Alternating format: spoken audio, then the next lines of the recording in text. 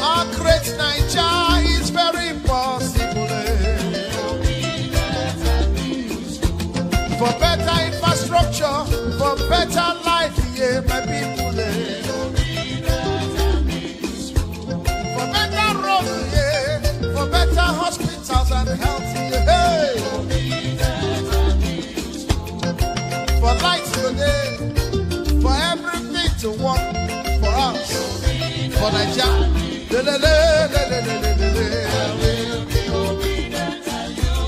Yeah. No more hunger.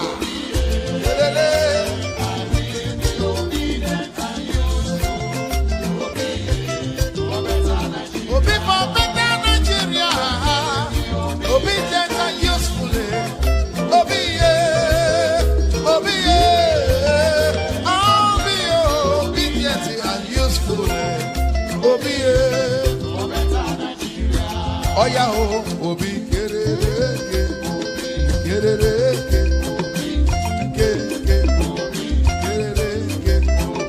Hausa man, Yoruba man, Igbo man, Middle Belt, Niger Delta. Let us come together for better Nigeria.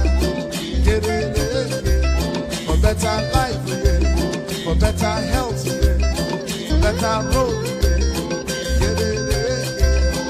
From consumption to production.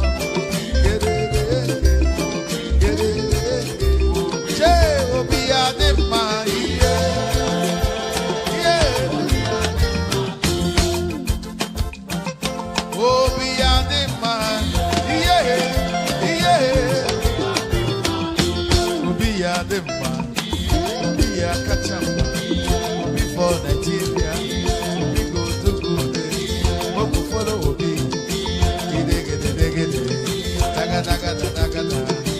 Obi, Obi, Obi,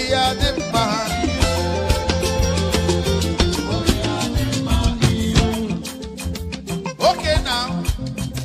Ewo, I beg you.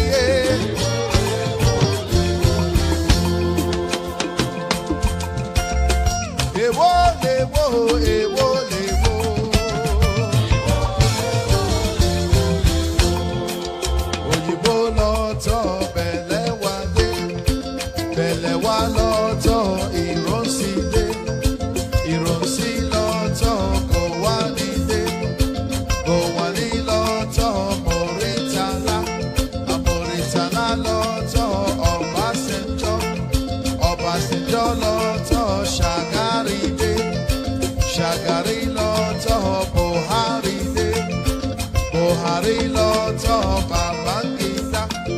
Babangida lọ́tọ̀ Ṣónẹ́kan lọ́tọ̀ Abacha lọ́tọ̀ Abdulsalam lọ́tọ̀ Ọbásanjọ́ lọ́tọ̀ Yar'Adua lọ́tọ̀ Jonathan lọ́tọ̀ Buhari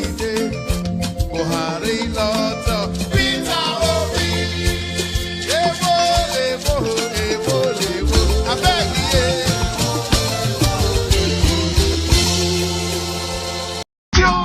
Yo, Jagaban. Yo, Jagaban. Yo, Jagaban. Now here we want to Jagaban. They want them. Our mama, papa want them. Silver, we want them. The same people will give us Jagaban. Now the same people come to tell us, say, Jagaban is not good again. Which way Nigeria, oh? Because the government don't favor them, oh. They won't go scatter Jagaban government, but the people everywhere. Yo, Buhari finish in 8 years.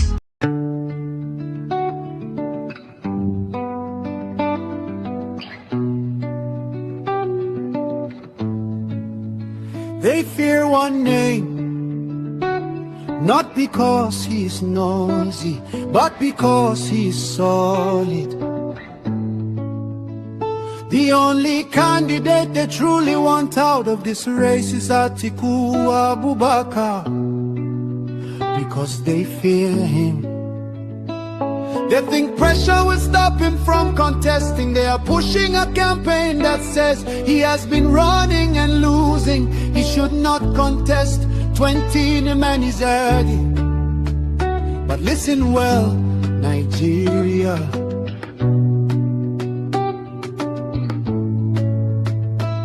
Since when did persistence become a crime? Since when did courage become an insult? Since when did experience become a disqualification? They want Atiku out because they know he can win.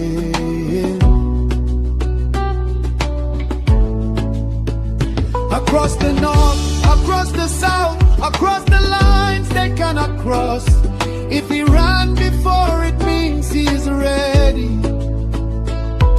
If he tried before, it means he is strong.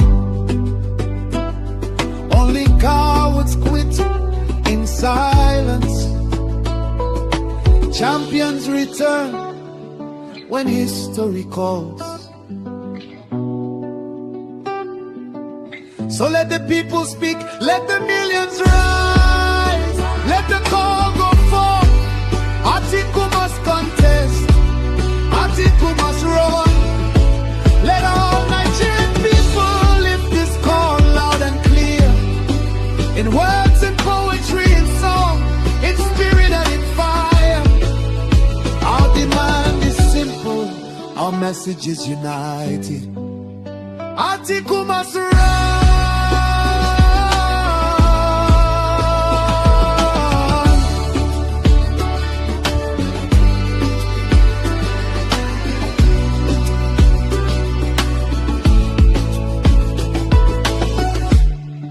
He's loved by millions across Southeast, Southwest, South, and the North. Nigeria needs him, Nigeria wants him, and history is waiting. Atiku must run, Atiku must run.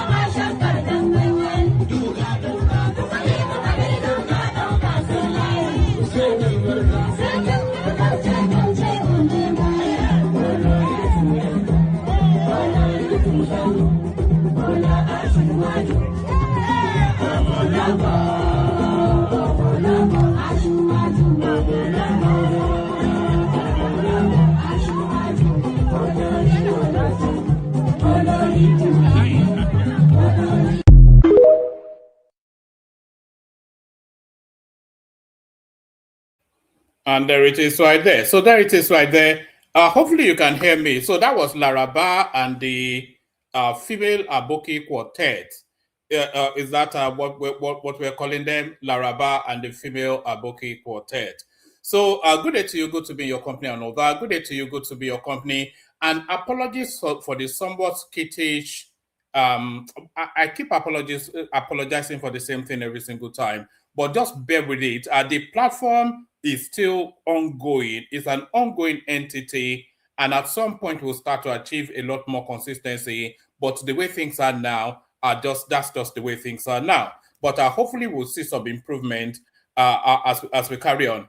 But good day to you. Good to be in your company and all that. Good day to you. Hope you are having a gloriously wonderful day so far. And the glory of that day continues for spending time in the company of your favorite Oyo Alaafin man. Your favorite Oyo Alaafin man. I am an Oyo Alaafin man. I come from a place called Oyo in the southwestern region of Nigeria known as Yoruba land. So I come from a region called Oyo. And the reason why we call it Oyo Alaafin is because Oyo has a palace. It's very important that it has a palace, and we make pronouncement of that importance that it does have a palace. So Oyo Alaafin, we have an Alaafin in Yoruba land is a palace, you know. And Alaafin, by the way, is authority.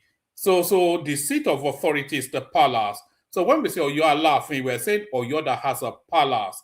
And of course, if you have a palace, then you have a monarch sitting on top of it. Not on top of the palace, but sitting in a throne within that palace. So we have that as well. And the person that sits in that throne of authority, we refer to that person as the Alaafin of Oyo. So do you see? And then, so that's if you want to know how governance actually emerged, it actually came out of the Yoruba system. Because if you look at the way the Yoruba system structures, especially the Oyo system, then you can see the replication in what they now permutate as democracy globally. So the structures of the Yoruba system, the Oyo system, is what now replicates in the popular democracy that is being practiced globally. So we have an Alaafin, like I said, which is a palace, so which is a seat of authority. And then within that seat of authority, we have somebody sitting on a throne. That person is known as the Alaafin of Oyo. So we have that. And then for the checks and balances, we have a council of elders or a parliament in now new currency. So we have a council of elders. We call them the Oyomesi. So do you see the structures now as it begins to structure in democracy as you understand it? So we have an Alaafin, which is a seat of authority. We have an Alaafin who sits as the authority that superintends that space. And then for the check of his excesses, we have a council of elders, which is tantamount to a parliament, and we call them the Oyomesi. So do you see that? So and that's democracy right there. So you have your president or your prime minister, and then you have your cabinet, which checks the excesses of that prime minister president. So that structure that you understand as democracy was actually co-opted out of the Oyo system, which dates back to as far back as mankind. So I am an Oyo man from Oyo Alaafin, and that system also replicates throughout the satellite provinces that Oyo superintends. So it also cascades all the way through the Oyo system, the vast terrain that is the Oyo territory. So we have Obi'S in big towns, and then within small little communities, we have Baale. But then that structure of a sitting king and then a parliament, that replicates in all of those tiers of governance.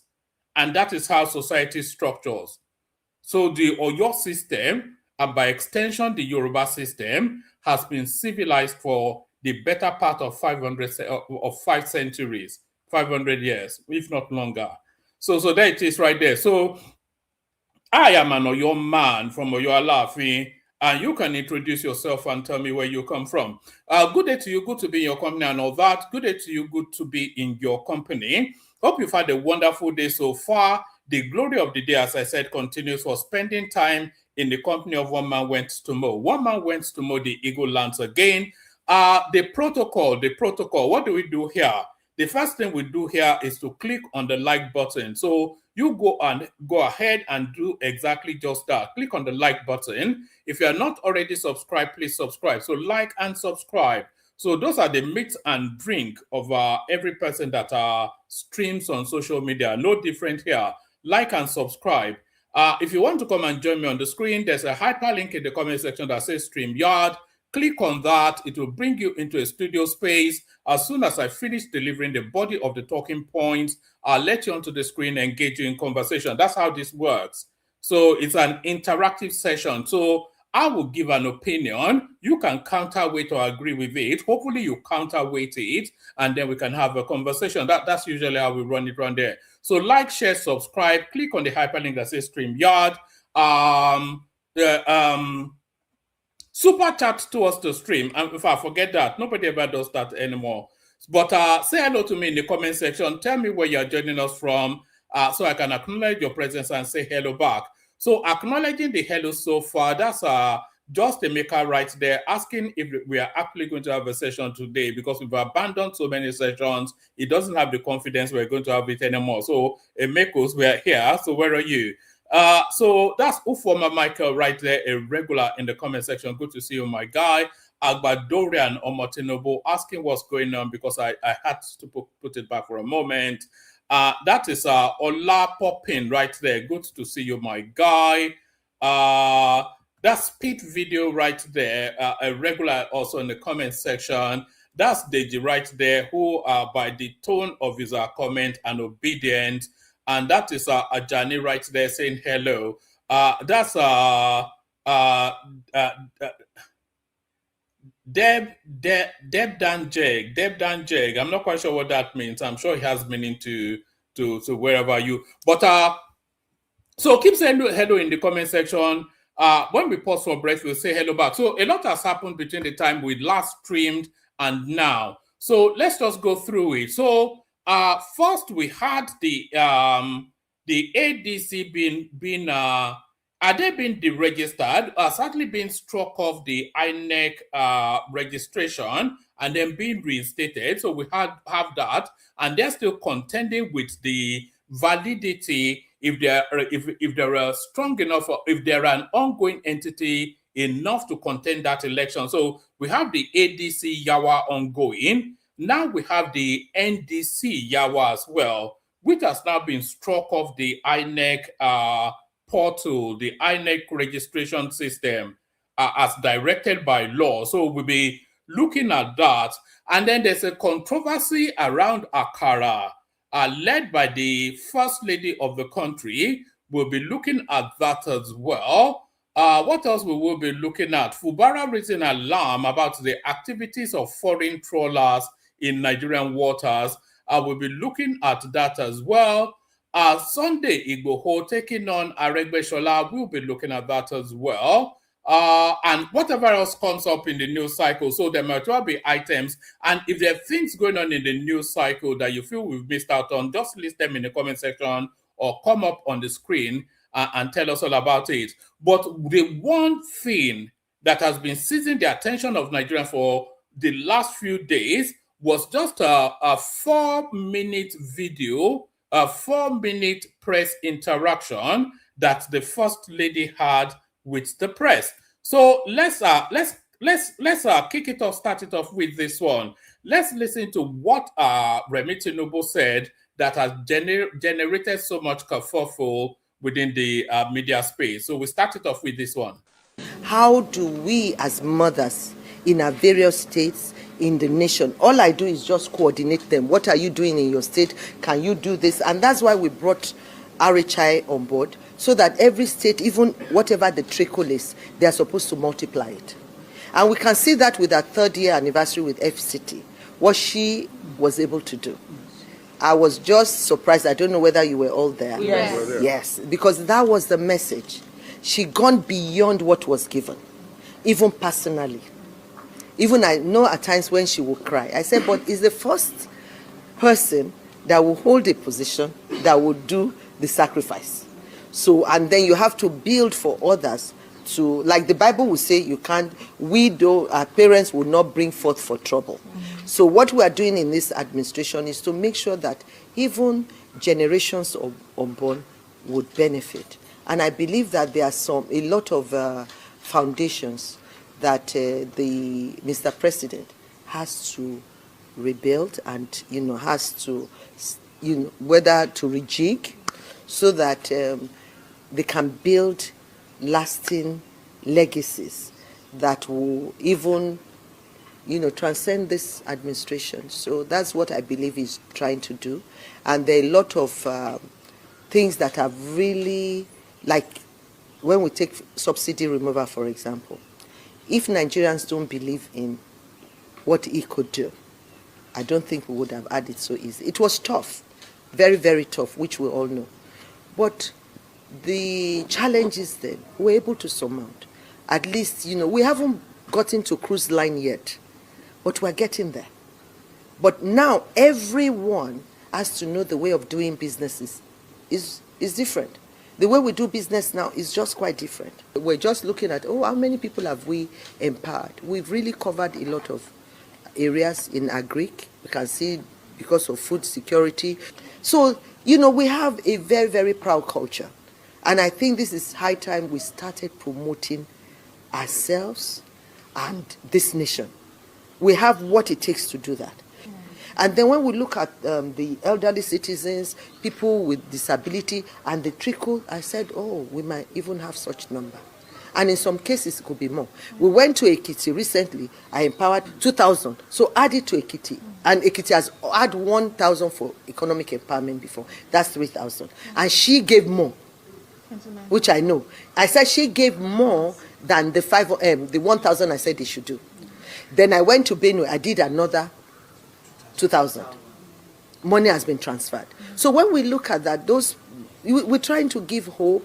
And to start Akara business doesn't take a lot of money. To start roasting corn, or somebody even said about grant, you see, they're saying that kuli doesn't take much. We didn't give them a loan. We gave it to them as a grant. So we've encouraged Nigerians as best as we could. What is within our hands, I have given, and I keep giving, and those are the things we've done. I remember giving for TB. When I heard there's so much TB cases, I gave 2 billion. To breast cancer, I gave 1 billion. To food malnutrition, I gave 500 million. So those are the things we've been doing. All right. So that was what the First Lady said. She was talking about female empowerment and people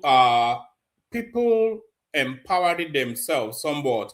And she was also saying that rather than look to government always, you can start a small enterprise.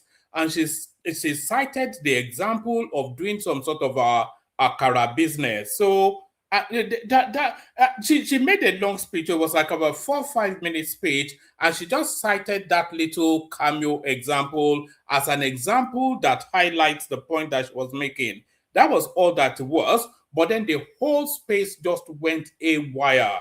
The whole place went haywire with the usual suspects bouncing up and down. So the usual suspects bouncing up and down, and when they are bouncing up and down, of course, there is no space that bounce higher than Arise TV. So this was their take on the First Lady inviting people to help themselves and start small, citing Akara as a possible business venture. So this was how the Arise TV space understood that. She gave billion. Nobody can argue with the First Lady's generosity. And, you can talk about the ways in which, and I think it's important to mention that from her office, it's usually from, as she said, generous donations from well-wishers through her Renewed Hope Foundation, just to mention that. The other caveat I'd also want to point out here is that the First Lady, according to the Constitution, is not recognized. The person that we voted for as a people is the president, the person who has constitutional backing and who is accountable to the Nigerian people is the President Bola Ahmed Tinubu. But we also know that traditionally, the First Ladies of our country have taken up one pet project or the other to complement the efforts of their serving spouse. Now, in this regard, I think there are many, many things that are wrong with this particular video and this assertion by the First Lady. The first thing is that it almost seems as if you are watching a video from 1960. Where they are saying that women empowerment, and there's nothing wrong with small. There's a place in our society for small business owners, micro, small and medium scale enterprise businesses. But we're looking at a Nigeria of 2026. We're looking at a Nigeria in the context of where the rest of the world are talking about cutting edge technology. Is the First Lady aware that women now run multi-billion empires across the world? That businesses like Akara, Akamu, yes, in rural development, in rural areas would suffice, but if we're talking about empowering women in modern day Nigeria, let us talk about industrialization. That is the engine of a modern economy. And when you talk about that, you are then looking at the ripple effect of job creation, contribution to the GDP and the likes. Do we appreciate efforts in this small regard? Absolutely. But when you're talking to women, and I saw the people behind her who were nodding in agreement to what she was saying, you would say that we need a lot more. And if this is the thinking in Aso Villa, then there's problem. That you're looking at empowerment in 2026 for the Nigerian woman whom you're going to ask to give you votes come elections, and you're talking about, you're giving them that they are not being creative, that are not. We moved past that. How many people in the family that they come from have made successes of themselves really and truly in today's Nigeria by selling the things that she's mentioned? And even with that, if you want to set up someone in business, will you look at the cost of fuel? Because they will power their Akara business. The scale at which you're talking about to export is a different ballgame in terms of startup capital. It is not what she's talking about. And I do think, quite frankly, it's about time we stopped insulting the intelligence of Nigerian women by saying that the best they can do is to be selling this and selling that. With due respect to those who sell it, it is fantastic. But what we should be talking about as a progressive nation, renewed hope.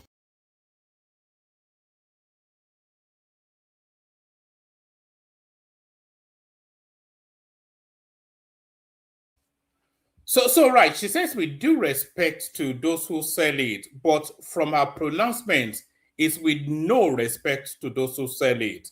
So I'm not quite sure what that lady was doing right there. That was Ayo Mario from Rice TV. So the first lady was talking about female empowerment, and there are different tiers of female empowerment.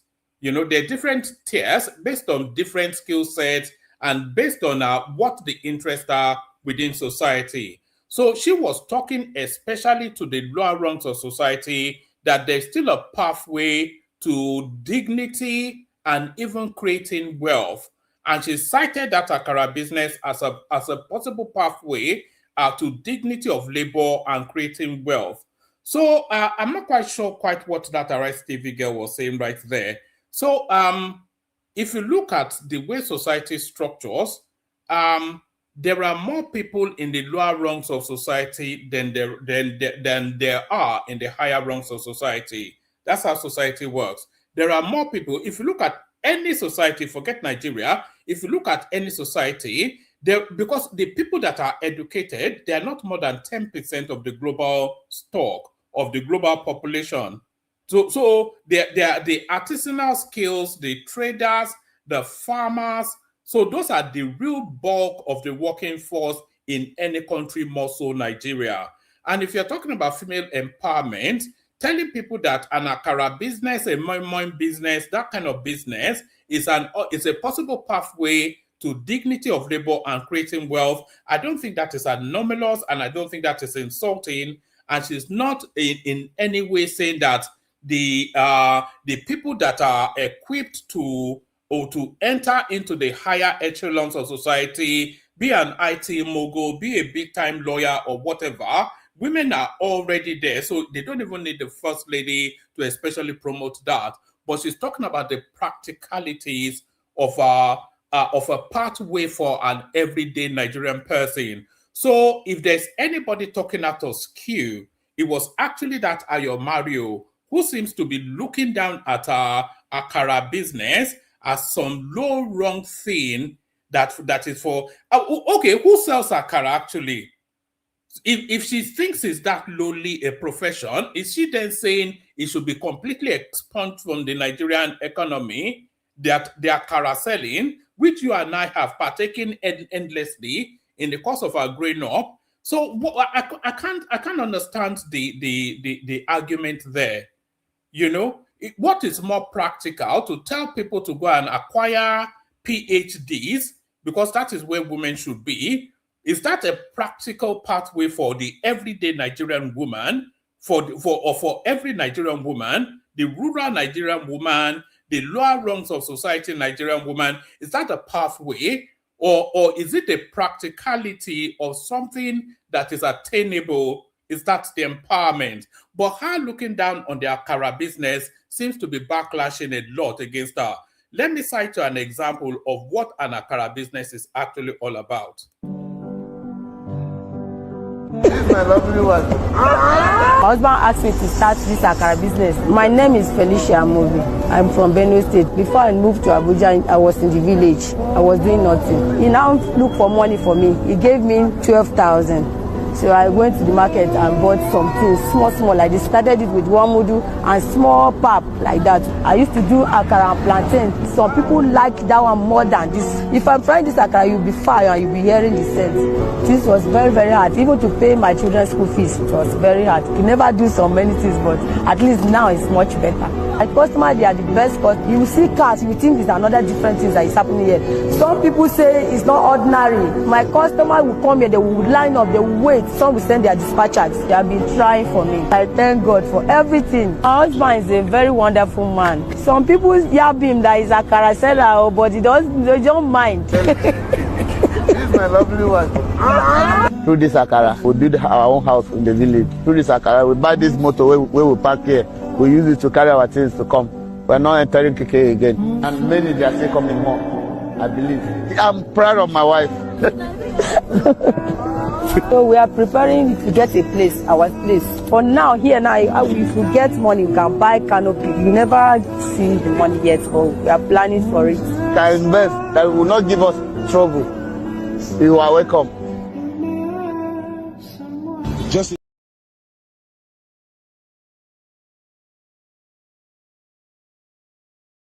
So that's an example of an akara business. I could have brought you 10 videos. There are people who have built estates on akara business. There are people who have built industries on akara business. You know, there are people who have generated great wealth. There's a particular woman on some expressway, akara something. I can't quite remember what she's called. She built up a whole community off the back of that akara.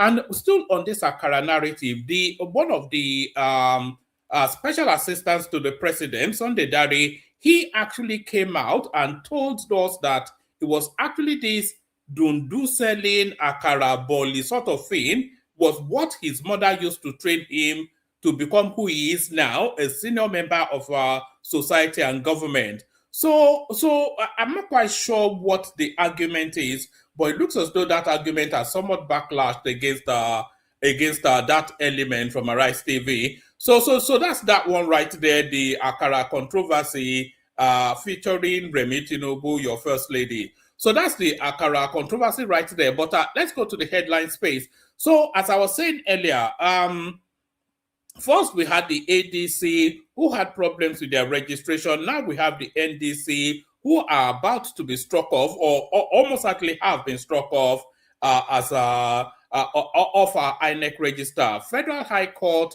set aside judgment ordering INEC to register NDC. So it was actually a court judgment that got NDC into INEC registration in the first instance, and that same court judgment by that same court now sets that registration aside. Federal High Court sets aside judgment ordering INEC to register NDC. So why exactly? Let's find out. A Federal High Court sitting in Lokoja will be in Kogi State. A Federal High Court sitting in Lokoja has set aside its earlier judgment on December the 10th, 2025, which directed the Independent National Electoral Commission, INEC, to register the Nigeria Democratic Congress, NDC, as a political party. Delivering the ruling, Justice Issa Dashen held that the earlier judgment was constitutionally defective because all necessary parties were not heard before the decision was reached. The court upheld the application filed by the Peace Movement Party, PMP, seeking to be joined as an interested party in the matter. So, okay, let me give you a couple more paragraphs. Justice Deshaun ruled that the applicant had successfully established that it was a necessary party whose interest could be affected by the outcome of the case. According to the judge, the failure to hear the interested party rendered the proceedings a nullity. So it's actually, so this court has to be held culpable somewhat, because it's either they don't know the judicial processes for you to form a judgment without hearing all parties. So so him reversing it now does not then negate that it was a bad judgment in the first instance. So whatever money they paid him, then he has to own up. So is it new to him that other parties were interested? So I don't quite get I don't quite get. It's the same court that gave the judgment that is now giving the reversal, citing that it was constitutionally deficient, the judgment that he gave. It's just a nonsense, isn't it? A federal high court sitting in Lokoja set aside its earlier judgment of December the 10th, 2025, which directed the Independent National Electoral Commission, INEC, to register the Nigeria Democratic Congress, NDC, as a political party. Delivering the ruling, Justice Issa Dashen held that the earlier judgment was constitutionally defective because all necessary parties were not heard before the decision was reached. The court upheld the application filed by the Peace Movement Party, PMP, seeking to be joined as an interested party in the matter. Justice Dashen ruled that the applicant had successfully established that it was a necessary party whose interest could be affected by the outcome of the case. According to the judge, the failure to hear the interested party rendered the proceedings a nullity. He further noted that material facts were suppressed in obtaining. So that then places the onus back on the NDC if they were indeed suppressing facts germane to decisions of the court. According to the judge, the failure to hear the interested party rendered the proceedings a nullity. He further noted that the material facts were suppressed in obtaining the 2025 judgment, making it necessary to set the decision aside. Justice Dashen consequently ordered that the status quo be restored pending the determination of the substantive suit. So you see, this status quo is quite an ambiguous term, and it's quite a contentious and a controversial term as well, because status quo means to hold situation, that the situation freezes as it is. But the situation as it stands now is that NDC is registered with that logo. It's actually the logo of the NDC that is in contention. So if it's saying that status quo should be to be maintained, that's why they say status quo ad bellum, which is to say before the decision was reached. So I'm not quite sure what status quo he's inviting to be maintained. Justice Dashen consequently ordered that the status quo should be restored pending the determination of the substantive suit. The court also directed that the case should commence afresh with the Independent National Electoral Commission, INEC, the Peace Movement Party, PMP, and the Nigeria Democratic Congress, NDC, participating as parties in the proceedings. Recall that the Independent National Electoral Commission, INEC, recently announced the registration of the Nigeria Democratic Congress, NDC, as a new political party ahead of the 2027 elections. INEC had premised its decision on, to register NDC on a judgment delivered by the Federal High Court, Lokoja, Kogi State, in suit number XYZ between Takori Mohammed Sani and others versus INEC, which ordered the commission to register the NDC as a political party. So the birthing of the NDC as a political party was actually as a result of a court judgment, and the exact same court that arrived at the judgment that forced INEC to register NDC is now reversing that judgment that it arrived at. So that's where we are. Responding, counsel to the applicant, CS Keucha, noted that the Peace Movement Party approached the court after discovering that the NDC registration was based on a logo it had previously submitted to INEC before the commencement of the suit. It said the court agreed that the applicant's rights had been affected and consequently vacated the earlier judgment. The court has ordered all parties to return to the position they occupied before the judgment of the of December the 10th, 2025, and directed the position that they occupied before the decision of that court judgment was that NDC was not a political party. So by that very pronouncement of this court, which was its pronouncement that made NDC a political party, so by this now very pronouncement, it automatically deregisters NDC. So to all intents and purposes, NDC is not a political party recognized by the Nigerian political umpire, INEC. So to all intents and purposes, that judgment, the moment that pronouncement is made, NDC becomes deregistered.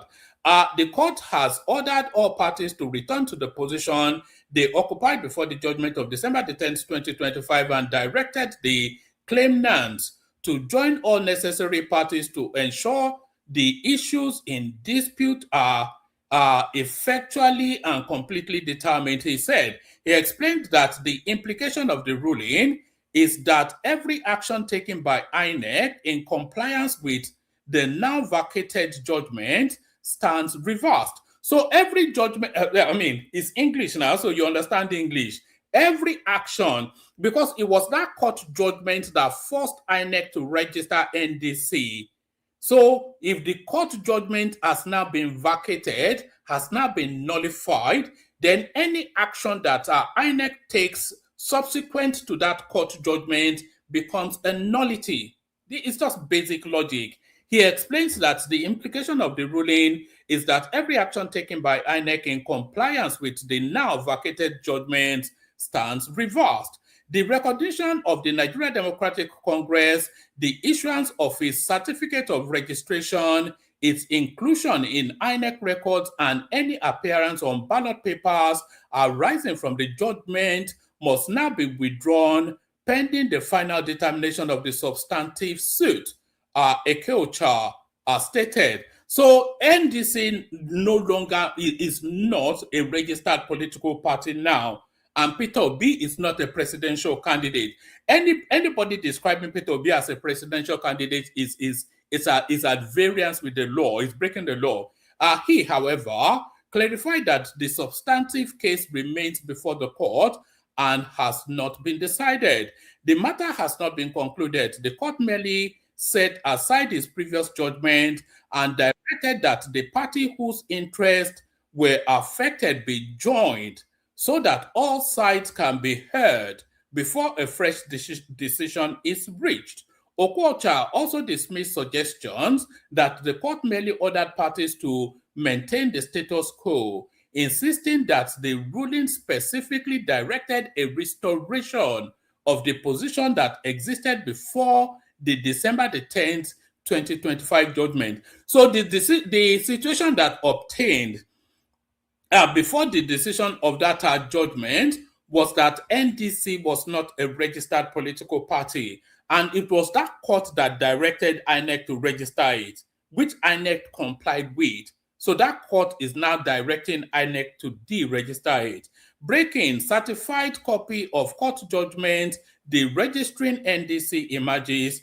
The certified true copy of the Federal High Court judgment ordering the deregistration of the Nigeria Democratic Congress has emerged. The ruling, delivered by the presiding judge, Honorable Justice Issa H. Dashen, at the Lokoja Judicial Division, effectively set aside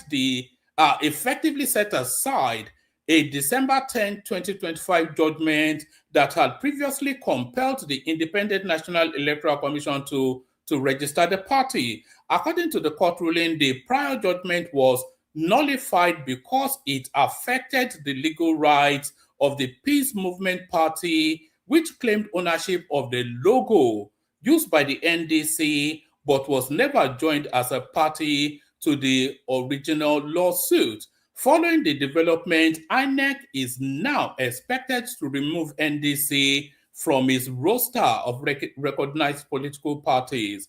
Politics Nigeria reports that INEC's National Commissioner and Chairman of the Information and Voter Education, Mohammed Kadu Haruna, on Saturday, stated that the commission is waiting to obtain the official paperwork before finalizing its response. We have applied for the certified true copy of the judgment. Until we receive it, we cannot be in a position to comment on it. However, the position that existed before December the 10th, 2025 judgment was that INEC rejected NDC's letter of intent to be registered as a political party. So this is to tell us then that NDC will not be on that ballot unless they are able to go and pay off or bribe this People's Democratic. What's the name of that party again? What's the name of the who are they? These people contending with them. Whatever nondescript People's Movement Party, unless they are able to go and pay them off in some way, Peter Obi will not. I've always insisted that Peter Obi will not be on the ballot, but I wasn't thinking it will come this way. We have applied for the certified true copy of the judgment. Until we receive it, we cannot be in a position to comment on it. However, the position that existed before the December 10, 2025 judgment was that INEC rejected NDC's letter of intent to be registered as a political party, Haruna explained. Correspondents already reported that the NDC has already been denied the portal, so they are already blocking them from accessing INEC. You see what this is a lot of the things that happened with the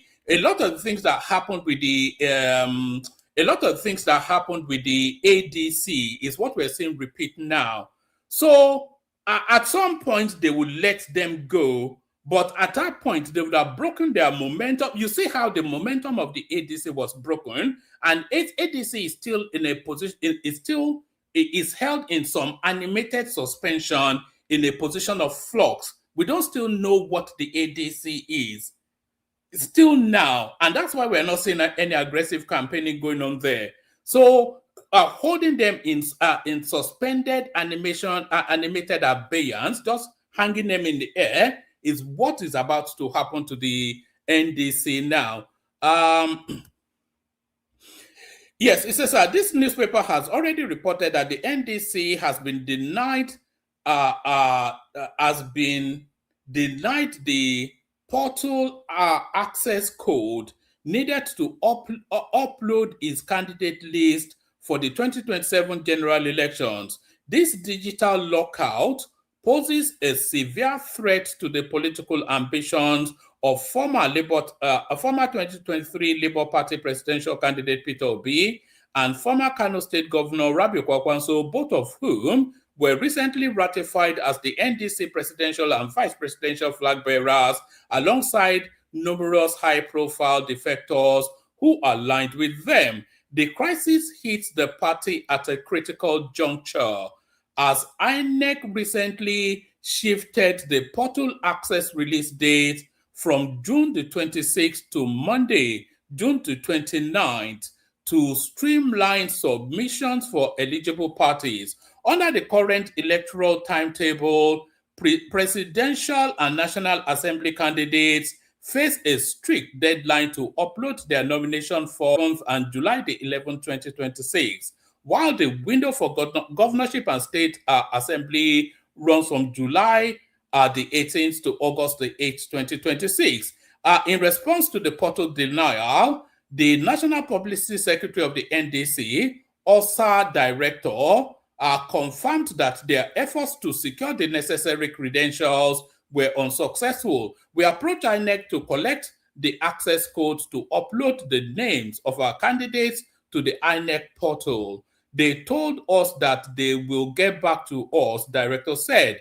Revealing the party's move, Director stated, "We will go back there by tomorrow. I believe by tomorrorow, we must have filed a stay of execution in the court." So there it is right there. And that's the certified true copy then of it's quite an amazing thing, this Nigerian elections. Tinubu is determined, so that's the certified true copy right there. So if the newspapers have it, then INEC cannot claim not to have it.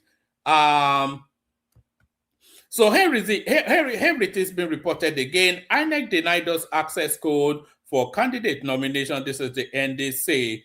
Yes. All right. I think we've already just read that.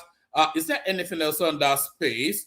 Our presidential candidate will not move to PRP. This is NDC countering Bashir Ahmed. It looks as though Peter Obi might well hop again. No, you know how Peter Obi likes to run a lot. He might well run to the PRP. The National Democratic Congress NDC has debunked reports that one of its presidential candidates is considering defecting to the People's Redemption Party PRP ahead of the 2027 elections. The clarification follows a claim by former presidential aide Bashir Ahmed that one of the NDC presidential candidates is set to dump the party for PRP following the court order which reversed the party's registration. I am hearing reports that one of the NDC presidential candidates is considering a move to the PRP following the court judgment that removed the party from the list of recognized political parties. We will wait and see how the events unfold, Ahmed wrote on his X page. However, in a swift reaction, the NDC described the report as false. So they are in no position to describe anything as false now, because the person looking to defect will not come and knock on their door and say, I'm defecting. Correspondents report that the NDC Director for New Media and Strategic Communications, Theo Abu Agada, submitted that the NDC and all its supporters are committed to the party and ensuring survival of democracy in Nigeria. This is false, my brother. Our leaders have been meeting and all are committed to the NDC. Every single person in the NDC is committing to ensuring that multi-party democracy is protected and sustained in Nigeria. All right, okay, we'll see about that. So that's Tinubu effing them up, you know. Siraka Dixon has been on the hot seat for about 30 minutes trying to reassure NDC candidates to be calm and that the High Court judgment will be overturned at the Court of Appeal. His assurance was based on the fact that although the NDC's logo is actually the same as that of the other party that sued her, however, the other association is not a registered political party, therefore has no local standing. It's not a matter of local standing now. It's not even a matter of politics. It's copyright law now. It's a copyright infringement. So it's not whether they are, these people, even I know that. So if I know that, then they should know that now. It's not a matter that these people are registered or not. They have the copyright on that. It's a patented logo. So forget all of this nonsense now. Siraka Dixon has been on the hot seat for about 30 minutes trying to reassure NDC candidates to be calm and that the High Court judgment will be overturned at the Court of Appeal. His reassurance was based on the fact that although the NDC's logo is actually the same with that of the other party that sues her, however, the other association is not a registered political party, therefore has no local standing. But when Sheun told him that the association was registered at CAC, the next set of response from Dixon became incoherent. NDC is in hot pepper soup. Remember them in your prayer. So there it is. Right there. Article quickly jumps on. NDC the registration bid. Nigerians now seeing Tinubu's true colors. Okay, now. So stay there. We'll see about that. Nigeria's former Vice President Atiku Abubakar has called out President Bola Tinubu over the Federal High Court ruling vacating its December 10, 2025 judgment compelling INEC to register the NDC as a political party. In a statement on Saturday, Atiku said the development shows Tinubu's true colors and accused his administration of undermining democratic competition ahead of the 2027 general elections. Nigerians are now seeing the true colors of President Tinubu, who pretends to be a Democrat, but his body language and the sinister activities of his agents contradicts his mounted commitment to free and fair elections. Participation of citizens is free. Fair participation of citizens in a free, fair, and credible poll is the soul of democracy, and any attempt to stifle such freedom could trigger chaos and anarchy. Tinubu cannot be a champion of democracy under military dictatorship and now become the worst enemy of everything that democracy stands for. So at least he acknowledges Tinubu's participation in bringing democracy to Nigeria. You know, the obedience space are actually denying that Tinubu was never anything of significance in Nadeco. You can't attempt to rule the people against their will and still pretend you are committed to free and fair elections in 2027, Atiku said. If you are truly popular and your policies are have positively bettered the lives of citizens, you should not be afraid of a free and fair competition, he added. So that's Atiku right there, quickly jumping in. So there is actually a clip that plays to that space. Let me play you that clip. There's a clip that someone speaks to that space. Thank you, Dr. Ruben. I think that allegation is false, and I'll tell you why I say it is false. First of all, there's an unfolding trend that bothers me in our political culture. In those days, before you come out to make such an allegation, you put out the facts that any illiterate can read. But because of social media and because we have a younger generation that have very short lifespan, they're not patient for details. Someone just throws out a lie and someone tweets it, and within 3 hours, 400 tweets, and it just catches fire on its own. And that's what we're witnessing. Let's go to the facts of the matter. If you flip the coin, it's actually that the opposition haven't lived up to expectation. The issues that they've put out there within the ADC, nobody has come out to give me one single fact to pinpoint APC has been part of this. When in 2003, I'm sure you will remember, when the ruling party then stifled opposition in the Southwest and kicked out all AD governors, with the exception of Lagos State, there were facts on the table. As a matter of fact, I remember very well, there's a senior political scientist from the University of Adukiti there, one Dr. Kunle Ajayi, who did a compendium of facts of what PDP then did in 2003, which was published in the Journal of Social Science early 2006. So anybody can go and read. Likewise, in 2007, when the ruling party also oppressed the opposition and found their way to win the presidency, the EU observers came out and gave all the facts. And it was so bad that even the president, then President Yar'Adua, owned up to say the process that produced me is faulty. And that was what led to the 2010 Electoral Act, that, we need to overhaul the entire system. Again, my third example, in 2014, when the ruling party then, PDP, compromised the electoral process in the government, in the election of Ekiti State, the facts were there.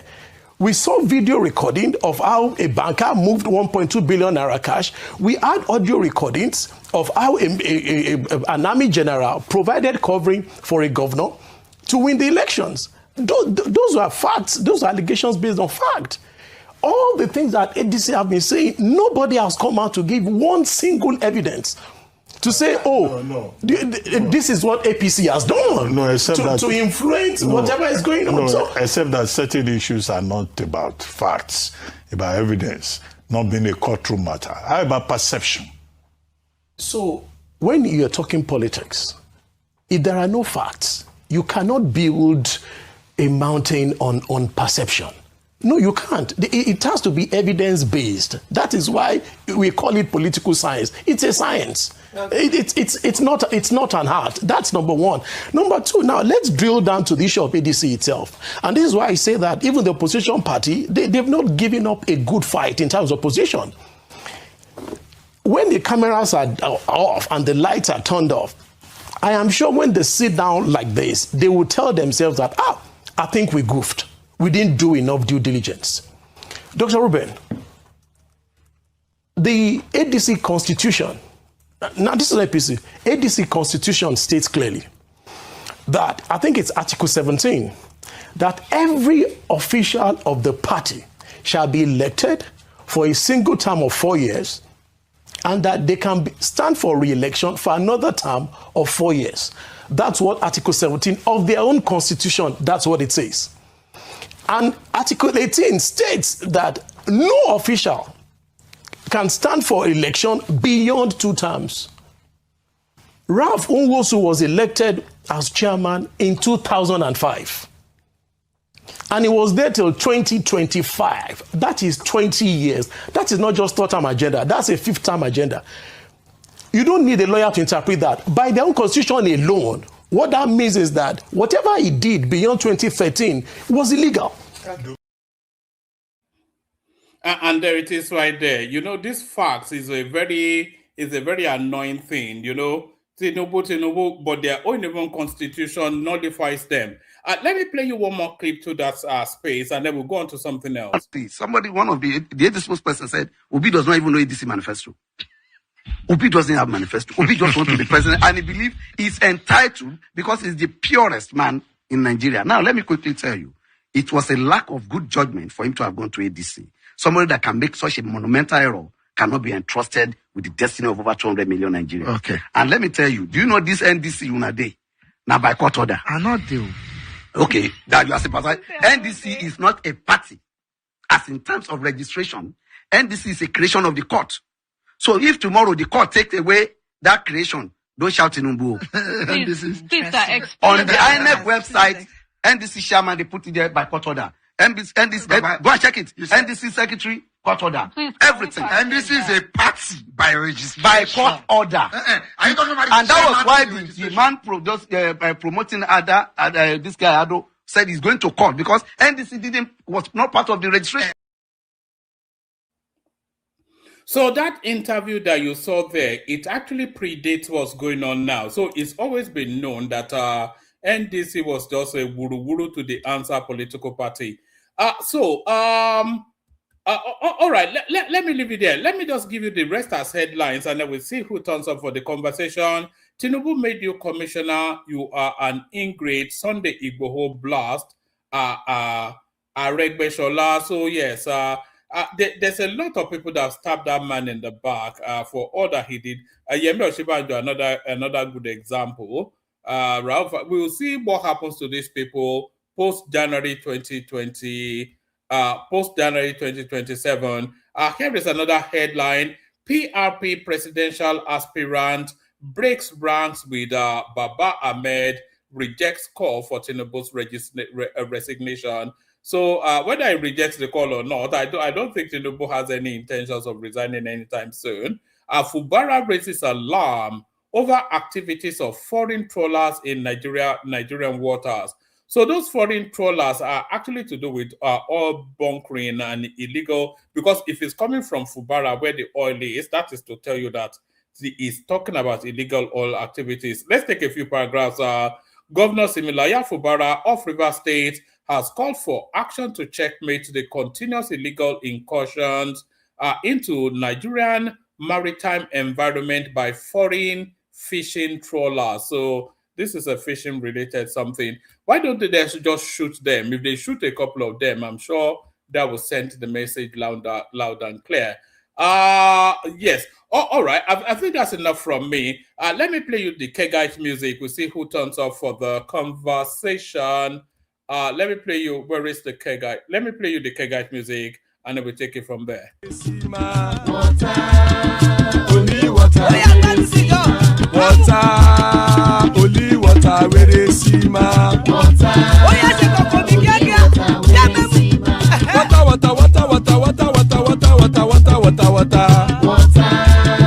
Only water, where they see my Hapa oh naido. Hapa oh naido. Hapa you don't come oh. Hapa oh naido. Hapa oh naido.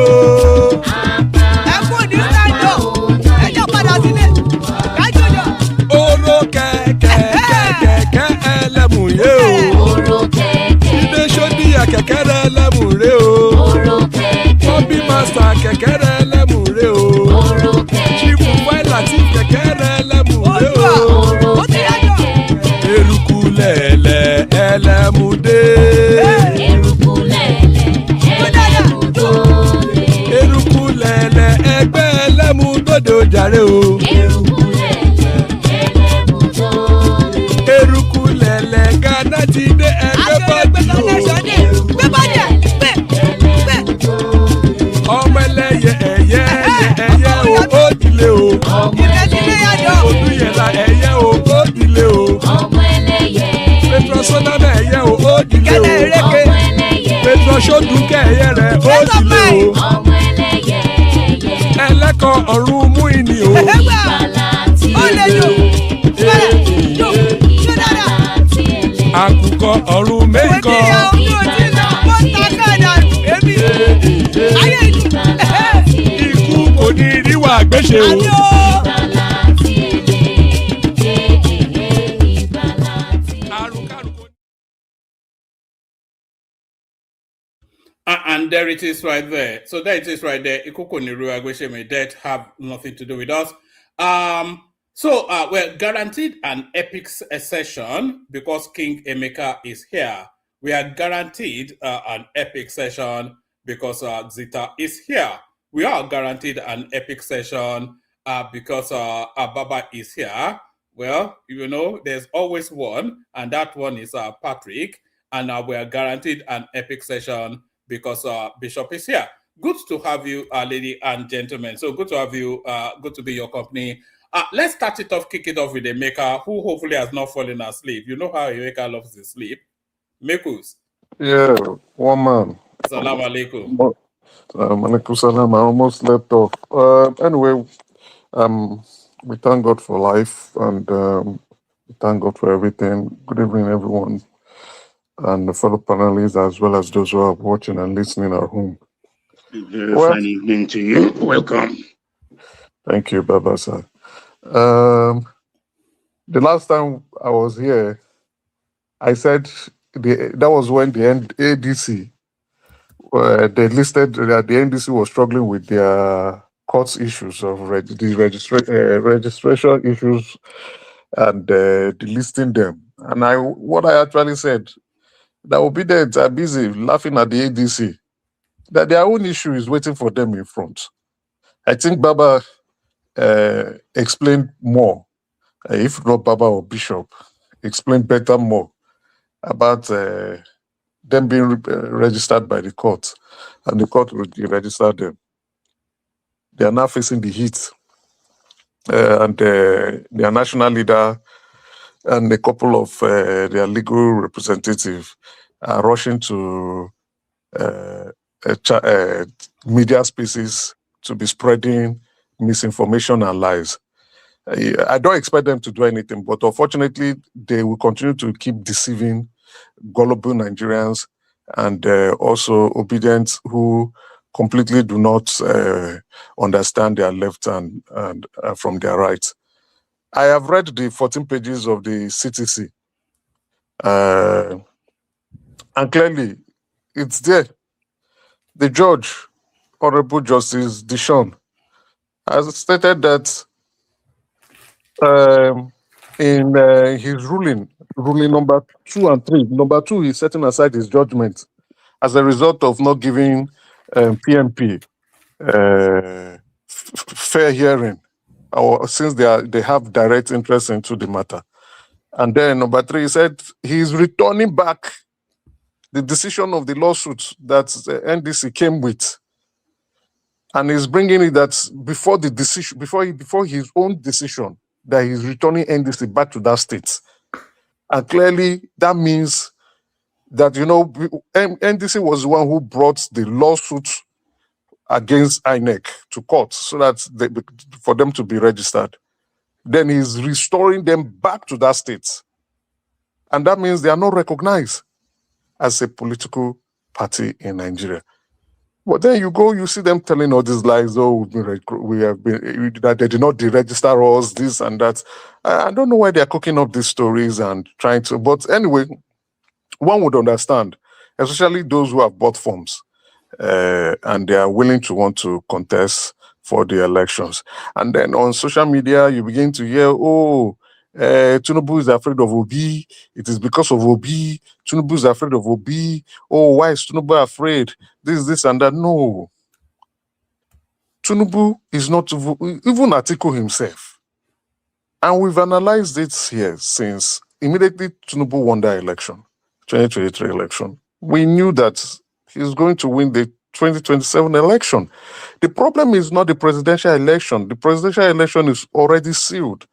The concern is the lower electoral elections, like the House of Representatives, and possibly even the State House of Representatives, as well as gubernatorial elections. And it's not the presidential election. That's the reason why you are seeing all these concerns. And a lot of people coming up to say, oh, Obi is going to win. Don't worry, Obi will do this. These people are just dreamers. What I would say is, I saw your caption, and you said you put it there. Tinubu has a hand in the disregistration of NDC. Clickbait now, clickbait. The clickbait. I know. I saw it there, and I laughed. I said, one man has come again. But the main the factor here is create as much chaos and ensure destabilization within these parties so that they are very confused. You know, the Obedient were laughing at the ADC. The ADC stand more chance than them because INEC has not even, INEC is not considering deregistering ADC. But from the look of this, INEC is not even going to give access code to NDC. Because at that point, the court is saying, we restore them back to the position they were before the lawsuit. So the CTC is clear, and they should stop with these lies that they are parading, especially on social media. I hope the Obedients are now, they are going to teach them a couple of few things for them to learn. Some of them saying that if Obi is not on the ballot, then there is no election. No. There's nothing you can do about it. If you see, the timing is clear. Before they go, they are going to appeal the case. Any appellate court you go to, whether the one in heaven or the one on earth, they will tell you that ruling, that high court ruling in Lokoja stands, and they will refer you back to that high court ruling. So by the time you've gone through that process from Court of Appeal to Supreme Court, they will bring you back. 6 months is gone. An election is already leaving you. Before you come back to say, okay, let's go and hear this case, election is over. We are done with the election, and we are moving. So, why? Emeka, what about the argument that the other party, that the one claiming the logo, is not a registered political party anyway?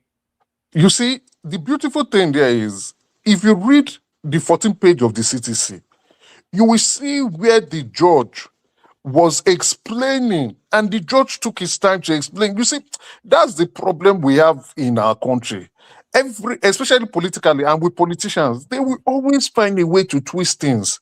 The man said, the judge said, I am not trying to say my decision given December 10th, 2005 is wrong. I am only saying that material fact has been revealed, and that through this material fact, the PMP has a direct interest because what they are contesting is the logo. And how can they contest the logo when they are not a political party? Now, what he also explained, what's the vehicle for that contention? So what he explained was that, you know what, the reason they brought the lawsuit was because they said that INEC told them that they cannot be registered due to the issue of the logo. Emeka, can I help there to answer one man's question? Go ahead.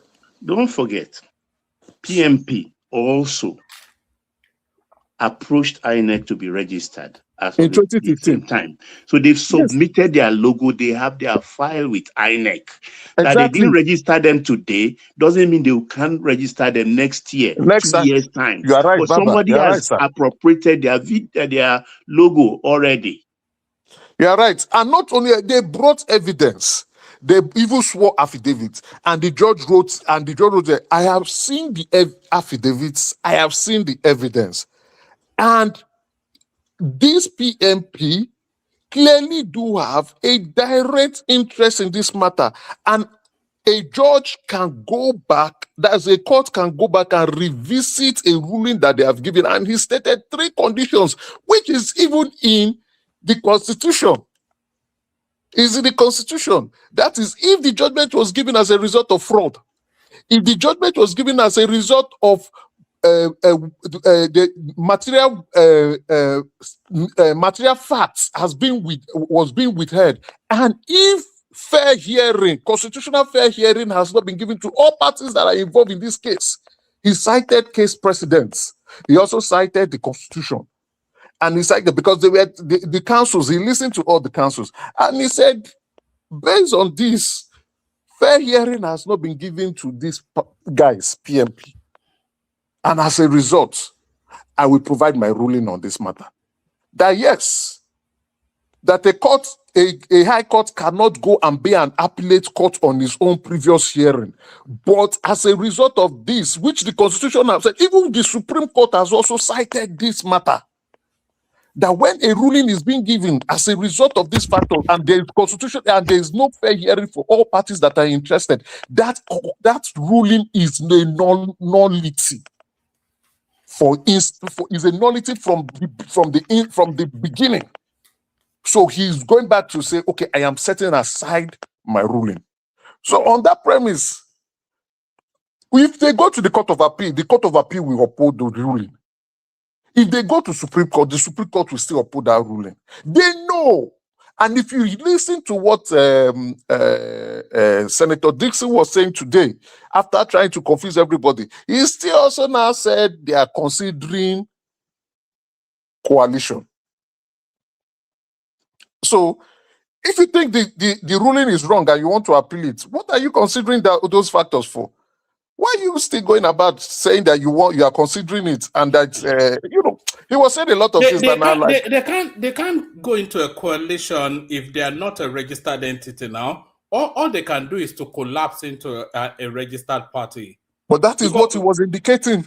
Yeah, but they can't form a coalition if they are not that's their last resort. Yeah. And what he also said, he said Peter Obi and Kwakwaso came to meet him before he came over to channels. And the reason why they are meeting him is to discuss what's the way forward. They've been trapped. Those guys cannot run anymore. They're trapped. The possibility of them not being on the ballot paper in 2027 is 85%. They can't run because their issues is very huge. You know another factor that we also have to give consideration to. As they are battling for their registration, INEC timetable is going on. Exactly. So INEC is setting deadlines for things to happen. I think they need to upload their members. By tomorrow now, INEC will start releasing access code to political parties to upload their nominated candidates. As a matter of fact, NDC started complaining. And that closes on the 11th of July, doesn't it? It does. It does. And we know how slow the judicial process in Nigeria is.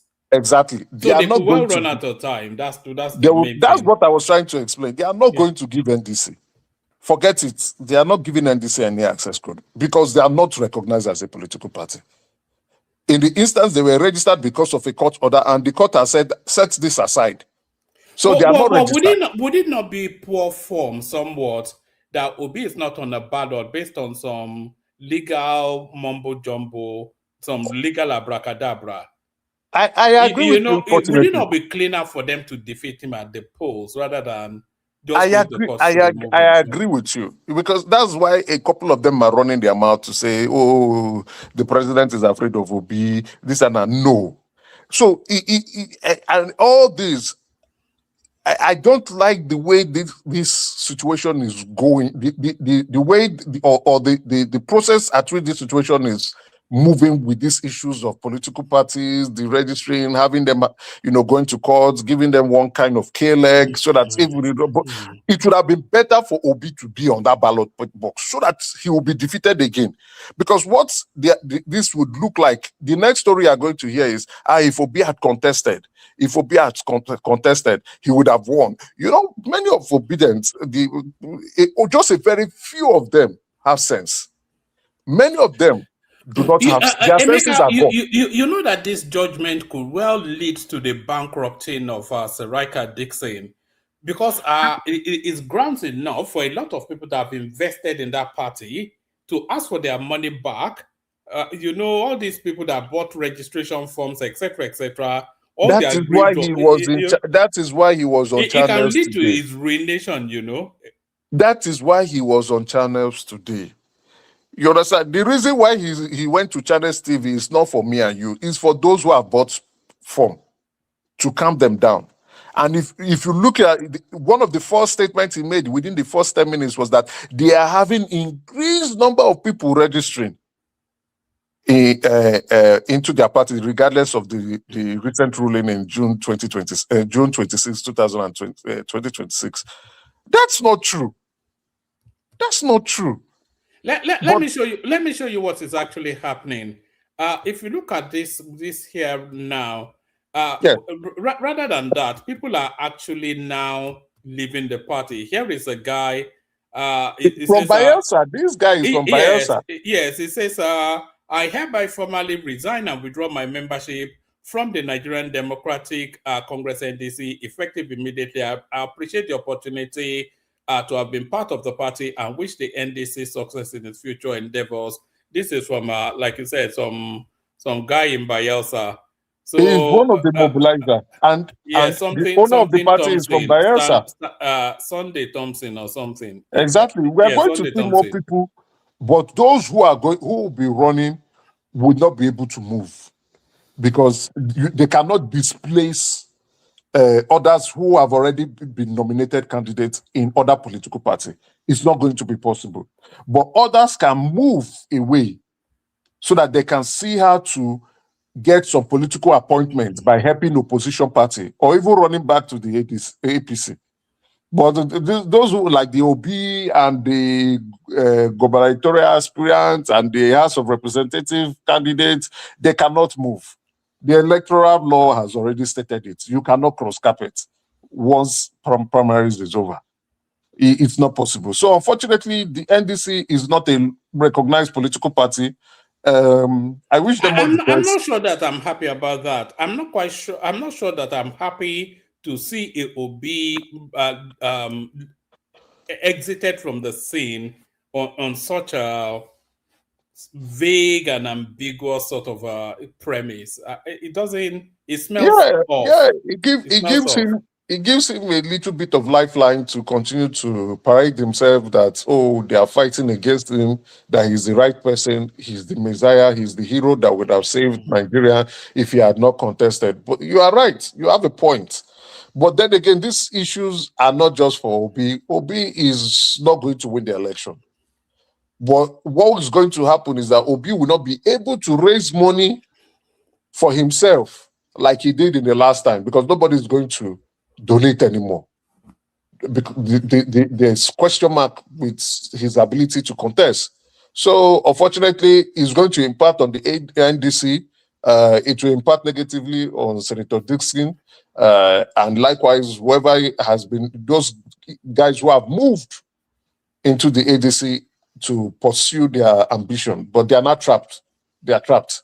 So anybody, I don't usually watch her, but I think I'm going to go and watch Aisha Yesufu tomorrow and watch her cry a bit. Oh, I saw a recent interview crying. that yes, the face is already looking swollen with tears. I saw the recent one. I think it was yesterday, and she was talking. Oh, that she's on that useless parade of spilling ignorance, gullible nonsense. on social media. Oh, they are fighting. She was even the person who started spinning One more, can I this come in? Can I come because in? of P2P. Hold on for a minute. Yeah. You started, though, they are fighting. No. Her tears will continue to flow more because there's no money for her to make from this election cycle. Unfortunately, their case is worse than the ADC. The ADC is still going to contest this election, but then there might be problem from them in the future based on their results, the result and outcome of the election. Yeah. All right. There's still other things I want to speak to you about on that, but I think yes, you can hear other people pushing to speak. But give us just a couple of minutes on the Akara controversy, Remi Tinubu, and then we're going to Zita. Yeah, I think they misconstrue what the First Lady was trying to say. And, I will not blame those who want to misinterpret that communication, right? I will not want to blame them because that is in every space where you say things, people can interpret it the way they choose to want to interpret your communication. So I intend, the way I interpreted what the First Lady was saying is that you don't have to wait for the government to fix your condition. There are other things you can do to help yourself. If you are looking for employment, you can put yourself into good use. That's the way I interpreted it. And in that, on that sense, on that, my own view, I think the First Lady is right. And then again, if you look holistically, if you watch that interview, you will see that they just took those sound bites and threw it into the public space so that she can be misinterpreted. But regardless of what she's trying to say, she's not wrong. If you truly want to fix your life, if you truly want to change your circumstances, you cannot wait for anybody. It lies with you. You have to go out. I saw you playing video about a woman who, was able to train her kids from that, from frying akara or making money. It's a well-worn story, and a very commonplace Nigerian story that some woman with a stall down the road has now trained these 5 doctors, lawyers, etc., just from selling bolly or whatever. It's a commonplace story now. That's the Nigerian story. That's what it's our community, it's our society. Humble beginnings, ability to uplift yourself from struggles, from strife, from negative circumstances, and then looking forward to become very useful in not just only in Nigeria alone, but to the world, to the society, to the larger society, right? From a humble, and it's not just particularly or pertaining to Nigerians. You hear these stories even in the US, everywhere. People with humble beginnings, and then they were able to change their circumstances. It's all about persevering. But then again, Nigerians would always definitely come up with stories, and it's the same crowd, that same Olodo mindset of crowd, the promotion of Olodo, the Pella crowd. The Pella crowd, the crowd of people who will just sit down and not be able to apply themselves logically. That obedient crowd would come up. It's still the same crowd that are kicking back against state policing. After they were shouting that, state policing is the solution. Now state policing is now looking like a reality. That same crowd is now saying, no, it has to wait after election. Because anything the president does that looks like it is good, anything that APC is trying to fix that will benefit the larger public, but because it is coming from somebody that they hate, they don't want. And it's spearheaded by this same Obi. Obi responded, the nonsense he wrote about state policing. But then again, when there is insecurity, you will write that the government is not trying to do anything about insecurity. When the government is not trying to say, okay, let's do this, no, you don't like it. That is a mindset of wickedness, hate, and witchcraft. All right. All right. Emeka, stay with us. Let's move it from the bit. Patrick, please now. Emeka, let's move it around a bit and we'll come back to you. But just on what you said there, let me play this little clip from Tinubu. It's barely a minute. And then after that, we go on to Zita. This is Tinubu speaking to what Emeka just said. And which way to institute controls and prevent abuses. We are going for state police.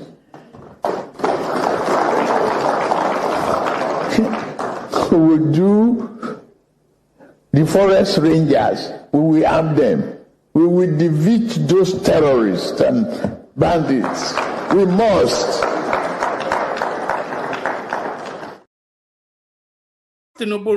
So that's Tinubu right there. So the state policing is just not a silver bullet. It's just another tool in the armories, in the toolkit of combating insurgency and all this myriad of goings on that is going on. So they're not saying state police is a substitution. We still have the federal police, by the way. We still have the army. We still have the DSS. The forest rangers are coming on board. So the state police is yet another tool in the toolkit of the battle against insurgency. But Zita, good to see you. Good to have you. Zita, Wagwa. One man. Salam alaikum. How you doing? What are you cooking again? We're conspiring against and you said the election is boring. And I think you may be right, because even all of the portals of excitement is being closed off. They've clipped the wings of El Rufai. Abubakar Malami is in prison. Atiku is confused. We're not even hearing anything coming out of the ADC. And now they've shut down the NDC. Who is the they, if I may ask? The powers that be now. The powers that be. You see, one man, let me say this. Sometimes when I speak, people don't like me.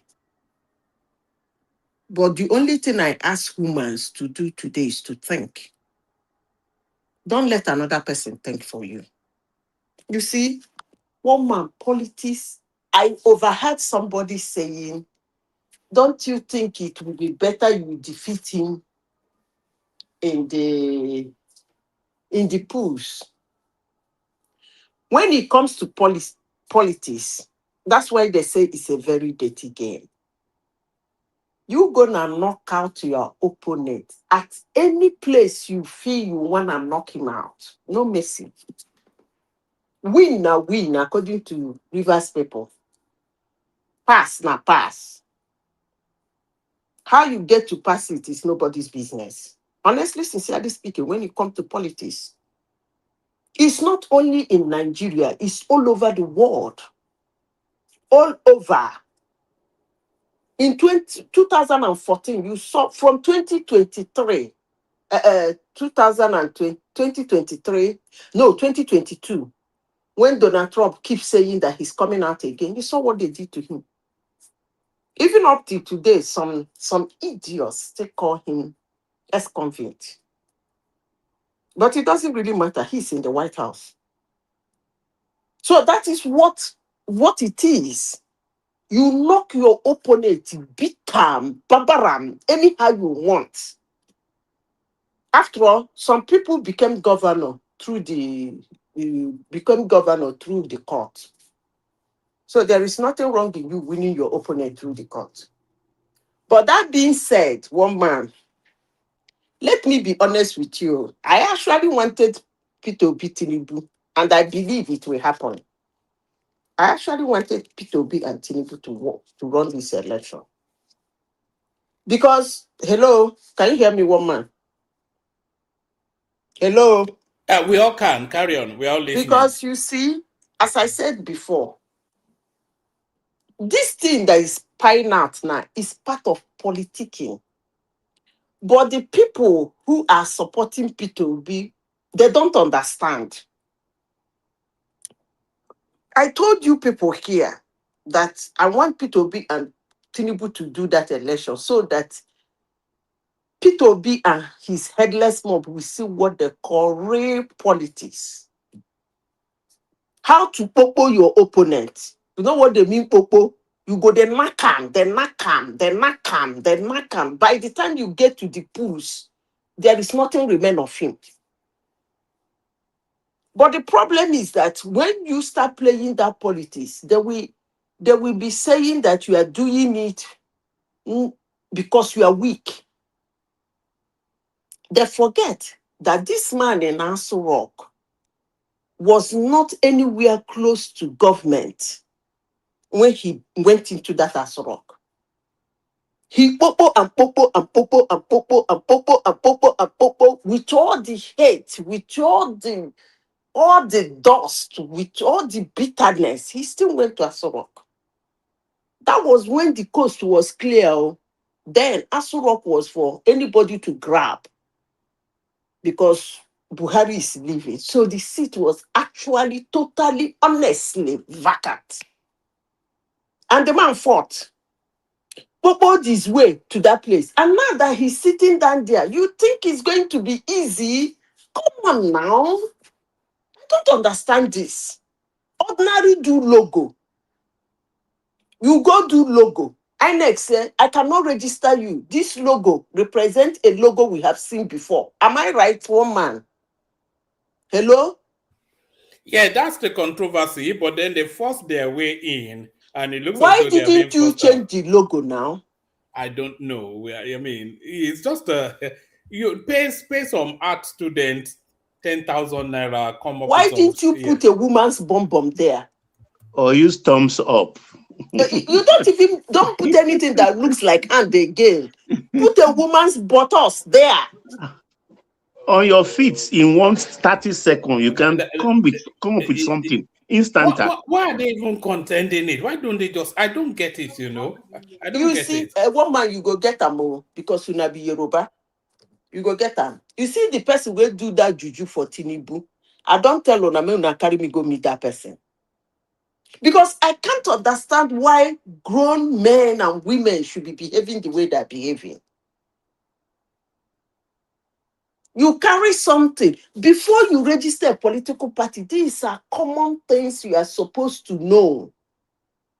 Simple things. Your logo. Even when you want to go and register, some of you have registered their company in Nigeria. It seems the most ridiculous thing, Zita.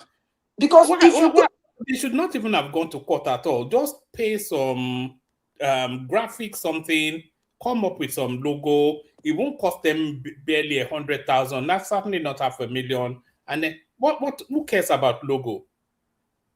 Eh? Why don't you just not put any logo? Let your logo be NDC. What if you make a four corner, a square box, and write in it NDC? That becomes your logo. Okay? I don't understand this. So, honestly, sincerely speaking, you are going to register a party. You are supposed to know what you are not supposed to do. Zita, this matter predates Obi'S and everybody joining. So this is it's similar to the ADC. This is an ongoing matter before the political juggernauts entered that space. So I mean, it's just it'll be the silliest thing in the world that what removes Peter Obi from the ballot is some random logo. I don't even want to talk to Peter Obi because that is the punishment for running around. When you run around too much, you run into trouble. A car can hit you when you decide to be running zigzag towards where you're going. You run to this place, you run out, you go to this place, you run out, you go to that zigzag, car feet smash you. I don't want to talk about that. Is the punishment he has. But why are they lying that they haven't gotten the CTC? While a maker in Canada has read the 14-page CTC. Why do they lie like this to their people? They say what? No, they say they don't have the CTC yet to make their appeal. Baba, don't mind them. Don't mind them. I was quite irritated with and Senator Dixon is actually a lawyer. He's a lawyer. They've received the CTC. Their lies is what irritates me. So The money when don't collect, what do I go do? That is the yawa to come now. That's the yawa that is coming. One man, please. I want to go to work. Can I say something? It depends on Zita. Zita, you happy for Me self won't go work now. Huh? Baba, you want to go to work or you want to go and Who supervise is your work echoing now? now? It's Patrick. It's not me, oh. My phone is off. Oh. No, not Patoski. You are Patoski. It's Patrick Uche. If anybody wants to interject, the person can interject, but don't be rude. Don't be insulting. Enter. And just Okay. 30 seconds. Okay. One man, let me. Can you go to that CTC you are mentioning now? You see, some people say P2B joined this party where the party have problem. The party don't have any problem. The problem party have is INEC and NDC. Then NDC won the judgment. Then they recognize as a party. But this judgment now brought for the cost. The judgment is APC plan. The judgment is, you go to that CTC, you will see the date that judgment. Let us set our record. The judgment, P2B entered that party May 3, 2006. Then come May 5th, 2026, these people approach the courts. P2B entered there. There's no any problem. This problem came before P2B came. Check that date. You will see all the targets of APC is P2B. No, hold on, Patrick. The judgment was in December. I think 2025. Yes, December 10, 2025. Yes. One man, can I No. They went to court. They check the date they went to court. Right. The date they went to court, May 5. Why not? Okay, Patrick, let me answer you because I've read the CTC. Okay? In the CTC. Pause yourself now. Yeah, you're echoing back, Patrick. So what they said, what PMP said is they were made aware of the court ruling, right? The one that they said NDC should go and INEC should register NDC in December 10, 2025. They were aware of it in April 26, right? It's there in the CTC. So, and the court looked at it and said, okay, given the time period that they got to be aware, because that's what the counsel for NDC was saying, that why did they come so late with their application? It's in the CTC, Patrick. But the judgment have closed. Now I cannot open. They didn't appeal the court. The judgment. They didn't appeal the Nigeria have law.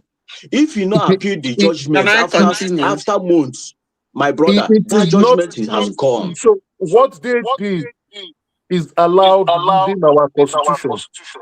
They submitted an application. Sorry, Madam Zita, let me just clarify, Pato, because I see this nonsense on social media where they say, not nonsense. Where did these people approach the court? Not INEC versus NDC. Hold on now. P2B joined NDC May 5th, 2026. Then May 10th. Then May 5th, 2026. MPMP brought their application. No, application don't come like that within 2 days. Please, Patoski, not Patoski, Patrick. Application don't come like that in just 2 days. They were made aware of the court ruling in April 26, and they informed their counsel. I want to understand the time they went to court. P2B is already there. Before they went to court. Why they not went to court? Hold on, Patrick. If you would learn, many of you are deluded and retarded. Try to understand what I say now. So they went to court after P2B joined the party. After P2B joined the party, they went to court. No. Go and check. You see the date there now. Madam Zita, come in, please. You see? Can you people pause, please? One man, are you still there? We're all here. We're listening. The problem is that that party had issue even before Peter Obi came in. That is an established fact. So why would one walk into a party that already have problem? Not just a problem that is not well sorted out. So now you walk into a party that has a problem, and then your opponent, let's assume it's APC, your opponent is using it to work against you, and so what? I mean, these people don't understand politics. So the job of your opponent is to popo you, and your job is to popo ram. Any slightest loophole you see, run him down. That's why they say politics is dirty. It is when you come out to contest for a position, a political position. Now that day, you go know say the man where you they call papa, since they born you no be your papa. Somebody is gonna tell you that. The same thing with the woman where carry you, they train you. No way, no, say that woman no be your real mother. Now when you enter politics, somebody go tell you. If you don't buy somebody before, hide them. Now when you think say nobody know, now when you enter politics, somebody go tell you. And somebody will ask, this man has been the director of this, been the director. Why they not talk him? Now when one court, that's why they say it is dirty. When you are director of this, you are director of that, you're a big man here, you're a big man. Nobody wanted to knock you out. You are not in competition with anybody. Nobody wanted that position. But now, you are in competition with somebody, and he's going to use anything and anything and anything and anything he lays his hand on to knock you up. So when you want to join into that politics, it's either you are ready to defend your shenanigan, or you keep your hands a little bit clean. That's the only way you can survive in politics. Otherwise, they go popo you. So if woman, I want to follow the vibe, it's APC that is doing all these things. But let's face the fact. Did you give them an opportunity to do it? The answer is yes. Next topic. But Akara. Zita, let me ask you. Sorry, are you saying that that judgment is correct? Which one they ask me whether it's correct? Because there are conditions whereby a judge can revisit his own judgment and set it aside. This judgment. The judgment is correct. It's fair, and it is fair. It is. I wish I had the one man. You know, the last time I said, "Give me your number." I sent it so that you just have read my it. number now, Emeka. I'll check again. So Simba, it's thank very you fair. for that question. If Emeka finish, let me address it. It's a fair judgment, and the judge was, he explained everything properly. He even cited case precedents. Hold on, Emeka. Before you go into that, let Simba tell us why he feels it's not fair. All right.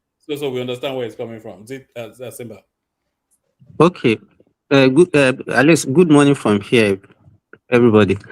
The reason why I ask this question is, okay, the judgment was actually made, I think, December 10th last year.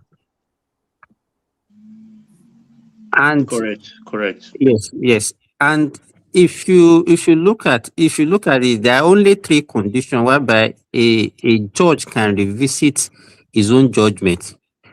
One, they said if the judgment is a nullity. Two, if it is based on fraud. And then three, I think, what is the third condition? I've forgotten the third condition. If the real person like the PMP was not involved or something like that. Okay, at least the people that are supposed to partake in the they were not complete. They were not complete. Now, are all these conditions this conditional, is there Must they make anyone? must the three conditions be met or just one? No, Zita, there No, is no, it's also not a a condition principle. like Wait, Simba, please. There's a It's just principle one. of law based on judgment that is called in Latin functus officio. That Yes. is, it is closed. I have water That my one, that hand. judgment will revise to them one day So, too. So you know I what? believe. Wait, let me finish my Baba, point. Pontus, So the that's Pontus functus is officio. like a Pontus. Once, like they just coin it from Exactly. the So Pontus PMP Pilate. should have gone on appeal rather than come back to that same court and asking the court to review their judgment. Exactly. So what is the Chief Justice doing? Kekere Ekun is disappointing Nigeria, allowing No, it's our not judges to cause confusion. it's Latif. High Court is not that High judgment Court will is not a revise court to of them policy. Monday. P2B will be in ballots. High Court is not a court of policy. It is only the Supreme Court. That judgment will not stand. It will It stand. will stand. It will stand. Sorry, So Baba. they didn't Baba go and to the Simba. appeal. What they are saying is that ruling, the court ruling in December 10th, imparts on them as a result of their interest in the case.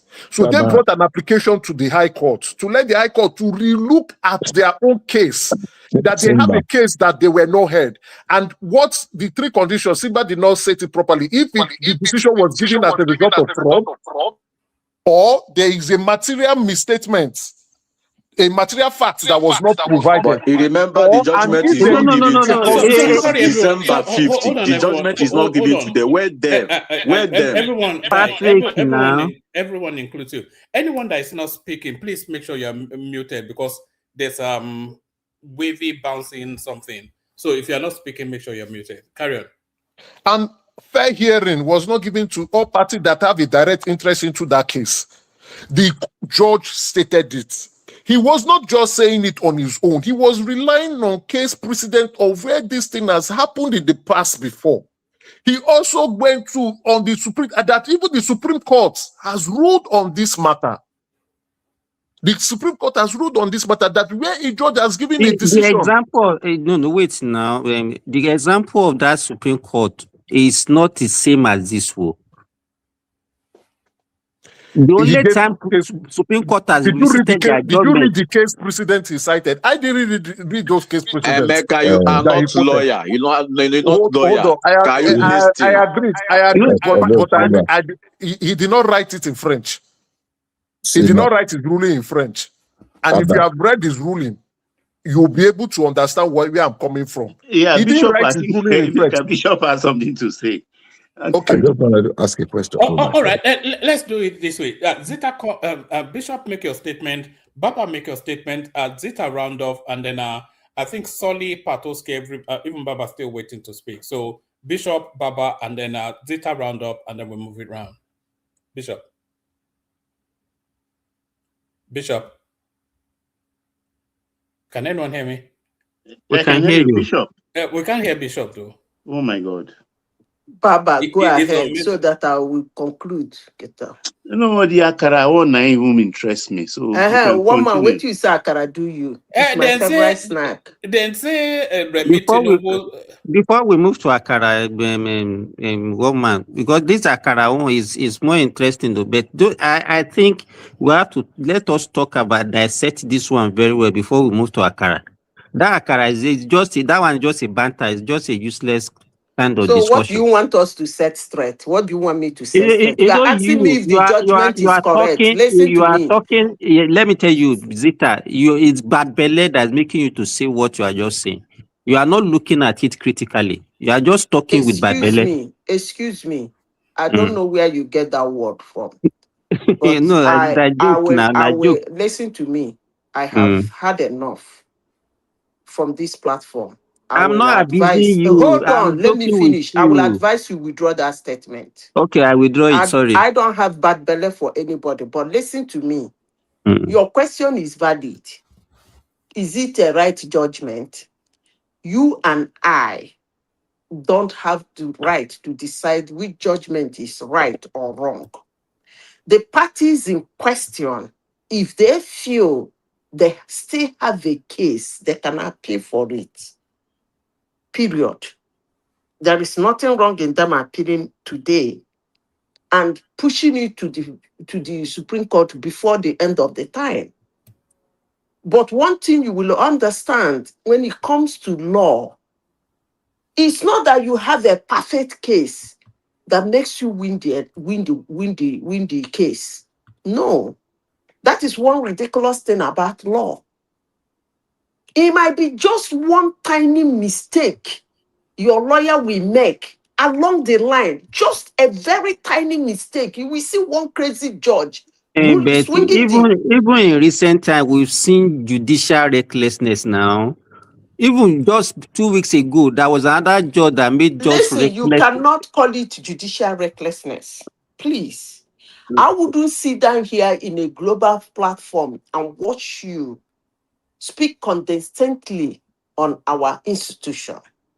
I'm not speaking condescending about our institution. That Just word 2 you weeks use, ago, judicial a high court recklessness, judge, is not a word. Hold on, let me I finish. don't understand why some of our judges are behaving the way they are Listen behaving. to me. Listen carefully.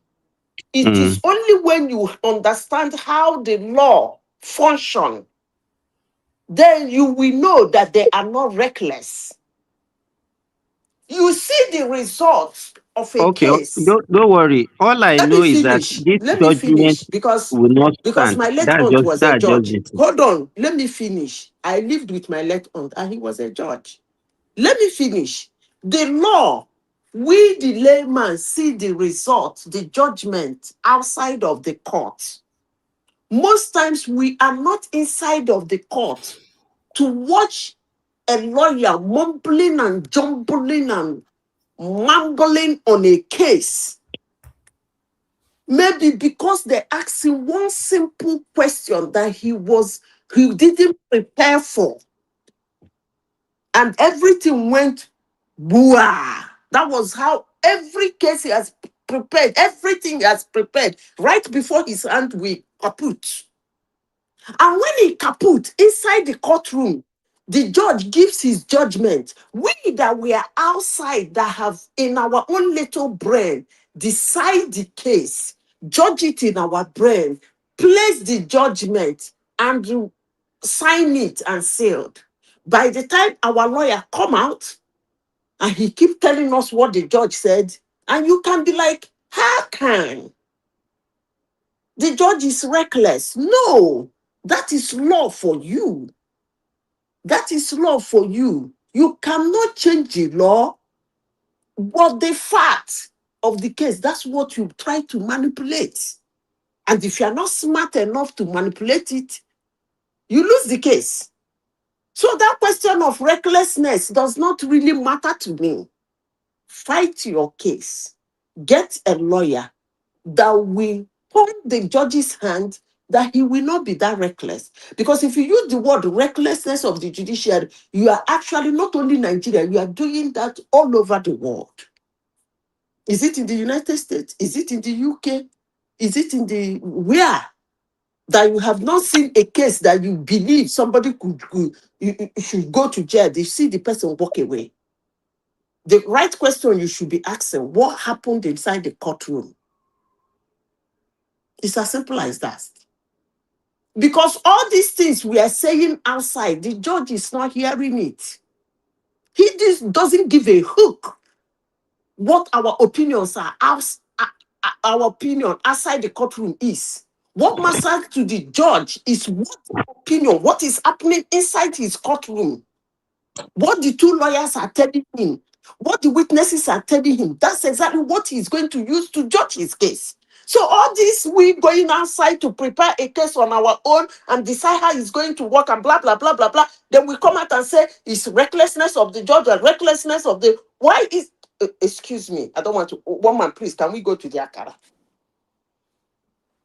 All right. Give us a couple of minutes on the Akara and then we'll move it round. Are you following the Akara story, Remi? I hear say, Madam, say, if we know good, make the fry Akara. Is that what it's all about? No, she was talking about empowering women, and she was saying that because she's been doing all these empowering programs, and she was saying that she gave out grants for women that they can be, and not even of course a grant not to be paid back, that they can start an akara business, etc., etc.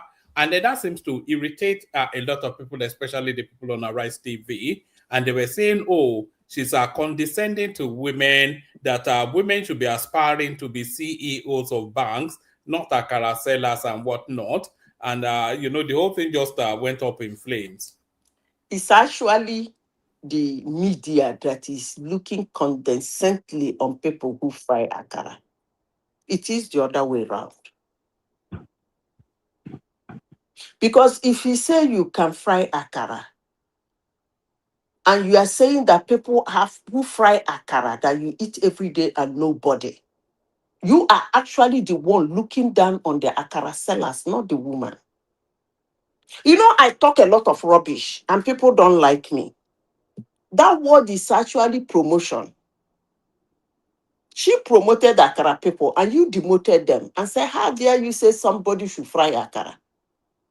And it depends on your business acumen. If frying akara, you see frying akara as sitting by the roadside to fry akara, that is for somebody who did not go to school, who doesn't have business acumen. If you think you are more than frying akara, there is a way you will do that akara business. It become a different thing, a different total ball game. I remember there was what do they call that that eatery? Is it Mr. Biggs? I can't remember. One of those eateries in Nigeria. Yes, Mr. Biggs. That's going back a while, isn't it? That's back in the day, Mr. Biggs, yes. When they sold their franchise, there is one in Port Harcourt. There's a guy from South that owns it. Is it the Briggs family, Tudor Briggs or something? No, that Mr. Biggs, I think is it's UAC. UAC, yes. When they sold their franchise, they said that is the letter. When I mean selling it, is that you can do your own Mr. Biggs, but still carry the name. Do you understand? So at that point, all Mr. Biggs are not selling the regular flat menu of Mr. Biggs. So you can add, just like they did to Subway, you can add your own one or two things to attract people. There's one particular one in Port Harcourt that time that included akara dakam.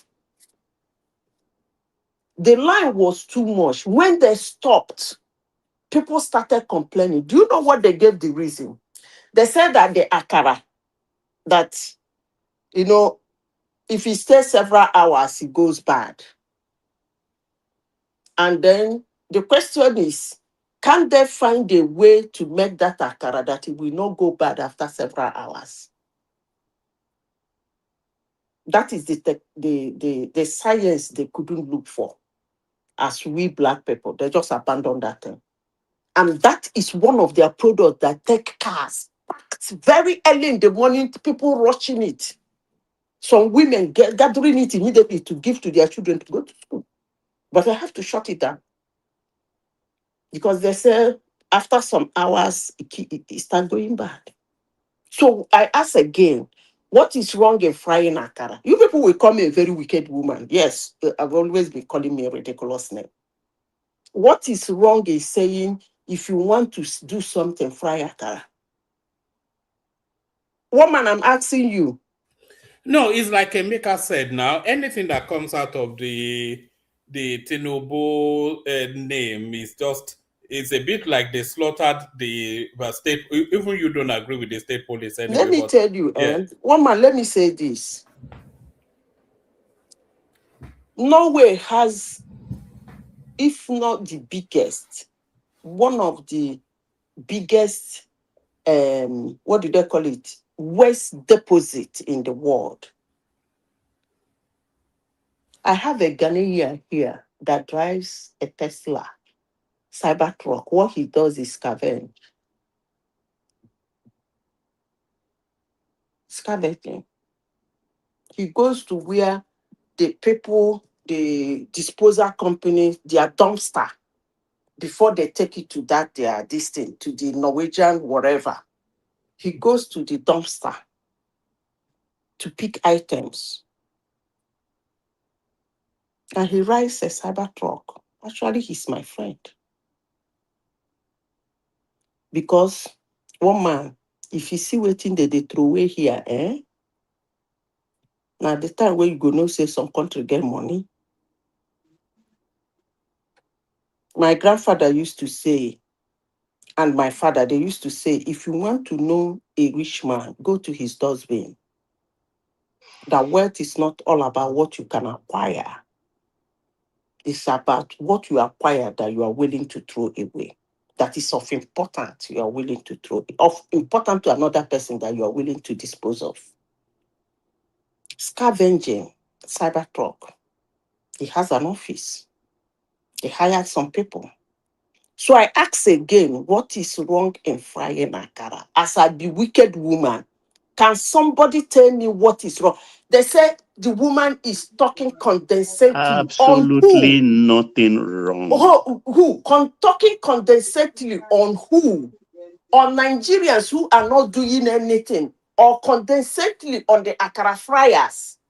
Because if the media decide to say that frying akara is no business any human being should do, they are the one actually talking condescendingly on the akara fryers. No, because she didn't say I they are think not they using the money for pizza making or burger I making. think they misjudged that one anyway because there's been a heavy backlash against that. But bring it home, Zita, so that we can move it around. We've got Solly still, Let me Bishop, say etc. this here. My aunt used Kot Ogo in those days, tech train child for Texas University. I rest my case. All right, brilliant, excellent. So that's the delectable Zeta. Stay with us, Zeta. We'll move it around and come to you quickly. Baba, you're up next. Baba, we're going to be fast tracking it a Yeah, little I'll bit. give it to Bishop if he's available. If All not, right. I will take it. Is All Bishop right, there? Yeah, Bishop. one man. I just want to read briefly that the citizen, just briefly, not on, because of what I think was it Soli, or I can't remember the name. Patrick What he Uche. was saying. No, Patrick is part of the obedient group. Yeah, their problem is too much. Even if you tell them Simba, you mean? Simba, yes, they will tell you. They will tell you lies. So the judge said, I have given the most careful consideration to the motion of notice filed by the party affected, that is the applicant, which is PMP. The affidavits, they submitted affidavits plus evidence to show that their logo resembles that of the NDC. So they were not coming to quotes. And this was, when they did this was in 2015, and they were the first to do it. And INEC refused them registration. So people coming, I don't speak to the obedient crowd. They are retarded people. When you tell them good morning, if they don't like you, they will say it's good night. So I am speaking to Nigerians who, I can digest information, whether they like APC or not, and say, okay, I think this matter is true. And that's why I'm saying the ruling is confirmed. It is fair. Take it to any appellate court in Nigeria. They will refer you back to that ruling. So now look at what the judge now said. Let me go down briefly, please. I don't want to take anybody's time. So he now said, hold on, let me go to 16. That the issue, therefore, is not whether this court possesses jurisdiction to entertain a complaint founded on an alleged denial of fair hearing. For the authorities clearly recognize such jurisdiction in appropriate circumstances. The real question is whether the facts disclosed in the present application establish a breach of fair hearing of such nature and gravity as to affect the validity of the proceedings. My brother, today they revised the court today on Monday. They will revise the judgment today. Don't worry. Hold on. In your dreams, in your alternative reality. Today, Monday, they will come back here. Section 36, subsection 1 of the Constitution of the Federal Republic of Nigeria, 1999, as amended, guarantees that every person with whose civil rights and obligation may have been affected by a judicial determination, the right to be heard before such determination is made. The Supreme Court has repeatedly held that where a person's legal rights and interests are affected by a decision reached in proceedings conducted without affording him an opportunity of hearing, the decision cannot stand. See Green versus Green, 1987. Adegun versus Attorney General of Oyo State, 1987. And he My cited brother, another this one. is my time now. Can you allow another Hold on, person it's not now? your time yet. I want to go work. I am borrowing from and I'm almost done. I'm almost done. So in Green versus Green, the Supreme Court emphatically stated that an order made against a person in breach of the alteram partem rule is liable to be set aside, ex debitio judicatia.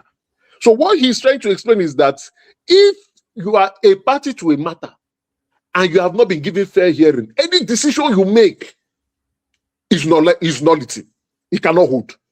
That's what he's trying to explain. And then he now said, I have emphasized that the present application does not invite this court to review the correctness or otherwise of the conclusion reached in the judgment on the merits. That is my judgment that I gave earlier on. I am not going against it, but due to the facts, the present fact that has been brought to me in this condition, and that the party involved has not been given fair hearing, I have to revise my ruling.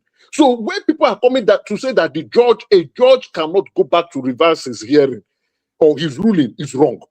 Then he stated the three reasons, but I think on this extracts they didn't include that page. He stated the three reasons, and he's right.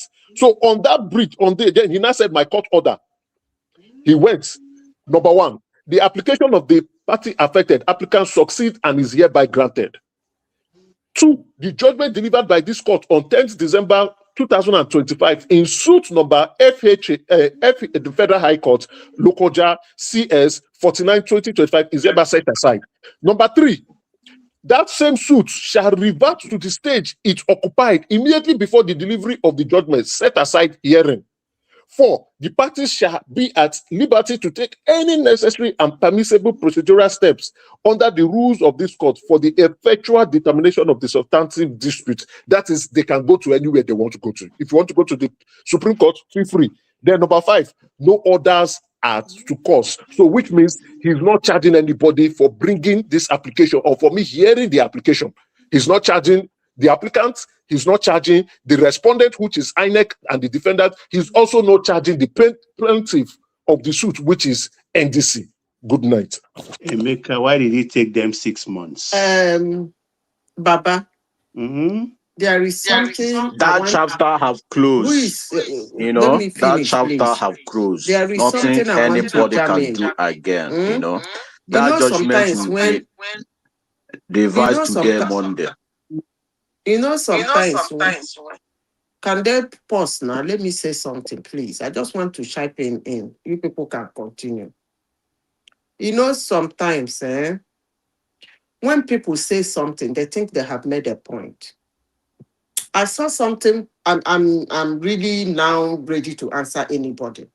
I saw one idiot, I know it's Tony. He was saying that I am a wicked woman, that I jumped to Europe.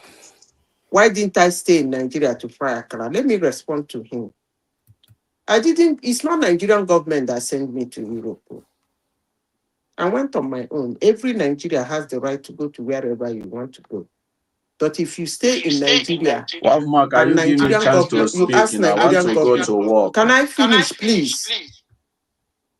If you want Nigerian government, tell Nigerian government that you don't have anything and this Akara they can offer you, then fry the Akara. But if you don't want them to offer you something, you want to fight on your own, you still have the liberty. That's why it's called Nigeria. You can jackpot. So it's not Nigerian government that put swing in my leg and took me to Europe. I went on my own. So those people who doesn't want to fry Akara too, they can go on their own.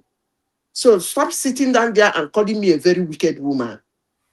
I'm not stopping them from going to Europe to find something that is not frying Akara.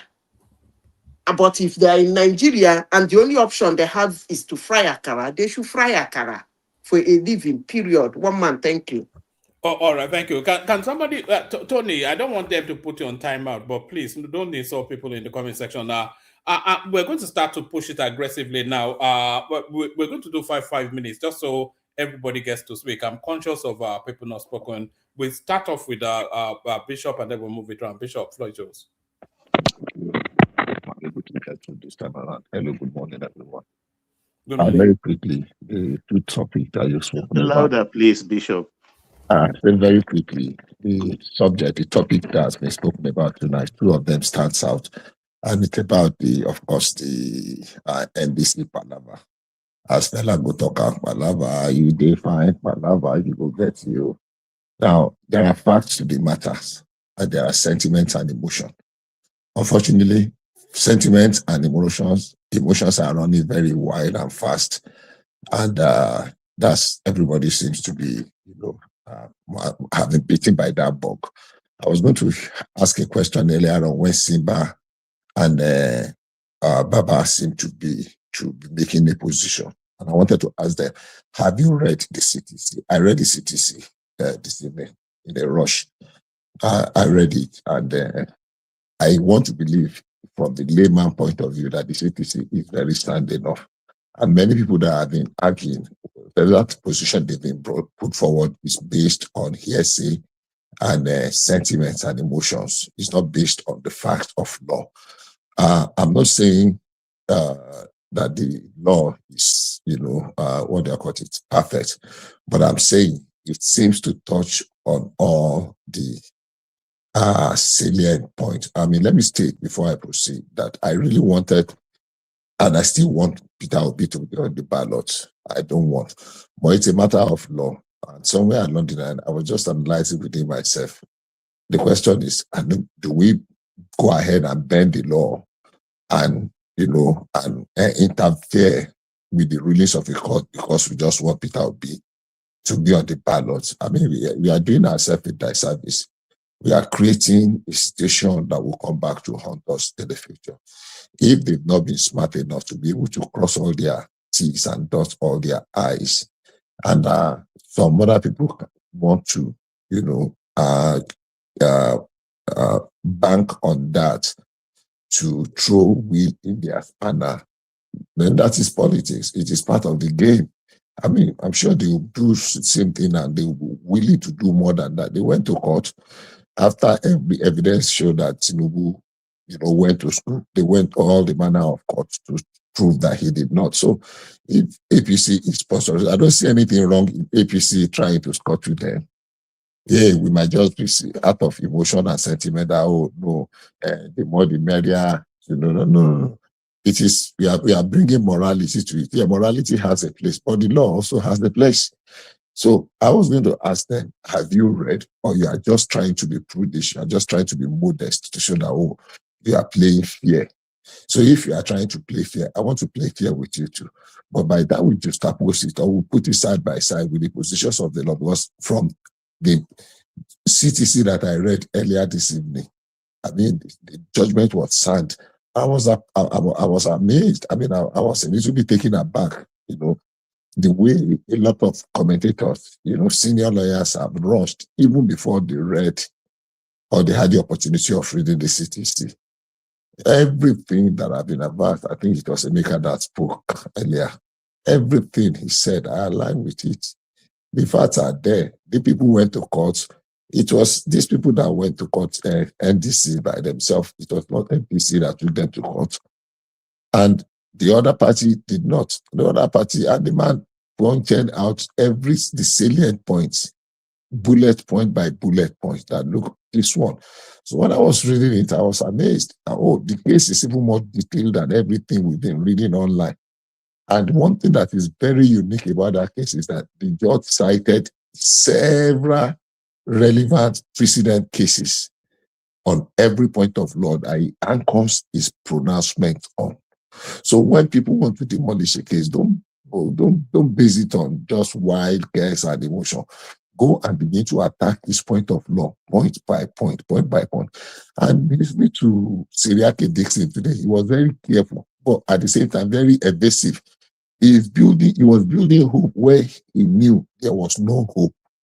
He was just trying to be diplomatic. I mean, he did not say anything against the judges, because somewhere along the line, somebody has told him that, this case is watertight too. It will take the grace of God. Except you can just whip up sentiment. If you want to bow to sentiment and blackmail and intimidation and what do you call it?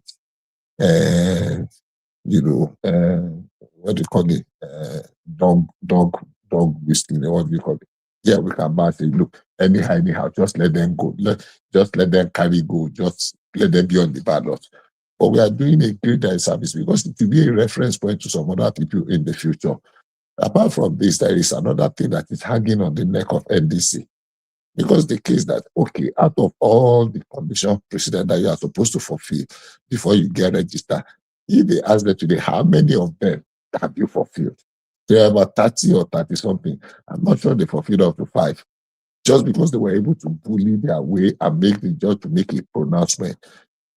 And that is the only thing they can on. So they do not even go on and begin to, to do the necessary things. So for me, I'm waiting. Why deep down within me, I really want them to put things right.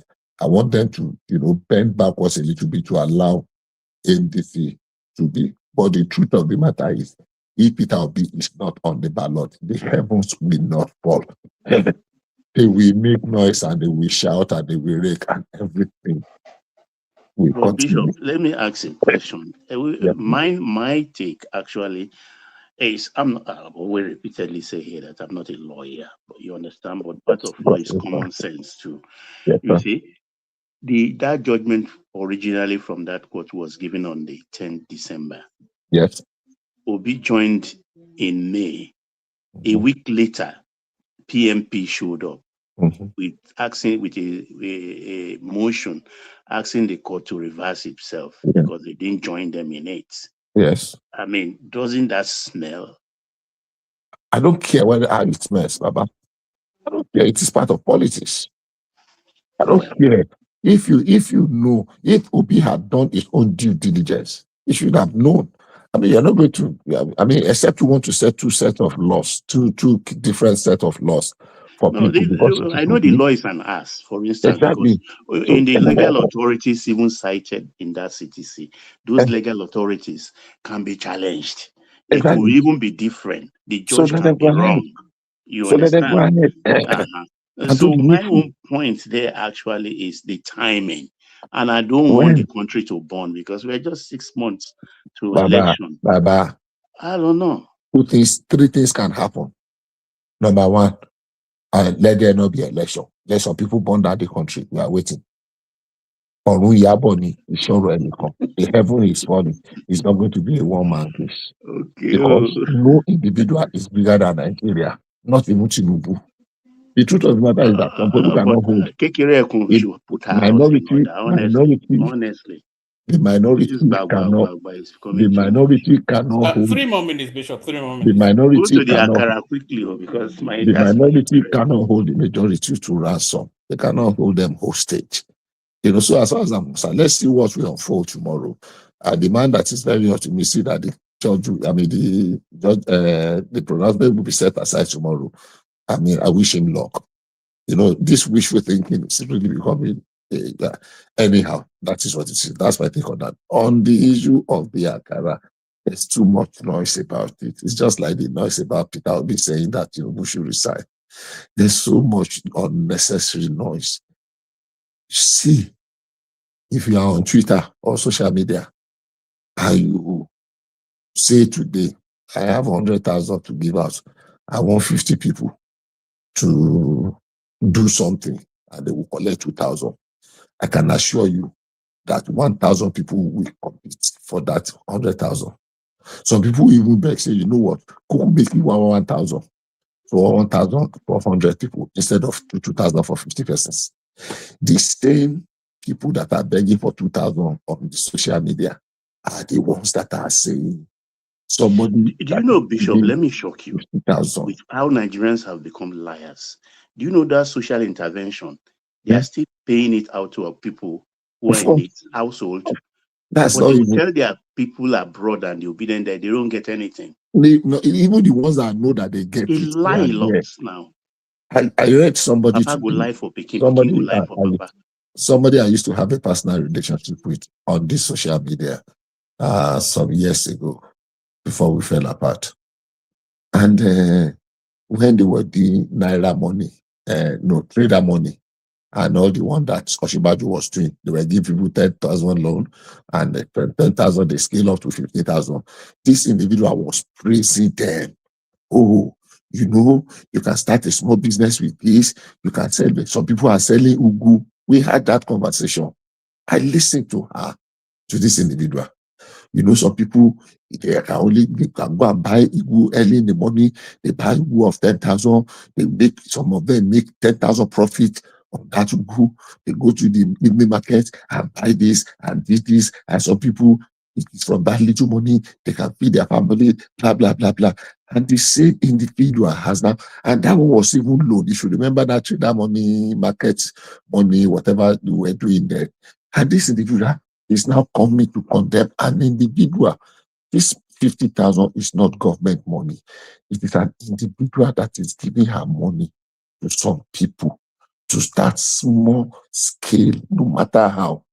When they were giving people that money that they were giving that time under Buhari's government, that 25,000 naira, they went to some villages. Some women said, yeah, they got that money and they started a small business. People don't know how 5,000, what 5,000 means to some people in this our economy. And I'm sorry, really, really surprised that somebody that is always touting people are pulling people out of poverty, people out of poverty. Peter Obi went to market. He said with himself that he went to a market, he gathered 10 women. After he spoke to them, he gave them 10,000 naira to help them improve their business. All of a sudden, everybody on the social media is a billionaire.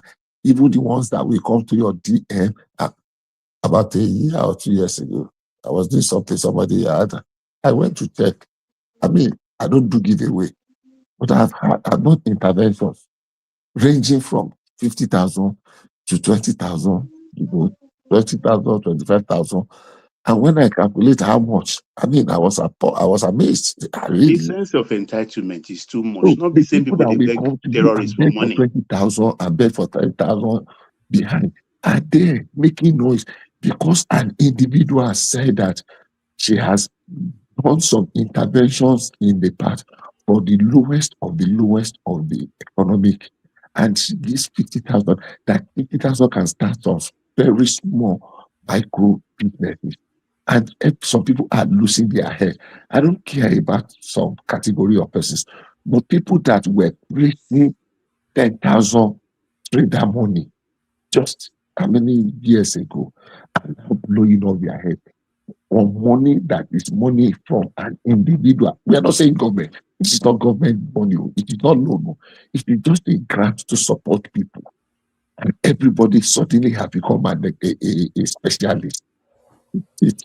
The only thing that this exposes is the level of our hypocrisy. And it's so shameful. For me, I don't see anything wrong in it. Even in my own family today, there are some people you will give 50,000 naira to. They will still be thanking you. My extended family, they will be thanking you. We think you give them 1 million naira. There are people you will give 100,000 to. It will be like, say, it is a dream. Say, a million. So who is telling me, are people telling me that their family, whether it is extended or extended, that all of them are millionaires, they are billionaires? Then if everybody is so rich, then why are we saying Nigeria is the poverty capital of the world? If deceit and self-delusion is out of this world. So for me, on those two issues, that is my position.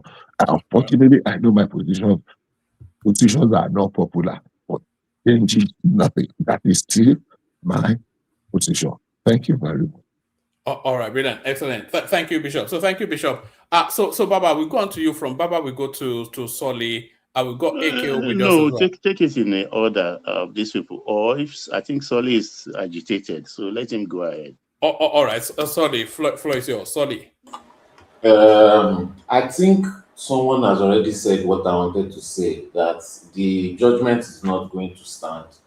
They are just using it as a distraction for incompetent Obi, so that when it's time for election, you not have enough time to start this, campaign and everything. And these people are falling for it because they are usually the normal Ododo people. Then I think there was another Patrick that was complaining that it's Tinubu that is doing this, it's Tinubu that is doing that. Buhari did not want Tinubu to be president, though. He made that visually possible and he put systems in place not to allow that. They They literally printed new money just so that, Tinubu has not even gone that far. They tried to cripple the economy just so that Tinubu will not be president. While they were even doing their primaries, Oshibanjo tried to block Tinubu, literally, physically tried to, live on TV, block Tinubu from, moving around. So I don't understand what all these complaints are. You've done your tolu running away from party to party. Now you are stuck in party, and what are you doing? You are now blaming, say, they don't want you to contest, they don't want to do this and this. What are you going to actually face? Is it that you don't have any strategy at all? You are not ready for any confrontation, and I'll keep on blaming this on house girl lifestyle. When you are used to everybody doing everything for you, right? You will not want to do anything for yourself. He cannot even fight for himself. He cannot fight for himself. Then I see all of them, they are going on that Tunde Ednut's page saying, Nigerians will revolt, revolution, Nigerians will come out and protest. Which Nigerians? Which Nigerians? Why are you people always including everybody in your jagbajantis? I don't understand though.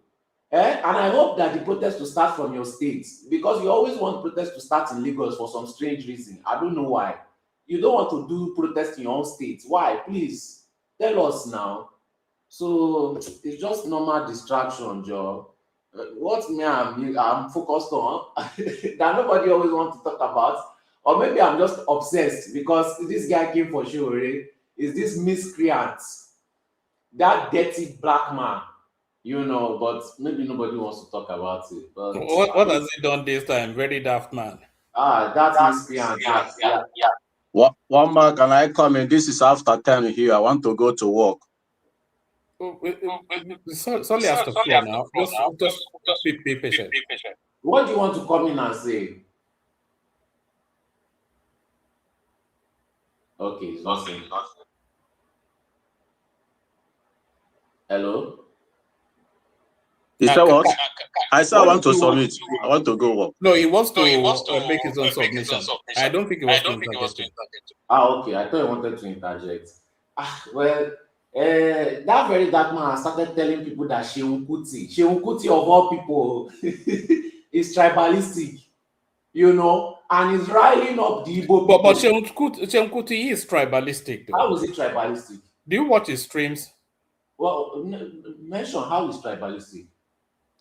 If you watch his streams, then you know it's very tribalistic. Mention something else. I watch his stream to one man. He's not tribalistic. He's always attacking the Igbos. No, He's attacking not true. He's more Pan-African. He's like his father. He's always attacking Nigerians, especially Nigerians that do not have sense. No, he comes after the Southeasterners through Peter Obi. No, he started coming after, obedience, you understand? You know how obedience are, right? Shehu Kuti is not like that. But obedience, to be frank, they are now a disease to our society. And to be honest, something has to be done about them. Let's be honest about it, because one thing I've noticed with those set of retards is they think the world that Earth revolves around their opinions. And when you provide sound or logical views and they cannot counteract that view, they will begin to insult you. They think they live in a different reality. Unfortunately, Patrick, who is one of the panelists here, he exhibits such behavior. He lives in a complete different reality, even probably a dimension. Maybe they're in a lower dimension than where we are. You mean like a parallel universe? Parallel is better. They live in a reality that does not exist, and they continue to be stuck there. So parallel means that reality exists. You can. The good thing is, Emeka, by February, this obedience thing will be just. No. One man. To be honest, no, one man. Sorry.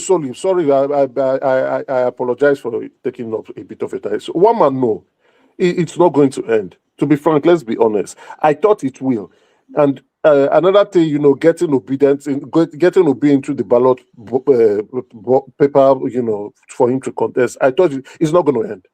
It's not never going to end. These guys are now Yeah, a but what disease. would they do after February? After they They are They will continue to cry like they've been crying in the past. No, but there's no window for that cry anymore because the next window will be in 12 years' time. Yes. So, What they are doing now is they are moving into the very dark man space. You understand? So that's they move around now. They move from one space to another. They are always grifting. So that's the space that they are currently sitting at now. And it's not ending anytime. In summary, they have delusions of grandeur. They feel like everything is about them. It must be about them. Just delusional set of people.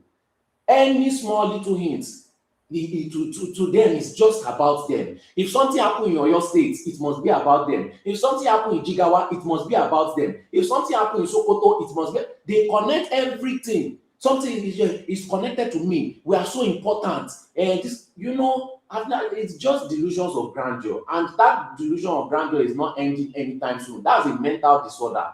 And a lot of Nigerians have mental disorder, but we don't have enough clinics to take care of them. You know what you said is actually true. There was a report about 3-4 years ago that said a good 80-something% of Nigerians have mental health issues. One man, of varying degrees. One man, over 1 decade ago, my mother told me that there are plenty Nigerians that wear suits and go to work that are not mentally okay.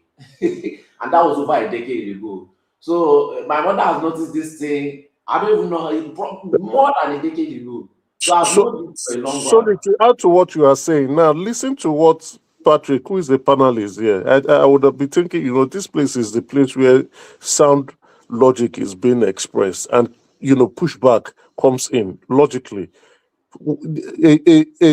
NDC has not even gone to Court of Appeal. They've not even filed an application in Court of Appeal. But somebody here was saying that the CTC, that the ruling of the Honorable Justice Dishon will be overturned this morning in Nigeria. It will be overturned. How do you overturn it? Are we in a I think they have filed a stay of execution. Have they not filed a stay of execution? They cannot even file a stay of execution. They cannot. They cannot file any stay of execution. They have to go to the Court of Appeal first. They cannot. They've not done that already. That's why they are rushing to the media space. And they are waiting to see the appropriate action they will take today. And somebody is saying they are obedient. The disease worrying those people's brain is out of this world. I said today, I didn't say they turn it already. I said today, try to listen to me. Okay? Try to listen to me. One man, can I make my submission? One thing they love to One man, can I make my submission? I'm not done yet now. Okay, shall we tell Solly to shut up so that you can make your submission? What are you suggesting I do? I think the Sonny don't have anything to say now. Yeah, don't worry about that. Now let me be the judge of that. So one thing they love to do is they love to avoid process and procedure because that takes a lot of brain power. And the moment they need to use their brain like this, they don't want to know anything about it anymore. Their source of information with AI in 2026 is hearsay. They don't verify. They don't verify any information because that needs your brain to work. So anything that needs to do with you see that Olodo uprising, they are the ones they are the ones championing it. And they are very proud about it. They don't verify any information. What somebody has told them, then that is law. That is gospel truth. So that very dark man has gathered them. So Shehu Kuti was saying the same exact thing that I said. I don't know, maybe Shehu Kuti used to watch me when I go online, but I know he doesn't. But it's just common sense. You carried people. You went to your state. You went there and sit down with governor and start discussing. You carry people. You say you went to protest, and army is giving you an award for being a protester. Like, they are so dumb. I've never seen anything like that. And they are proud of being stupid. He's not trying to defame Sheikh Kuti, saying that it's because he's not aligned to use his movement for politics. This is something that you're already using your movement for politics, and he's trying to water down Sheikh Kuti the same way you unmasked Omoyele Sowore is trying to unmask Sheikh Kuti again. And the problem I have is that this obedience or this Olodo uprising, there are plenty of one man. Oh. It's like I don't know if it's majority of the population, but it's majority of the internet. Majority of, from what I see, majority of the Nigerians that I see online, they are not smart at all. They are very dumb. They are excruciatingly dumb, but they don't know that they are dumb because it's only Nigerians that they talk to. You understand? If they talk to people from other countries, maybe even sorry, they may not be dumb. Or I think they are running a scam. But I think I don't think they don't know what's going on. I think they are pushing an agenda and they are one man, it propagandizing. doesn't matter whether it is willful ignorance or whether it is pure stupidity. It's still not a benefit to them at the end of the day. These people are not getting freedom anytime soon. Not anytime soon. And they have not suffered enough. Nigerians have not suffered enough. All this, when I see them going online, complaining, you know, all this Mama P and Co, I don't believe them anymore. I can never believe them anymore. Because now I know that they are just performing. Everything is just performance. One man has a point. I think the leaders and middle management of those retarded group are scammers. It is the followers who are making noise on social media, like the very dark man. He's a scam artist. The Mama P, that one too is a scam artist. The one that said he's an activist that is running under NDC, they are all scam artists. They are Aisha is a scammer. They all know they are scam artists. They are scamming Nigerians. One man, let me tell you how stupid these people are. This very dark man, they donated almost 700 million naira. One man, almost 700 million naira. The only thing I've seen this guy do is borehole. I've not seen up to 10. No. Then he now redesigned a school, a government school, something that government is supposed to do. He redesigned the government school. Maybe he changed the toilets, he fixed the roof. Not even up to standard level, you know, he did it to like local level. Sorry, let me make you laugh. Wait, now, please. Wait, let me give you this one to join. I saw the toilet. The toilet was like all these olden days toilet. So when you say somebody has integrity, one man, if you build, all these things, they cost less than 30 million naira. Maximum 50 million naira, even if they cheated you. You know, and this thing is not 2 stories. This thing is 1 story. And Nigerians bought it. Over 600, almost 700 million naira, one man. Gone. That NGO account is empty. Wait, Solly. Wait. Put it in something funds and it's going to, okay, so what about the remaining 500 and something million? Why are Nigerians not asking about it? Why are Nigerians not auditing it? But they are calling Sowore a scammer. Sowore that publicized everything, cent by cent, that you can go to AAC website and check it. They are calling it. So but Sowore is a scammer too now. Prove it. Yeah, how many times have we done that? I said that Sowore is the most documented and detailed candidates that they've ever gotten. Are they documenting his sponsors too? The marketing everything is on the website. You can go there and check it. Because very dark man, there was a Sowore. So Sowore is the biggest scammer going on. Let me chip in this for 30 seconds. Where I know what you are saying, how you class them is true. When Chibayo Ononuga made that accusation against very dark man, you know, he was in China. And when he was to reply and start pouring vitriol on Bayo Ononuga, he started by saying, no, I didn't even know. They started calling me because I couldn't answer the call, that there is trouble brewing because I was having a meeting with my Chinese partner. Listen, we are trying to bring in power station to Nigeria. Yes, VDM said that. We want to bring power station to Nigeria. He was having a meeting. He's back now. He was saying that they are going to arrest him when he comes. Say he's working freely. Play that to your point, where's the power station? You'll be surprised. You want to bring power station. Where's the power station? It's global. You see, Nigerians are anyway. The obedient, the Olodo and the Olodo What does he mentality, know? and What does it take? What does he know about power station? he's just coming. He's they've afforded him that power of influence, and he's using it. He's trying to monetize that power of influence, right? So, those who follow him, he's not alone. That's why I said Showore is the Oga Patapata of them all. Showore started this nonsense. How? Rufai Hosseini is also part of that scam. And Yes, a lot of people say, Rufai is in the media. Showore started this nonsense. Oh, Okay, protest. how? How Oh, did this. this now? Please Oh, that. explain Let me explain. Right. All right. So Showore, monetizing on the stupidity of Nigerians. If there are issues, let's hit the streets.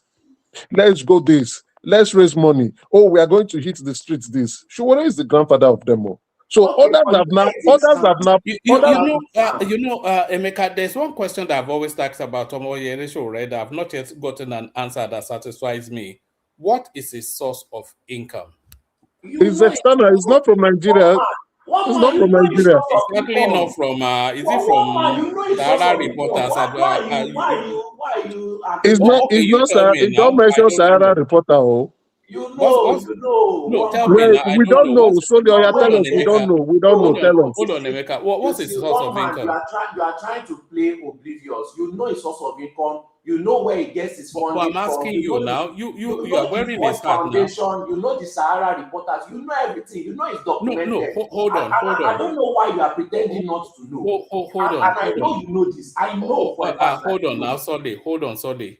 Sahara Reporters exist on grants from McCarthy Foundation, which is a conduit for CIA, etc. Everybody knows that, and from Google Ad.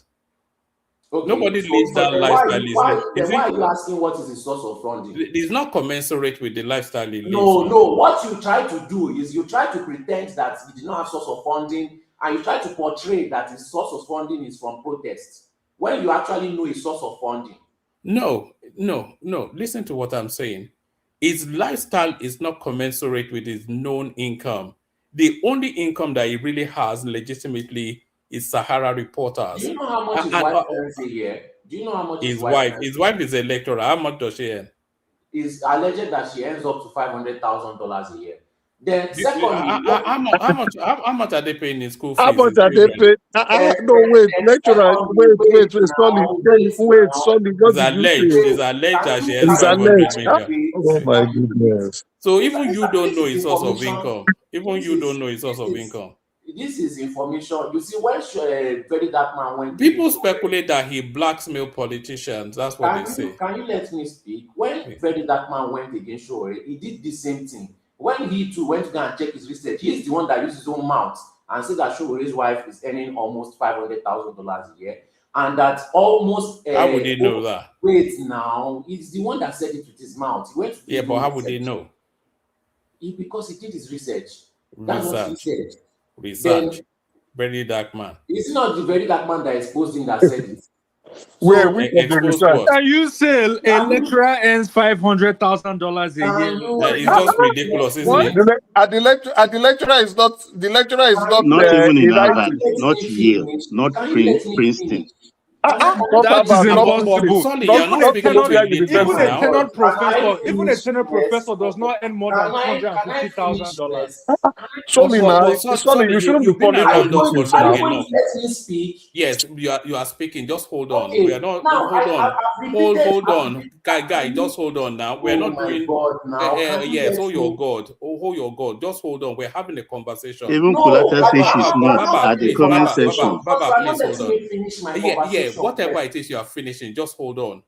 You've been here long enough to know that this is not an illiterate. Look at the Can you just be quiet? You are not Get out. What's all this now? Don't talk over me. I'm trying to say something. We are conversating with you. It's not big. Don't worry. Whatever it is that you have to say, people want to engage you. Let them engage you. Don't this emotional purge all the time. Just bring it down, engage with what people are saying. People are querying the source of this guy's income. The people here are not illiterate. If you look at your screen, you can count them. There is no illiterate here now. You've been here long enough. People are saying this guy has questionable. His lifestyle is not commensurate with his known income. Flying all around, living in expensive hotels, flapping about. We only know him for Sahara Reporters. Sahara Reporters exist on Google Ads. He has a staff. So how exactly does it self-sustain? That's the question. So it's not let you finish. People are engaging you on a particular point. Sorry, carry on. Sorry, I wasn't trying to be harsh with you, but sometimes you have to stop the heavy emoting all the time. It's not Carry on. heavy, it's not heavy emoting. If I've repeated almost 5 times that this is what Very Dark Man has said, and you keep on pointing it out that it is me that said it, and you are acting as if it is me that said it, how do you expect me to react? I've said it in a civil manner almost 5 times, but you choose. It is a choice not to accept what I'm saying, and you are twisting what I'm saying. Yes, but what we're saying is what Very Dark Man, hold on, what Very Dark Man has to say has no validity. Very Dark Man is not an authority on anything. Okay. The fact that he says something does not make it categorical or factual. Okay. It has no meaning. There's more. You have more credibility than Very Dark Man. Who is he? Okay, but now you are the one that pushed the narrative that his wife is a lecturer, and then people started following up with that, pushing back on me, saying that he's a lecturer earning 500,000. I never at one point said that she's a lecturer, and I never said that Very Dark Man said she's a lecturer. Even if you look at the comment section, Kulata said she's not a lecturer, she's an executive. Okay, that's why I come in. Sorry, he said Opeyemi Sowore, the wife of Omoyele Sowore, works in the United States as a corporate executive in the healthcare technology industry. According to publicly available information, she is the vice president and head of consumer engagement at Teladoc Health. Before joining Teladoc Health, she held senior leadership position at American Express, Citigroup, Delta Airlines. She has a bachelor's degree from Binghamton University and an MBA from the University of Rochester. So that still brings the question, what is his source of income? What more do you want? But anyways, I'm still going off, and hopefully I don't get interrupted again. Now, according to Very Dark Man, when Sahara reporter started, and I think that was over a decade ago, they were making around $50,000 a month just in ads, right? So compare that to how much he probably would be making right now. They said his estimated worth is over $10 million net worth. So what more do you want? Is it how much is it spending? Is it Naira? Wait now. Oh guy, my God, now. Yes, oh your God. Look, don't please now. No, you have finished the sentence and I want to interrogate that sentence. I'm not finish any sentence. No, I don't think I can bear this anymore. Just get out. Because we don't want to hear the truth. No, I'm trying to engage you and you keep doing all this heavy emoting. I don't give a damn for your emotions. Solly, calm down now. Solly, calm down.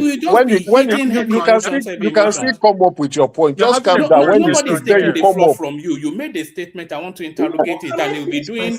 But hold on, you will still finish the statement. You will finish it. This guy is just. I will never finish it because you keep interjecting. God Almighty. Okay, make your statement and let then him finish, Mr. Oman. I'm almost done. So when you are coming, you are acting as if spending money in Nigeria is expensive. How much is $100 in Nigeria? Is that not 140,000? How much is a hotel room in Nigeria? How much are you paying for a hotel room in London? Nothing less than $300 a night. So compare that. Is it $100 a night hotel that will not be worrying somebody like Sowore? So why are you acting like he's spending some extravagant kind of money, carrying police, doing siren up and down? Ordinary hotel room that is less than $100 is what we are now. The Very Dark Man that is flying private up and down, you are not questioning. Very Dark Man, where? We are questioning. He carried people in plane. Do you know how much airplane tickets is in Nigeria? He carried hundreds of people in airplane. Yeah, but Very Dark Man is a Took them to dubious other character states. now. So please, what you are trying to push out, Okay, just hold on. You are trying to push out a wrong narrative. No, I'm not pushing out a wrong narrative. Hold on. I've asked that question. It's not yet been responded to. You said Amoyede Sowore was taking $50,000 a month from ads, but I also heard when he made that statement, and he told you that he's not taking more than 12% of that anymore. He said that was 10 years ago. But even if he was taking $50,000 a month, we're talking about an organization that has staffing, that rents premises, and all of those. So $50,000 is not taking it for him personally. The organization, the salaries, the equipment, all of these things come out of that. So that's no money. If you are running that, then it's running on a deficit. So that's that one. So and all of these things. When Omoyede Sowore was arrested, what was it, under the Buhari administration, when they went to bust him in some hotel, it was the plushest hotel possible in Lagos that he was lodged in. It was actually a serviced apartment, you know. So when he runs a political party, he has staffing, he lives in expensive hotels in Abuja up and down, travels the whole country. Where is all the money coming from? Where is it coming from? What is his source of income? All these things you are mentioning is not that expensive, and I believe you know that. It's not that expensive. You are just trying to portray it as if it's some 5-star hotel in Nigeria is not expensive. How much is 5-star hotel in Nigeria? Flying up and down everywhere. Sorry, you are excusing the inexcusable. You're also falling into the trap. You're falling into that mindset. Everybody on this panel can spend one night in that hotel that Sowore was spending his night. At least almost everybody. But Sowore is not spending a night. Sowore has been. Hold on now. Sorry, can I also say something? Sowore is not spending weekends. Sowore is there on a consistent basis. How much is your rent abroad? I don't pay rent. So if you show it consistently, and also hold on. You are making excuses for somebody you barely know. They ask you a question. They ask you a question. Where is the source of funding? Rather than you saying I don't know, you are making excuses for someone's source of income that you don't know. Because hold on. Let somebody land first. Then you cannot go in. You can express yourself. What you are doing, you are making excuses for someone's income that you don't actually know how he makes that income. Sowore, I think it is on this platform, when he joined this platform, that I asked him the question that he's being sponsored by the Ford Nation, is not Ford Nation, and the McCarthy Association. Those are CIA cutouts. Those are CIA cutouts. His funding is still questionable. The Sahara Reporters platform is not making money like he used to make it in the past. So, but here you are still making excuses for him, and you still cannot tell us where he makes his money from. So, but how can you be making excuses for somebody that you cannot pinpoint where his source of income is from? Okay. And you are not telling us that the standard of living in Nigeria is so cheap that even if it's $1, he can continue to spend that dollar. We are talking of the source of income, not how he spends the money. You made your statement and you listed about 3 sources of income, and at the same time you are telling me that I don't know a source of income. Then again, did you listen to what one man said? It is Sahara Reporters that is making that money, not him. Not him. Sahara Reporters is an independent organization that is making that money. So what is the source of income? Answer the question. I let you speak. Is earning money from those sources of income that you just mentioned, whether you like it or not. That is the source of income. You cannot come here and be mentioning multiple sources of income that is earning from, and at the same time be acting like you don't know a source of income. That is just willful ignorance. You are intentionally not accepting the truth. Then secondly, how much is the hotel room? How much do people pay for rent abroad? Is your rent No, abroad? whoa, sorry, hold on. Did you listen to yourself? Did you listen to yourself? No, you can't go on and on. You can't go on and on if we cannot interject you. You can't go on and on if we cannot interject you. Did you listen to yourself? Did you listen to yourself? If you can admit on the public forum that it is a CIA is actually funding Sowore, sorry, did you listen to yourself? We have Mr. somebody Emeka, who is please, being funded by CIA. Mr. We have Emeka, someone who is funded by the CIA, and you are telling us that that person is a responsible individual. When we call that person is also a destructive force in Nigeria. All right. It's not about letting me speak. You are going on and on. You've been going on and on for an hour. No, Mr. Emeka, let Mr. Solly speak. I want to hear what he wants I to should say. let other people speak. You know, let us calm down. Let Mr. Solly speak. I want to I hear already his know views the kind. You are a very disingenuous kind of person, so I'm not even going to take you serious again. Now, even if that is not satisfactory, you have heard that his wife earns over 500,000. If you don't like it, then that is your own opinion. Then secondly, let's talk about finances. Rent abroad is roughly around $3,000 to $5,000 a month. He can pay that in America. So how much is that in Nigeria that he cannot pay for it? Suddenly, $3,000 to $5,000 is beyond the reach of Nigerians living abroad. Suddenly, just because it is so rare. Please, let's not come here and be acting willfully ignorant. Like you said, everybody here is not a fool. So don't try to play me like a fool. Thank you. I'm not engaging in this conversation anymore. You are behaving just like the obedience that you criticize. No, you are the one sounding like the obedient. We are asking for the source of funding. We are not talking about the expenditure he made. Now, listen, sorry, if you don't understand, I will treat you like an obedient. Sorry, I'm going to treat you like an obedient. And I will treat you like an obedient. Now, we are talking about, we are asking about his funding. We are asking about his funding.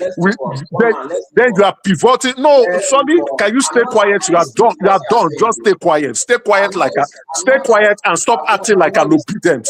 You know obedient are retarded, and you are going towards that retarded view. Stay quiet. We are questioning Sowore's funding. We are not questioning the expenditure here. Now, what you are doing is the retarded behavior of obedience. They will never answer a question. They will never want to stick to the truth. They will pivot and go to other things. You are busily acting stupid and talking about expenditure when we are asking about funding. We are asking about the source of his fund. And here you are thinking you sound so intelligent and you are talking about a man's right funding. No, woman, give me 1 minute. Let me address Solly because it's sounding stupid.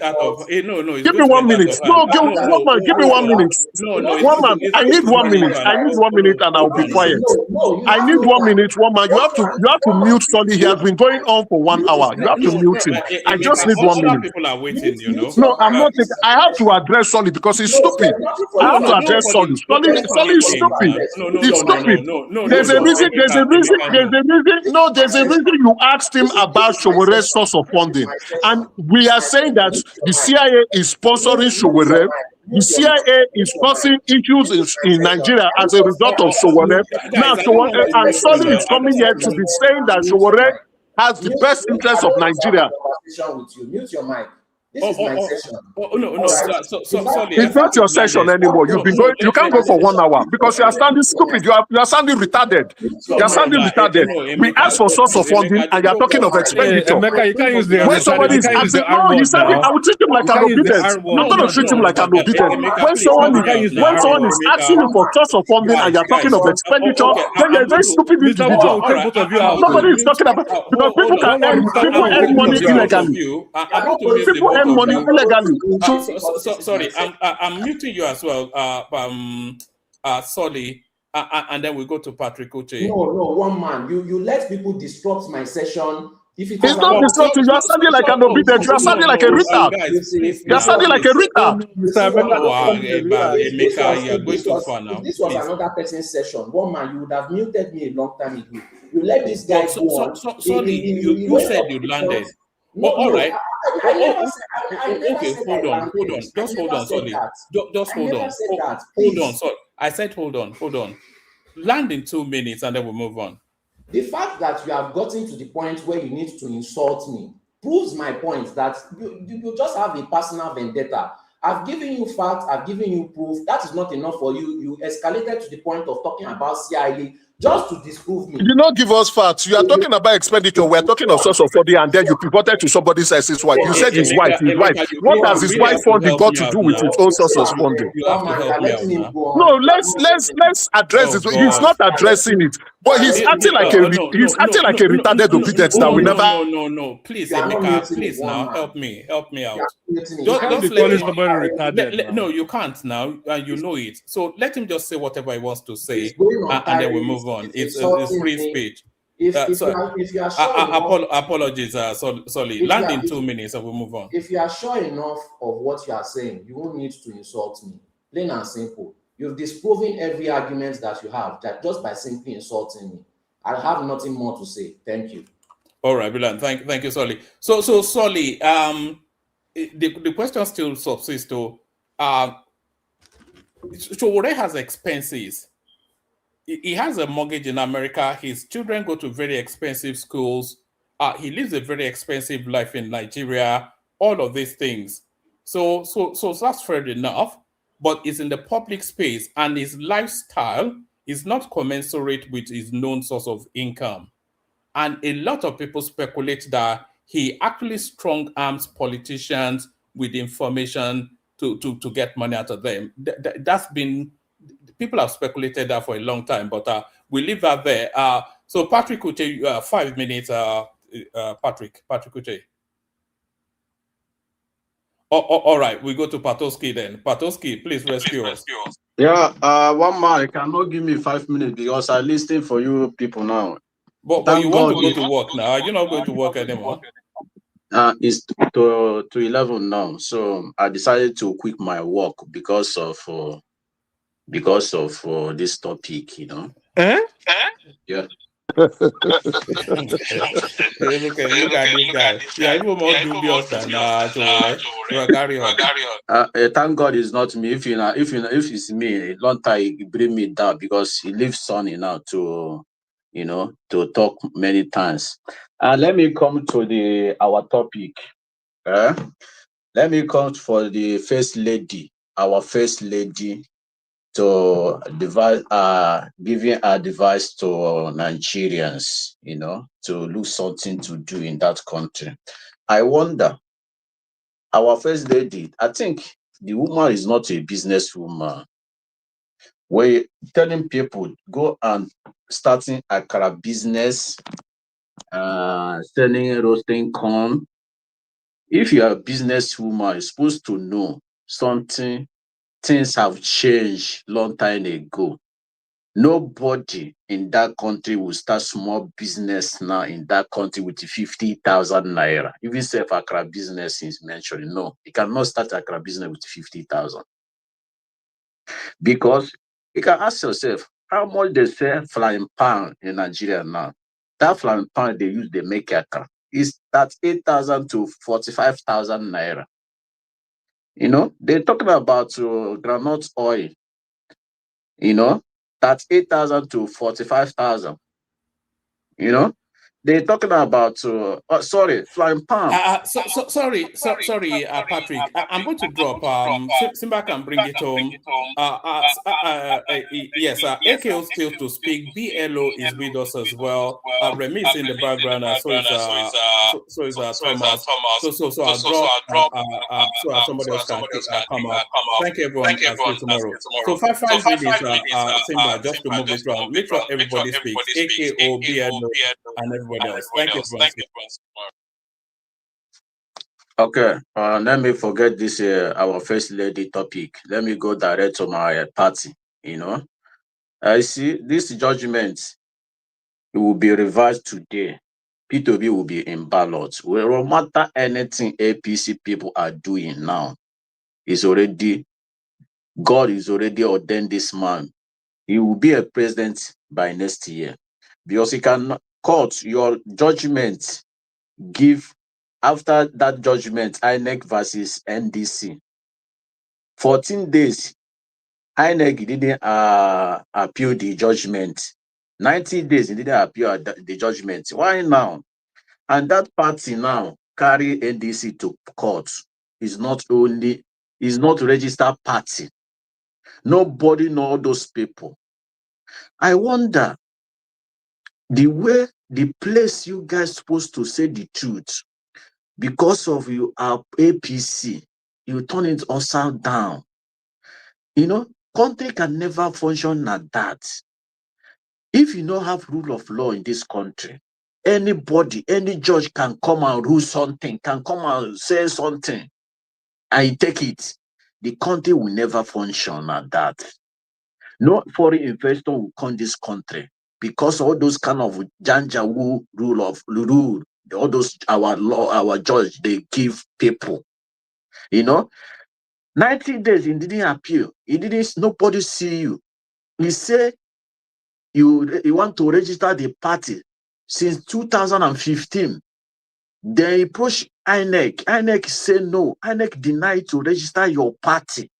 Then where are you? Why you not approach the court then? Why you not approach the court? Why you not take INEC to court? They relax after 10 years. Because from 2015 to now, it's 10 years. Then you see, you claiming somebody take your logo. If somebody take your logo, court don't have any rights to ask INEC to, to revise the certificate it gives NDC. Court don't have any right to do that. Rather, they will tell the people, okay, can you change your logo?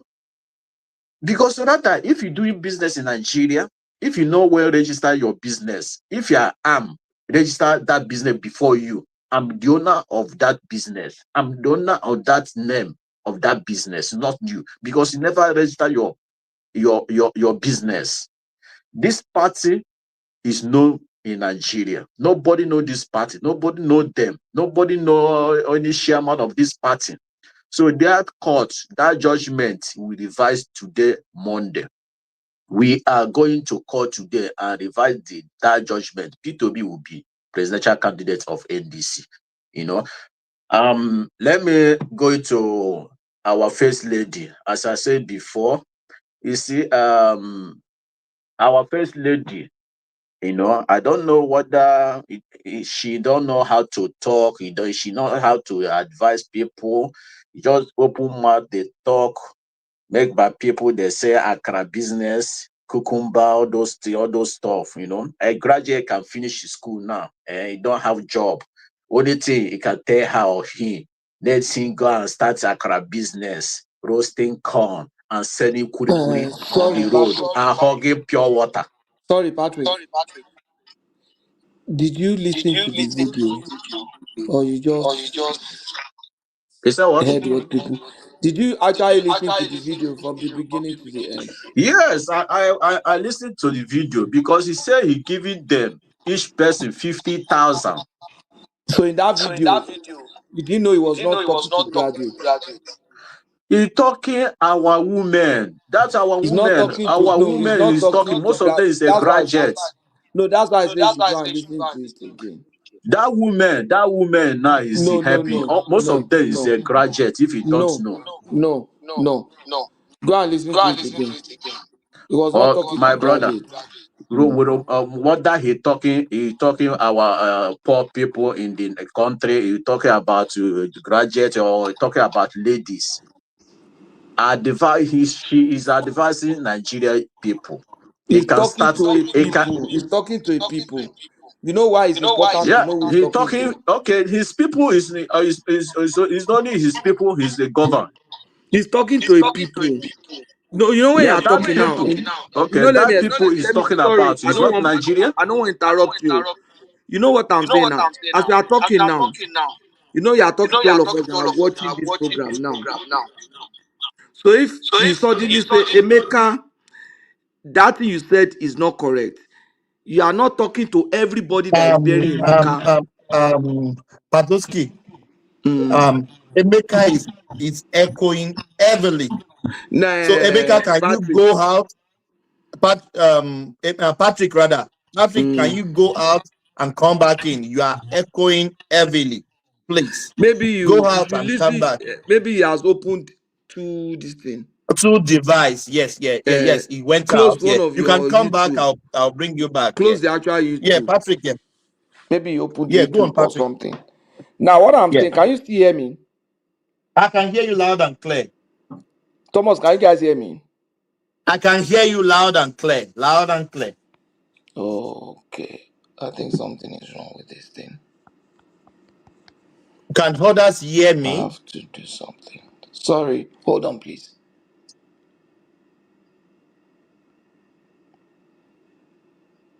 Hello? Yes. Can you hear me? I I can can hear hear you. you. Can you hear Okay. me? What I'm saying is You can that hear me? Yeah. I'm telling Patrick that if, for example, on this platform, I say, Emeka, what you said is wrong. I'm not addressing every Emeka. I'm addressing the Emeka that is currently on this platform. So when the woman is talking, even though she's the mother of the nation, she's not talking to every Nigerian. She says she had tuberculosis people. It's not every Nigerian that had tuberculosis now. Okay, can I come in She now? says she helped Nigeria with malnutrition. She helped people with malnutrition. It's not every Nigeria that has malnutrition now. She Can I advised come in now? some, you can start small with Akara business. You can start this, you can start that. It's not advised every Nigeria to do that. And it's not even telling them to go and do it. It's just talking.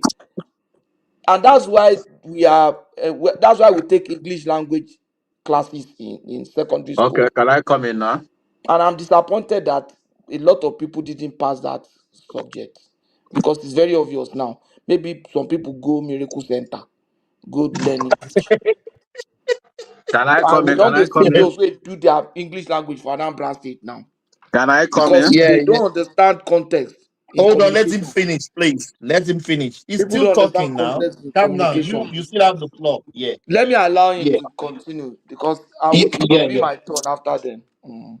Yeah, go. Yeah, you If go. You if go you on, Patrick. Yeah. listen, if you listen for First Lady, he said she already distributes more than 2 billion naira for the masses. Patrick, For start, Patrick, let hold on, please. Oh, if I call you, please, I want to say something. Just hold on, please. Did you listen to the full video, or you listen to the one she talked about Akara or stuff? You listen to the full interview. yes, I listened Yeah, for the full video. yeah. You go on, please. Yeah, go on. Yeah, because she dressing a group of people. He said she already distribute more than 2 billion naira for the masses to starting small business like akara, roasting corn, So, all those. sorry, Patrick. Where did he say that? How did he say that? He distributed 2 billion. No, he Listen for didn't that say something video like that. now. You did not listen to the. You did Where not you listen to that video. where she said He didn't where say she that. When did said he say he he give them distributed two each person billion to Accra 50,000. people? When did no? He Hold on, didn't say that. guys, hold He didn't on. say that. Everybody, hold on. Don't let us talk on each other. Yeah, Patrick, let him put that input. Then you continue. Remy, Okay. let's hear Thank from you. you. Yeah. I will. What she said was simple. She said she has distributed 2 billion to cancer. What do you call it? People that have this kind of disease, tuberculosis. Tuberculosis. Yeah. And then what she was just trying, the context of what she was saying in that interview, it just for advice that people can start business with this and that and that. And she has got a lot of people. She does not even mention any 50,000 in that interview at all, in that speech at all. Nothing like that.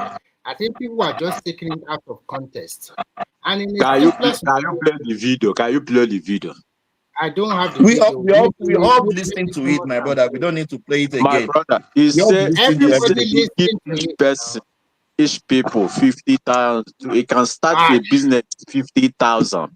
So if where somebody say he can start a business, She didn't go say something 50,000 to give people money 50,000. She was just advising that with 50,000 you can start this small With business. 50,000, yes.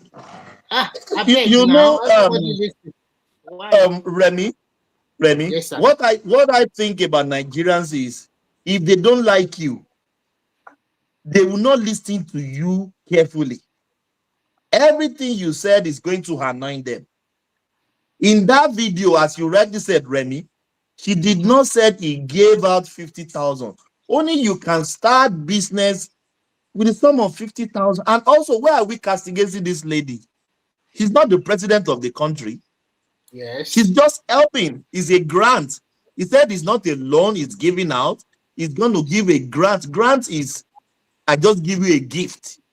Yes. And I think the money that you context is cannot pay saying back. it, you can start, hey, you can start a business. That's the context he meant when he said you can start with Akara. There are some people doing Akara business now as a daily job. Isn't it? They can start something with 50,000. But Yes. if There was she even for a video. okay, Thomas, let me quickly come. add Let it, me and come. then you should When continue. Remy, he will never let you talk. So let him continue. When it comes to your turn, you she speak. advanced them, they can start the business, the Akara business with 50,000. But she forgot Nigeria our economic now. He cannot use 50,000 to start any small business in that country. Even the Accra business, he cannot use 50,000 to start Accra business right now. I do Accra business before. I helping my mother selling Stay Accra. quiet. You which Akara business have you done before? No, Just my come with mother your is lies. doing Accra business before. You know, I helping my mother when I was small. I do it till I finish primary nursery school, primary school. Wait. It depends on. Let me tell you, any business that you want to do, we are not saying that you can even start with half mudu of beans. Let me give you for example. Okay, that my brother. There is Can you this. allow me Wait to now, finish? You have question. Can Patrick. ask me a question. Wait. Let me tell you, there was a lady that I know, and that lady is on Instagram now. Now, I can even give you the Instagram handle of that lady, and you go and fact check me. That lady was working under me in the hospital that time. She was employed as an attendant in 2015. She was employed and she was earning 10,000 naira. And that time, you know what she was doing, because she's a Nupe lady. She started selling kuli kuli in the hospital. That lady now is a multimillionaire.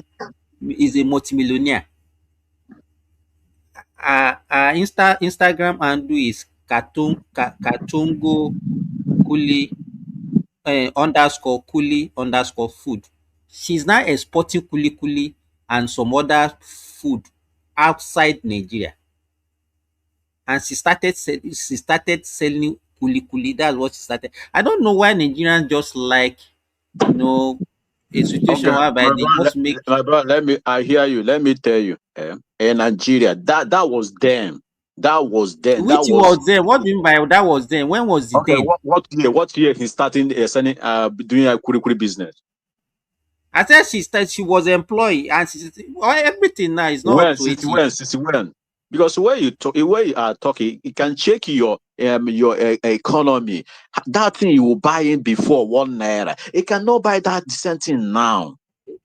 When you are a businessman, it can reason, my brother. I'm a businessman. I will tell you the reality. So if you want to fry akara now, how much do you think you need to My start brother, frying akara? if you want to start business, Akara business now, because I know it. Only you need frying pan first. That frying pan you need is almost 60,000 now. Before it How can can buy you for how that. can you say fry pan is 60,000 Go for and God's check sake, in the Patrick? market now. I'm not telling you about pot. I'm telling you about frying pan where they You know use to fry you are akara. talking. Wait now, let me tell you. Don't look at your status to judge. Somebody can start even with ordinary fry pan that if somebody can be using in his own room. You are not My looking brother, at buying a big fry pan. fly akara. Only you can eat now. You can fly akara. People, 4 or 5 people can eat. Not only you now. You don't use small pot to fly akara. You see, let me tell you, people. You don't know about business. Before it can start But akara business. It but can start the issue akara is, business. Sorry, even when sorry, Simba. Simba, yes. sorry. I just want to give you important information. I just sent a video to you on WhatsApp. Can you please play this video?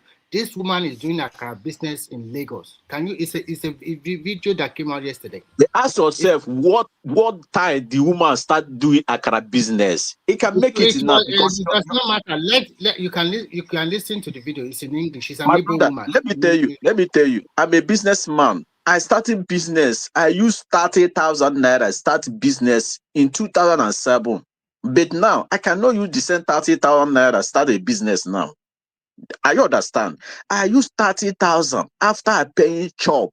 Then the money remain in my hand is 30,000. 2007. Then I use Let my me, Patrick, let's say this.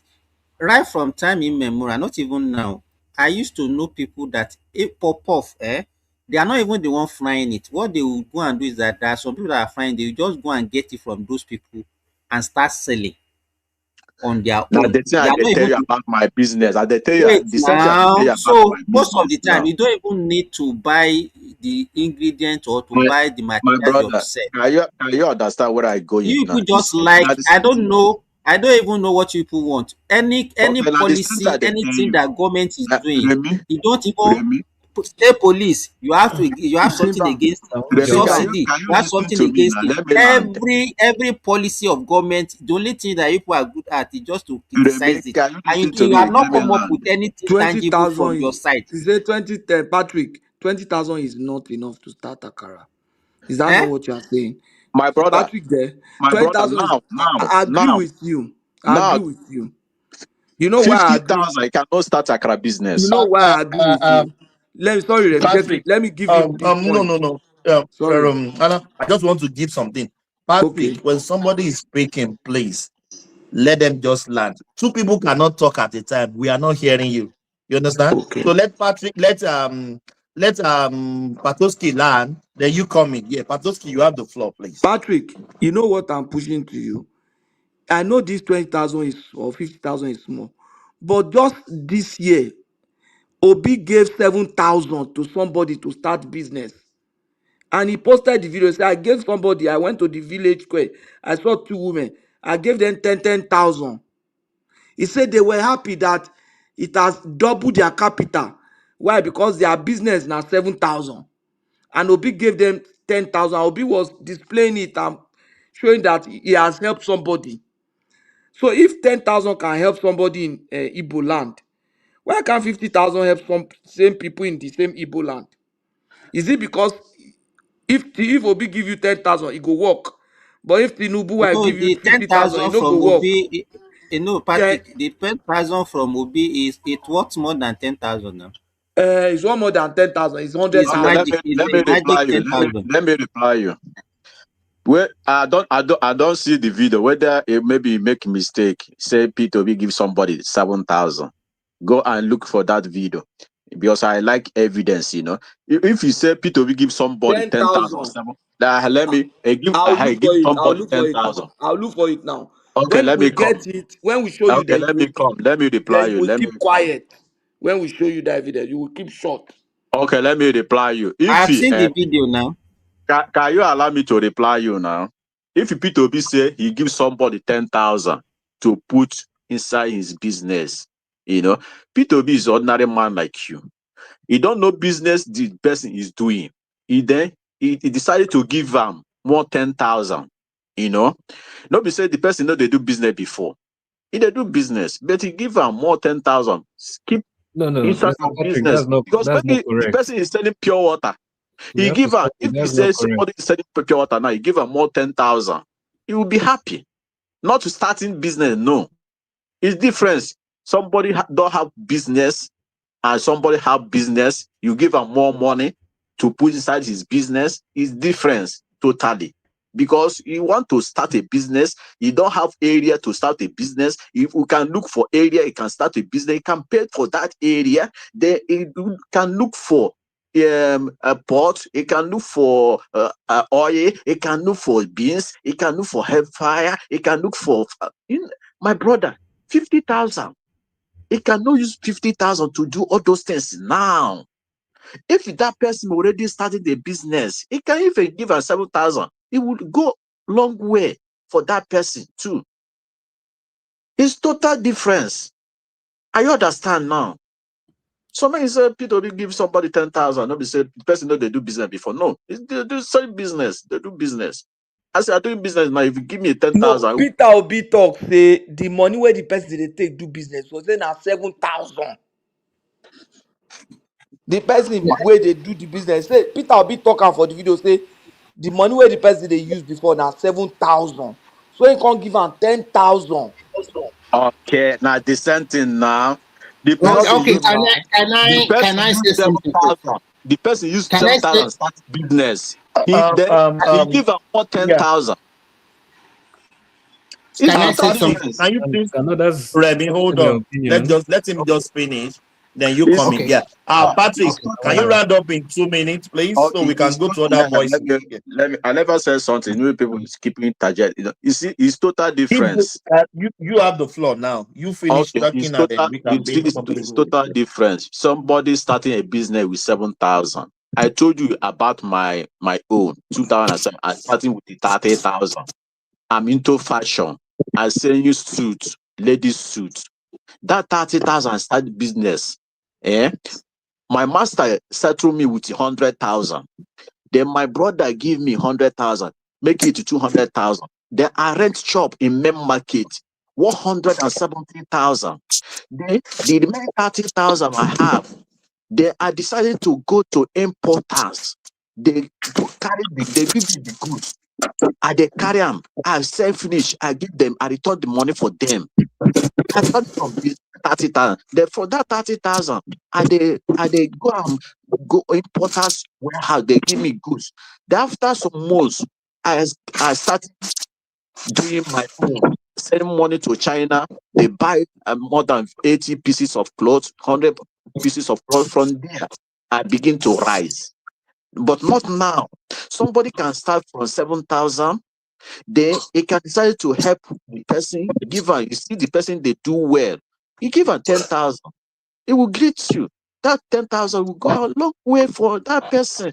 I'm a businessman, but not to start a business now. Our economy is shamble. Naira is finished. It cannot start a business like that 30,000. If now I cannot do well, It's nobody. If you say okay. We have I heard go, you. It's not enough. It might not be enough for you. It's okay. yeah. It's Now let me round up now.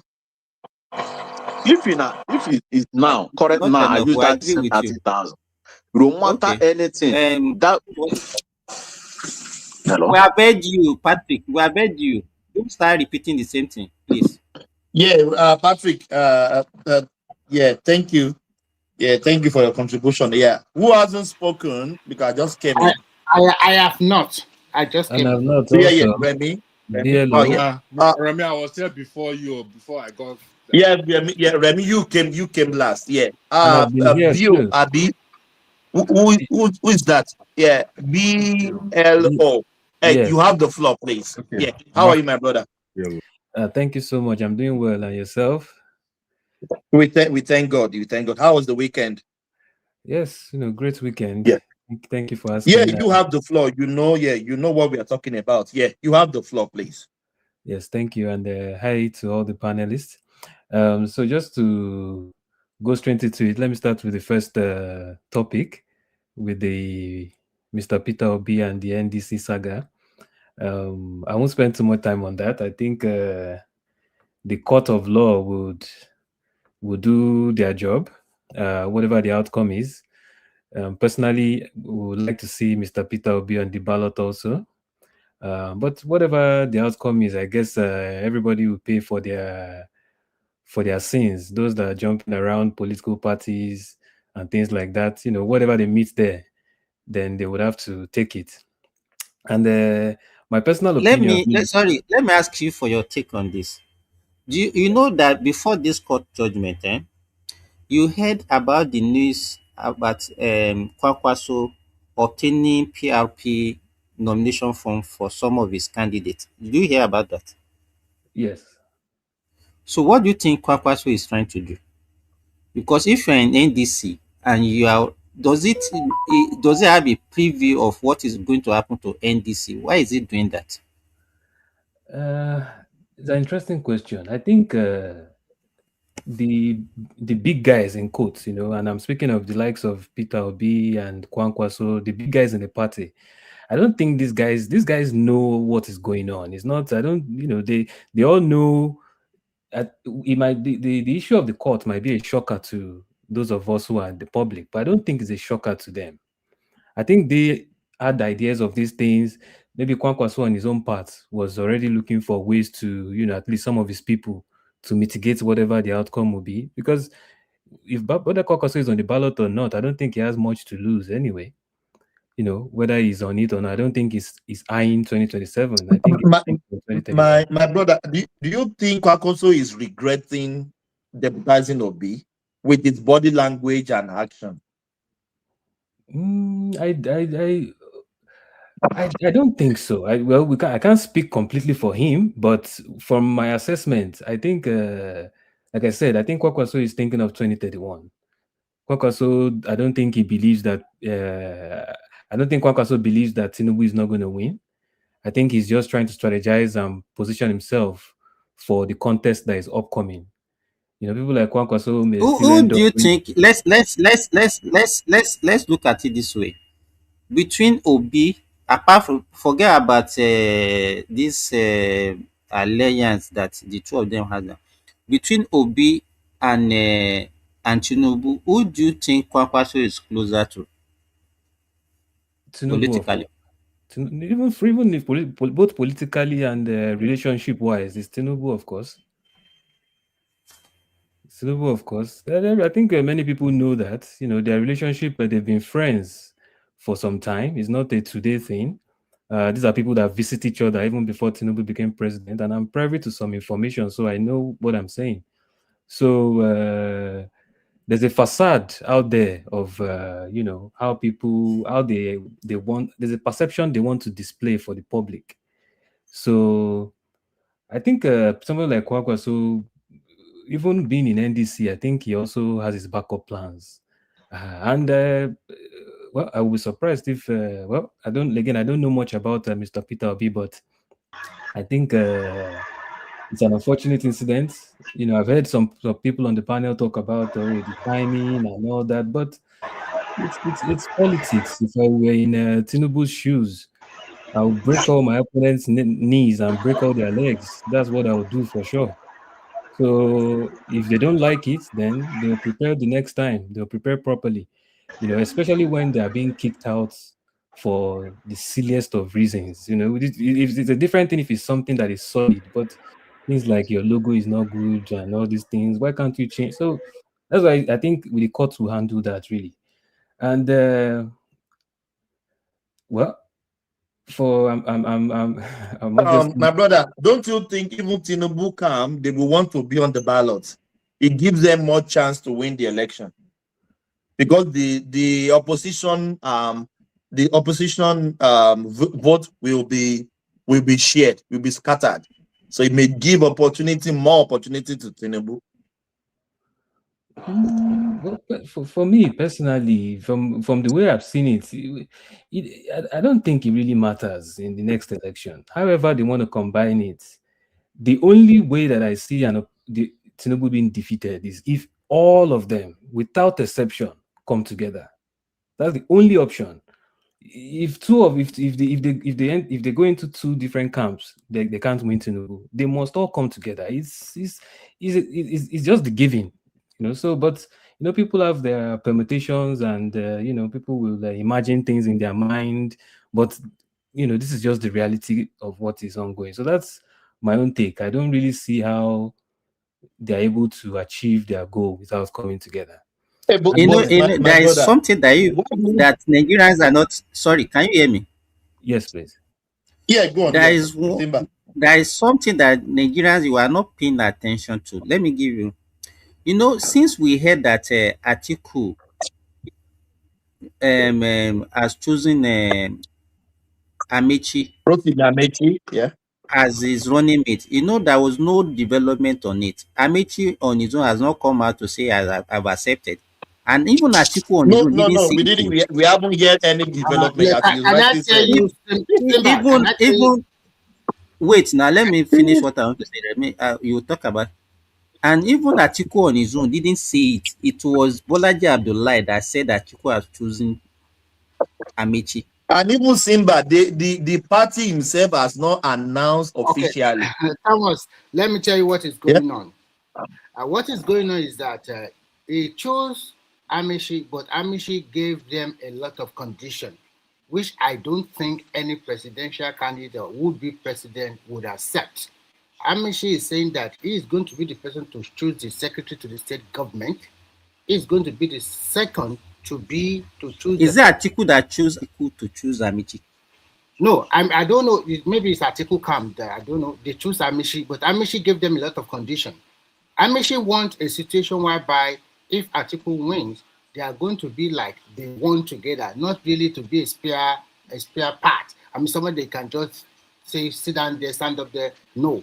So that clearly shows that Amishi does not want that VP role at all. And if you are going to give me, are you going to accede to give me all Remy, I this? heard that he said he's going to choose the SGF, Secretary to Yeah, the that's exactly what Government I, of the not only Federation, SGF, finance and minister, then the so many Minister of conditions. Finance.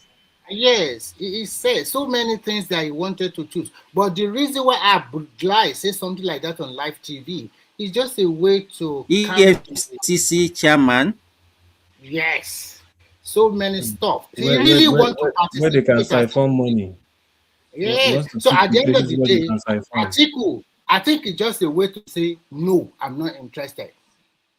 It's just a very indirect way to tell Atiku that I am not interested. And the other people that are vying for that VP slot, they don't have that charisma or the caliber of Amishi. I'm talking about this Kenneth Okonkwo and the other Yoruba guy, Dele Momodu. These are the other two that. So you can see his camp is in disarray. The opposition are totally. It's like they don't know what they are doing. But wait, the shenanigan of Kenneth. How can Kenneth So Okonkwo be what thinking option that does he have? somebody What, like Atiku will choose him as running mate? you know what? One thing I want people There to are understand. other better wait now. If we want to choose a Southeasterner, there are other better Southeasterners in ADC. Who But is they are Kenneth thinking Okonkwo? that if they choose a Southeasterner, probably it will not get that kind of vote because there is already sentiment against him. You know that this is son of the South, and it does not it cannot choose Aregbesola. I don't think Aregbesola will also be interested. Okay, they already castigate that one as a sellout. So it's in a they don't know who to choose. So that's the problem. Okay, sorry, my brother. Let him continue with. After him, okay, so that. Yeah, no problem. Thank you so much. So, well, in order to conclude on the NDC saga, anyways, before I go to the next topic, I think and this is a personal opinion, it's unfortunate that because I think the for a lack of use of word, let me say the noise around the NDC. I know it's mainly from the obedience group and the Obi supporters, but it's just unfortunate that my own view is that Obi has positioned himself. Like a follower, not like a leader. He's like a follower leading followers. Because in the history of Nigeria, at least that I know, everybody who has mounted the position of president of the Federal Republic always shows a very clear, distinct characteristics of a leader. And that also includes being able to, be a strong man in your political party, So, and we've not seen that type of quality in Mr. Peter Obi, but that's on the side. As regards the conversation around, So, do you think that that court judgment will stand? Nigeria is an interesting place. So I'm not going to vouch and say it will stand or it won't stand. What I'm interested in is the outcome of the election, really. So whether it stands, Anyhow, I just wanted both Obi and Atiku to be on the ballot. Let them go.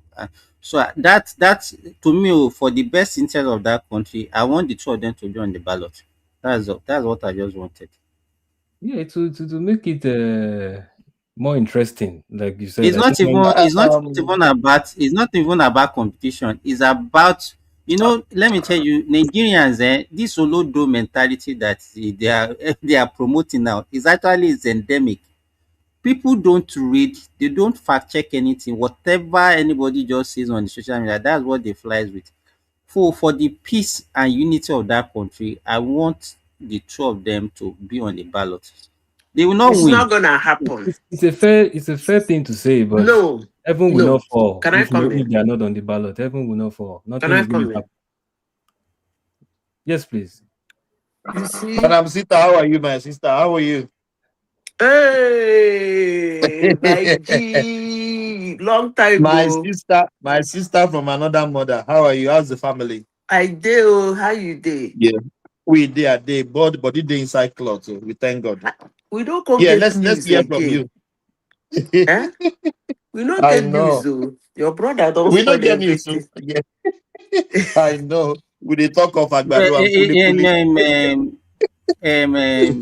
Thomas, you know, it's an interjection. No? It's an interjection. Yeah, yeah. You You wanted to see, have you spoken, Madam Sita? Have you spoken at all? yes, I spoke earlier. You spoke before earlier. Oh, yes, I Yeah. wasn't here. Yeah, that's all right. Let Yeah, me yeah. say something. Interject. Then my brother will continue. Yeah. Okay. Who was speaking before I came in? Mekuna no verse. BLO. Yeah. BLO, I beg. I want to Yes. say something. Yeah. And stand back. Make I go ahead. Yes, please. Go ahead, please. Yeah, go ahead. You see, when things happen, sometimes we seem to forget history. I gave example of what happened in the United States, how they tried to match Donald Trump. They even mocked him. There is nothing, they've not even done anything to political parties in Nigeria.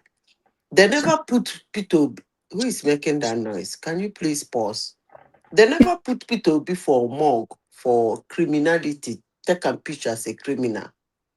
Now let's go back to Nigeria. In 1999, when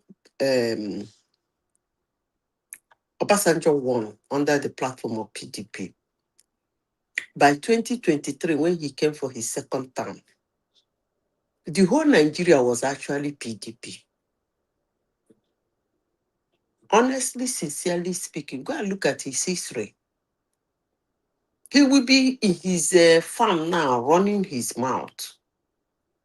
The whole Nigeria was PDP. Only dot here, dot here. Obasanjo wanted the whole party. As at the time, PDP was the largest party in Africa. And they boasted so well with it in 2015 when Buhari came. They were boasting. I remember President Jonathan, he said PDP will root is Jesus come. Because they were so large.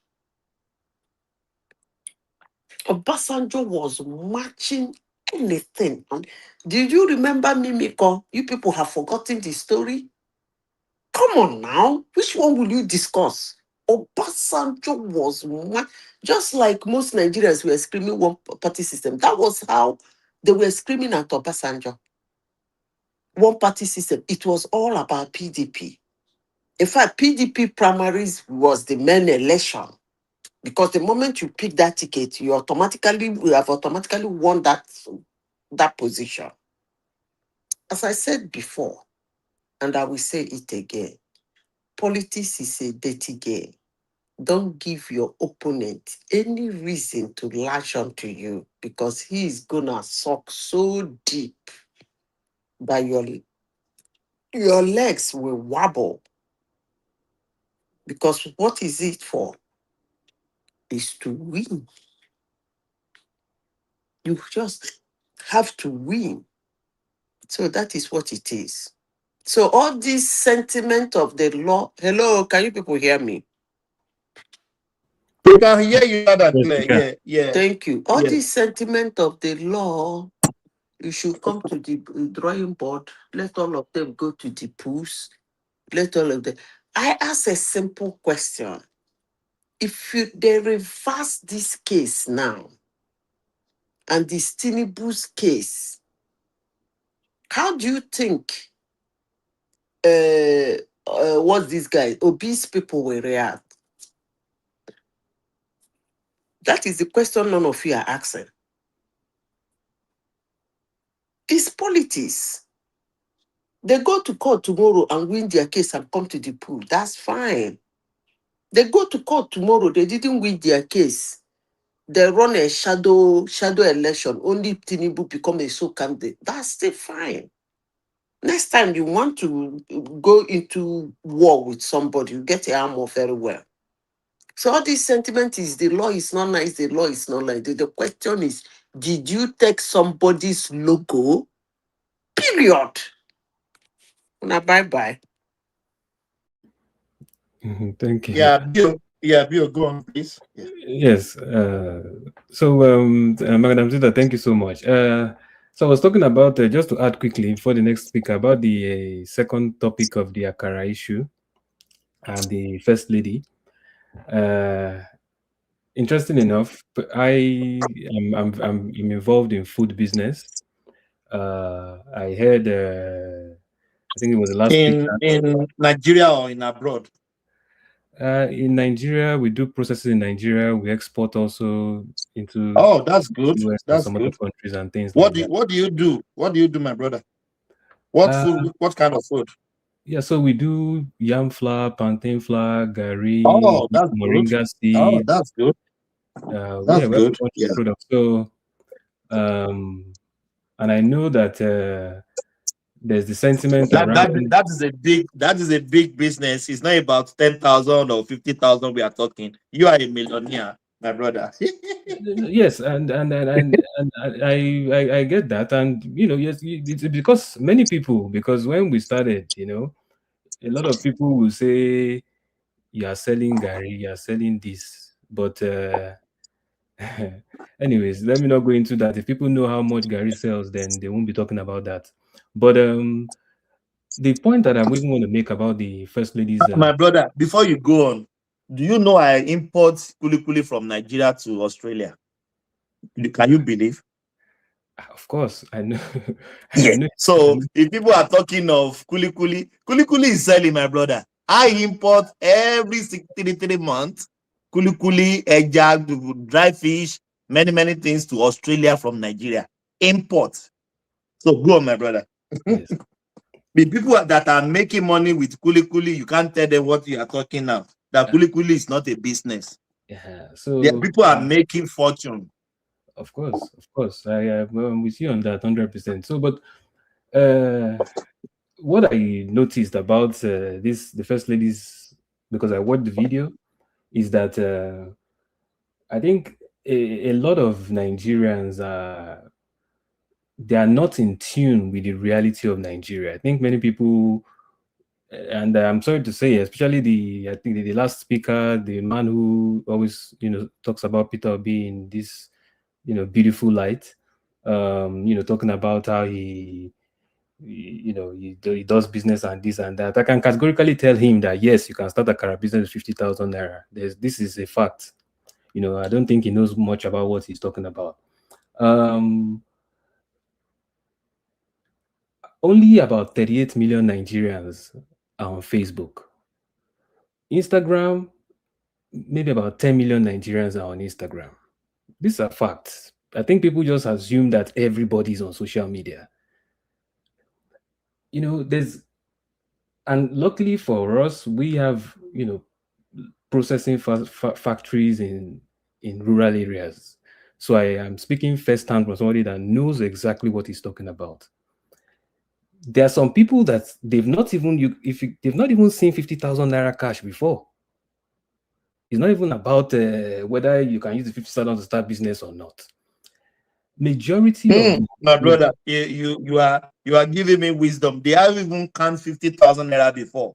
Yes, this is very, very true. Very, very true. You give somebody 10,000 naira for the next 1 year. Anytime he sees you, he will be reminding you and thanking you for that 10,000 naira. So, and this is where the majority of now imagine, my brother, you now give that person 50,000 to start a business. Yes, dash. He's not going to pay back. The person is, if you bring a dog, the person will vote for the dog. If you bring a dog, the next election. Yes. It's a fact. So I think, a lot of people think that, Nigeria is on social media, and these are part of the reasons why certain candidates it will be difficult for them to win the election, because the majority of the populace is not on social media. I can tell you 5 different places now, and I'm not talking about far places. I'm talking about Oyo State or Osun State, places where you will go to, and I'll go there. Even my wife cannot even call me on the phone because there's no data net. There's no data and There's no no network. cell phone Of network course, there. yeah. Not to talk of Of data course. for internet, and there are people living there. A lot of people. They don't even know what you are doing on social media at all. But I can tell you one thing for sure. Tell them, do you know Bola Ahmed Tinubu? Everybody knows Bola Ahmed Tinubu.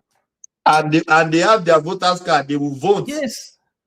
We are shouting on internet. We don't have voters card. that is. But Thomas, let me say this. Yeah, Madam Sita. Yes, please go ahead. Simba, go first. Yeah. Let me say, this Sakara something, I think what it actually exposed is a disconnection between many middle class commentators and the daily realities of millions of Nigeria. Some people they look at themselves to make comment about this particular point of discourse that we have now. If you go to the rural area, you understand how the people in the rural area, if you give them even 30,000, a friend of mine gave out 30,000 naira to 5 people. You know what they use that 30,000 naira to buy? They use it to buy cashew nuts. You know this cashew nut. They are not the one processing it. They just use it to buy. They bought 30,000 naira worth of cashew nut, and they now divided it into small pieces in nylon to sell. Yes. Do you know that within 3 months? Within 3 months, they were able to return that 30,000 naira that they gave them. Are you kidding me? Let me say this. Actually, in the real sense of it, there is an area of that statement that we have not discussed. That akara, it is actually a metaphor. Like telling you start a little. Exactly. You can start something somewhere a little that you doesn't need a lot of funding to do. You don't need a lot of fund to start up something somewhere, some small, because Nigeria is a market. People took her out of context now. You know No Nigerians problem now. now. No problem. If you don't want to fry akara, go and find what else you want to do. Thomas, in addition, sorry, Yes, please. Yeah. Are you better than people that fry akara? That's the question. I wonder. I wonder. BOL, you still have the floor. I just want to say this. Yeah, BOL, you still have the floor. Yeah, Remy, I share a video with Simba. This woman is in Lagos. He started akara business with 12,000 naira. To make it easier, the woman break it down to how much pints of beans he bought, the vegetable oil, the onion, the red big pepper, everything. And that day, before noon or before afternoon, she has sold everything off and she made 5,000 naira a day. So people think that everybody starts small, and then when their business grow, and that is why you see people that create wealth for themselves and people that make the loudest noise will still remain where they are. If you look at Dangote that started small and today is a multi-billionaire, is a billionaire, and you see some people making jest of him when he started small, where are they today? So an akara business, you don't really need a shop, you just need a space. It's the easiest business to do. I disagree with you on that, Dangote. Dangote had a good money to start with. What I'm trying to say that probably what he said is maybe it started small. It started be small. A millionaire, but it started small. But it's not a billionaire at that time. Even if it's a billionaire, Remy, There's no business you do in this world. You have to start somewhere.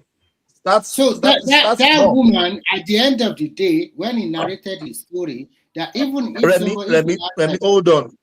Remy, do you know as I'm like this, there is no akara joints in my area when I was in Lagos that I don't patronize at night. I like akara, I will sit there, eat with hot bread. So I eat akara But almost every day back in Lagos. Thomas, what Zita is even saying is it's not even about akara. The whole message is that instead of you to just sit down and start complaining that is nothing you to can do, start small. you can do something small. That is You just can the do something message. for yourself. Yes. Exactly. But Nigeria doesn't take it that way. No, they You don't know take it that Nigerians way. now.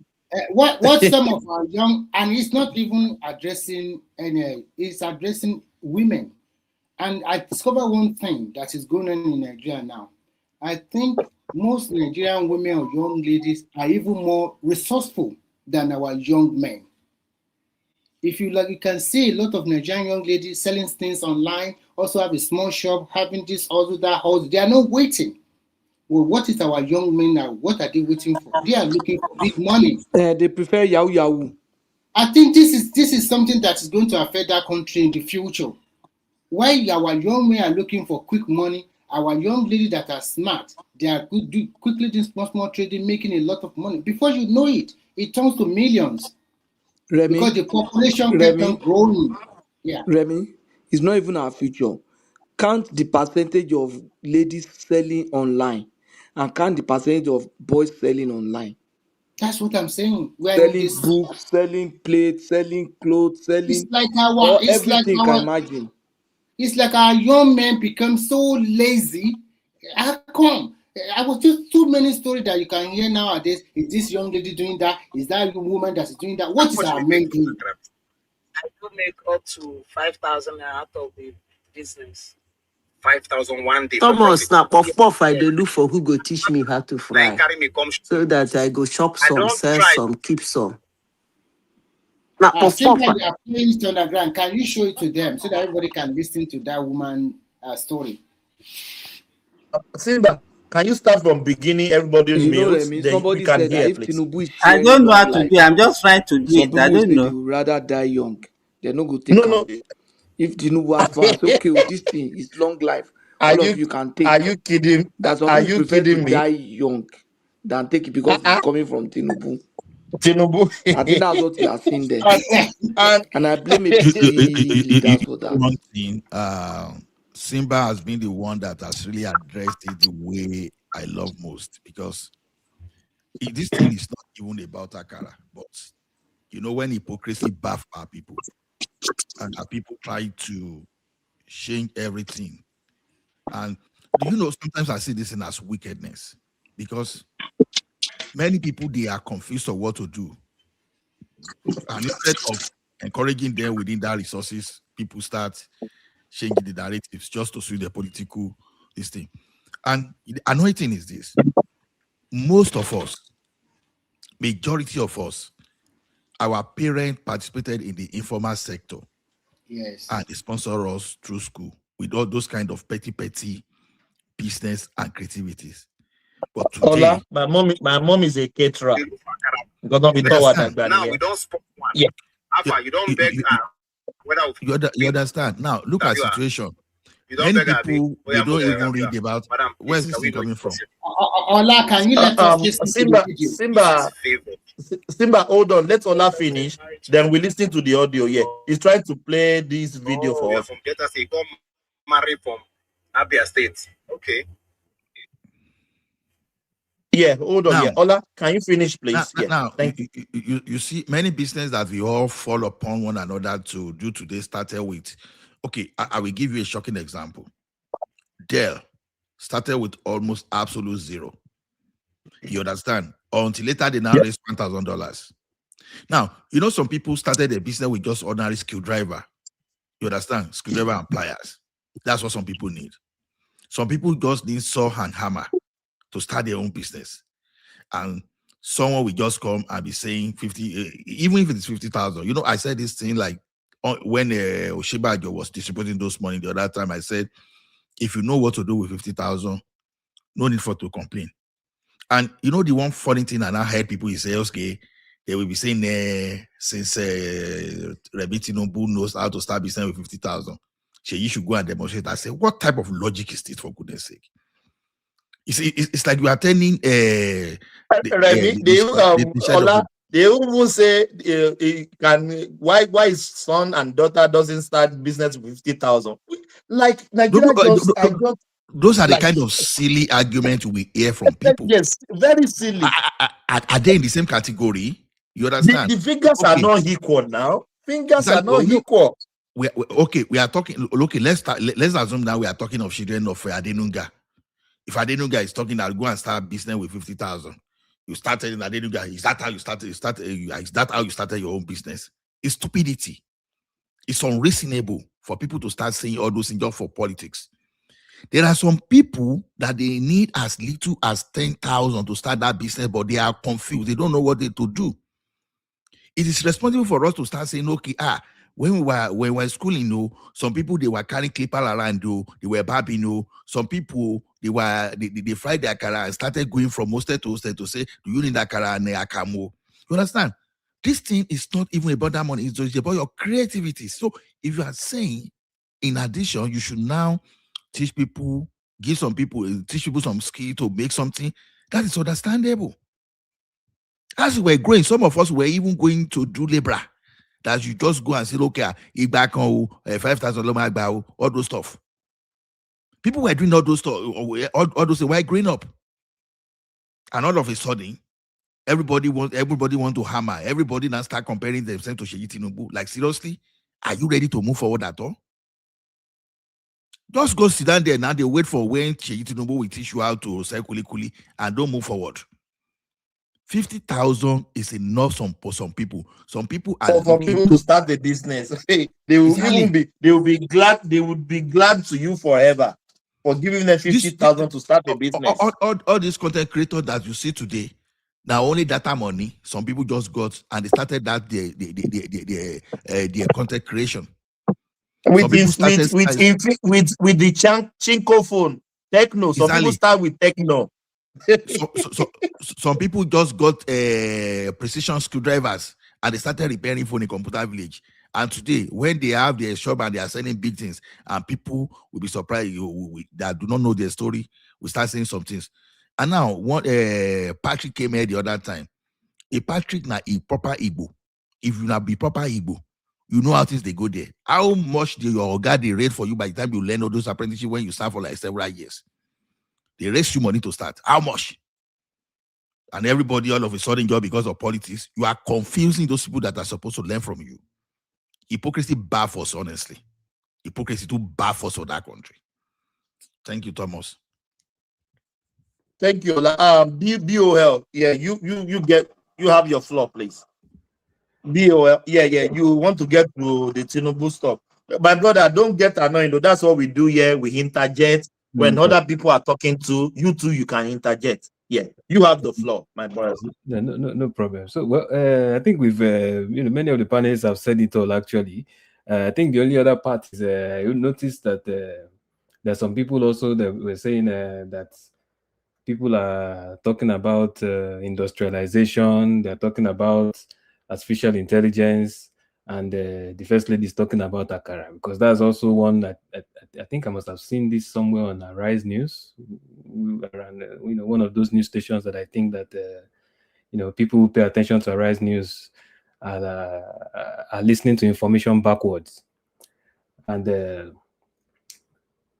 it's so interesting because how do you understand the rural Nigeria? Do you expect Remi Tinubu to go and meet those women and start telling them about AI, or start telling them?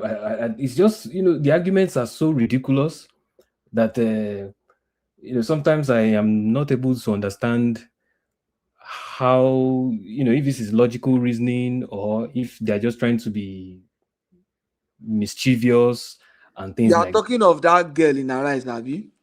Yes. You can stand. People can sound stupid, because she was really sounding foolish. I didn't know. Yes. I also noticed it.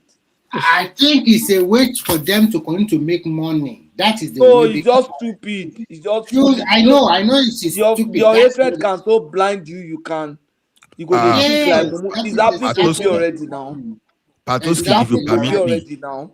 Patoski, if you permit me, I've said something the other time when I chatted with you. Should I say it? Maybe you have to pardon me for saying this. You started a business. You understand? Without sitting down that, okay, I was going to raise 10 million before I would start. Yeah. You saw a need. You saw some kind of this thing to bridge. You started. You know what I told you that time? I said many people have been on this thing for 3 years and they were not even close to what we're doing. I lie, Patoski. That's true now. Even somebody, I went to somebody in my church. If you remember, Now, I told you I went to somebody that church. what did you do? Okay, what did you do? What did you do for me when I said I wanted to help a friend that just landed that time? You gave me one quarter, and you told me that you got that quarter from someone. Yeah. You understand? So now you told me how you printed the RP and how you were talking to people.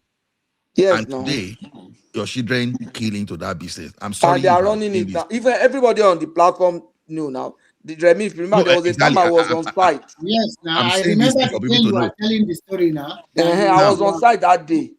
I just want to make sure I apologize so that I will No, not be you have the leaking permission because what I know. There was a day I was even live on site and I was there. People say, "What are you doing? There's so much noise." I told them everything, showed them everything. Do you know Remy? I was discussing with my wife yesterday. She gave someone 30,000 to buy a compressor. It was a fog analyzer because almost everybody that used to come to her used to say, she didn't want to do. You understand? Some people would bring bill of 500,000. Some people would bring you understand? That guy just asked for 30,000, and that was about 6 years ago. I think 5 or 6 years ago. And that guy never come back to ask for money till we speak. He hasn't come back to ask for extra money. We were not discussing that thing yesterday, and at that Tinubu, Remi Tinubu, this thing brought that matter. She was not telling me that that boy don't build house now. You see now. Understand? To buttress your point. Whereas some people will be putting their children in the school, they cannot pay the school fees. To buttress your point. One thing I always look out for when I go home is that I look out for progress. You will, anytime you go to Nigeria, you see new things, and those people they never left because of that country. At times you feel, you feel like, are you not wasting your time? Yes, I get. You ask yourself that question. That you need to ask yourself: are you not wasting your time? Some people will complaining. Yes, and in this same cloud, some people will complain. And when you go to Nigeria, you see them building mighty houses. You see somebody you left that does not have a car, now have 2 or 3 cars. You even send your children abroad. He's even sending his children abroad. And you guys, Let me tell you one thing that sounds. I know a lot of people might not believe it. When I left, there was a time I left my job, and I just was thinking, what am I going to even do? That kind of thing. I started a forex business. I started doing forex and started doing. They might not believe it. I started with 0 naira. I started my FX business with 0 naira. I just looked at my phone and I started seeing my friends who have networks like that. And I know some of my friends that might want to need FX. So I started talking to them, doing FX. So they say, okay, we need this dollar. Because they need dollar, they will pay me. They pay me the naira and put in my account. I use their money to do the business, give them the dollar, take my gain. That was how I started my FX. You said it just 0 naira. Yeah, it's possible. Using my relationship, let me give my you. network. Let me give you one analogy, and this analogy will be very funny to you. Now, a case of someone that just learned painting on his own. You understand? Someone just go get a kind of painting and started imagining, and started painting, and started, you understand? Now, the guy now started moving through sites. For those people he begged them, please, can you just let me put this in on my catalog that I'm the one that painted for you? Please, please. and he will take their picture and will go around to market himself. But meanwhile, the caveat is this: that guy was actually practicing painting on the plywood and started doing all different designs, started following different YouTube and content on how to do. You understand? Now, it would not go around. The guy didn't start from that big thing, you understand? He just started by painting like something like bungalow. You know, when that guy started, where the professionals will spend like maybe 3 days to do their own, the guy was spending like a week, like 2 weeks, but he was able to do things through that painting. Today, that guy has more than 10 apprentices under him. And what does he do? Different painting. He's giving that. But Ola, everybody, we've been talking about this thing since morning, and they will be giving examples. Do you want to tell me that Nigerians don't know that this thing is? Yeah, we are trying to neutralize. We are trying to neutralize those people that want to extend people's sorrow. You I see, think it's just to create everybody that that is talking against Remi Tinubu, they are trying yes, to extend people's sorrow. So there are some people today that they don't have idea. They have zero idea what to do. nothing. If you keep telling them that 50K cannot raise them, you are extending their sorrow. But when they hear Let's Simba play. Let's give Simba play example. I have that after, please, I would like to speak after the video. yeah, let them just listen to the video so that we don't take too much time. Business and com business. So I do season business. That is just that I do not have com. Today that is why I did not do com. But this money don't quit under business. Yes. Where they are? I just been selling it. This is the plates that I normally put it. I just been selling it. You don't say you are gonna finish now. Yeah. How long it take you to sell?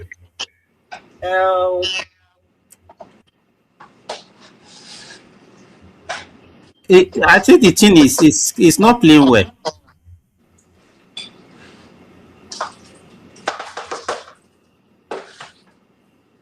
Hello, can you hear me? Maybe we can hear you, but I think the bandwidth is not enough to play. So Okay. So what we are saying But basically, what is in the video that Remy is trying to let us know is that the total money that woman was using was not up to 30,000 naira or so, and she made a profit of 5,000 naira daily. So if you look at that, who is making that noise? It was 12,000 naira. She started with 12,000 naira business, and she made 17,000, Okay. 5,000 naira profit in a day. Exactly. Simba, honestly, like what you say. Ola, sorry, but if you sit down in your home, 5,000 will not come and meet you in your bedroom. You understand what I mean? If you sit down at home, you are not doing anything. 5,000 will never jump on your account. You know what I'm trying to say? That the lady make a move. It started somewhere and is progressing. Yes, go on, Ola. Exactly. But Ola, do you know that, Thomas Ola? Do you know that all these girls shouting, they prefer to be shaking their bum in front of camera?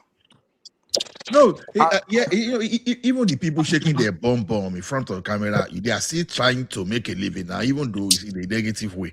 But the problem I have with they are trying to make me see. Yeah, you are right, Ola. Yeah, but the people I have problem with is this: you sit down in America, you just go to dealership, you get car of 70,000 that you are paying every month, you are comfortable. And some people they have blank idea of what they want to do. And you now see someone that is trying to say, okay, with 50,000 you can say something. The worst I expect you to do is, okay, someone is giving you 50,000. Okay, if this thing pay me so much, I will add 100,000 for you to start. Since I know that 50,000 is not going to be enough.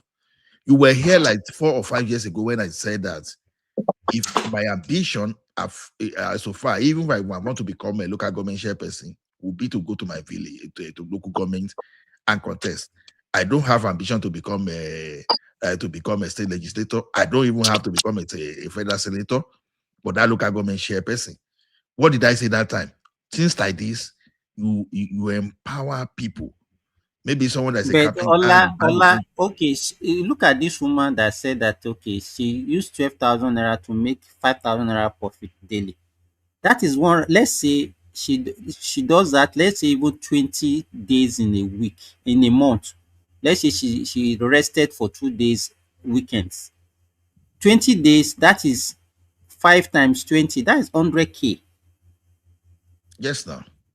It's more than the minimum wage. And that's why Yes, now. no, let me tell you this. I think what Nigerians wanted is they want easy jobs to just be earning money, free money.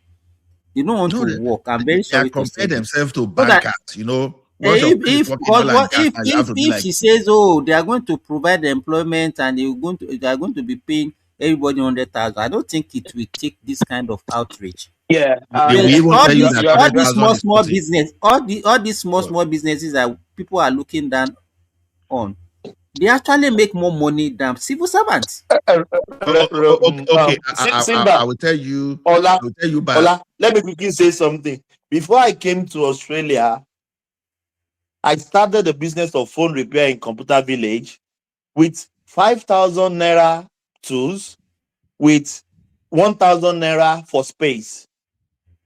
And I was repairing phone and I was getting almost 50,000 home every day. And it was growing. I started, I even wanted to get a No, shop no, before I want got, to yeah, Australia, yeah. if you are Thomas, making I will tell you that kind something. of money.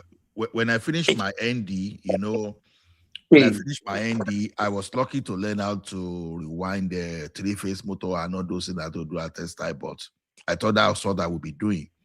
But the thing is this: immediately I got to that school, I learned about electricity. I've already known how to help you fix your socket, how to connect your light for you, how to do wiring. Now, that's not even what I'm saying. Now, when I want to stay now, that's me for survivor at that time.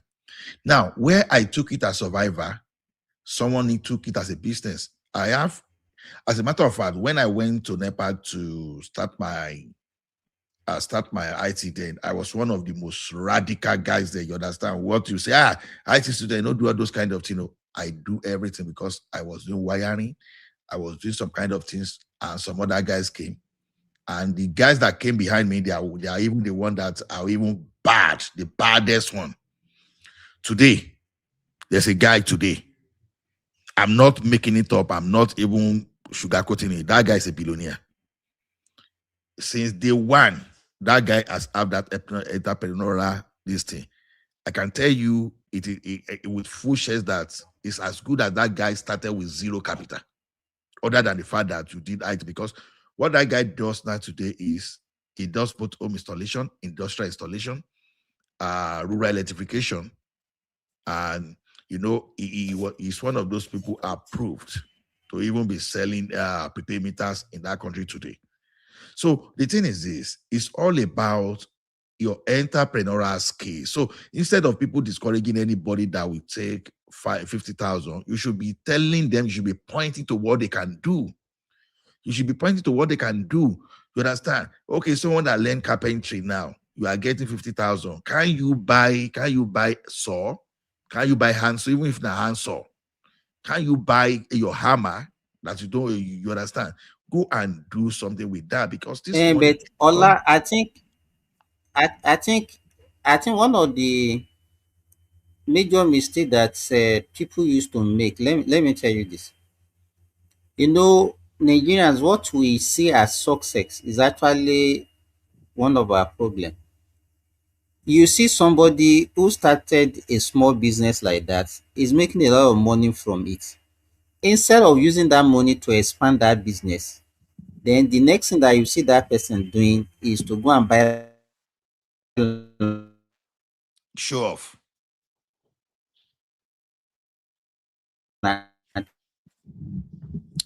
Siba, your network is want breaking. to buy a plot. Oh,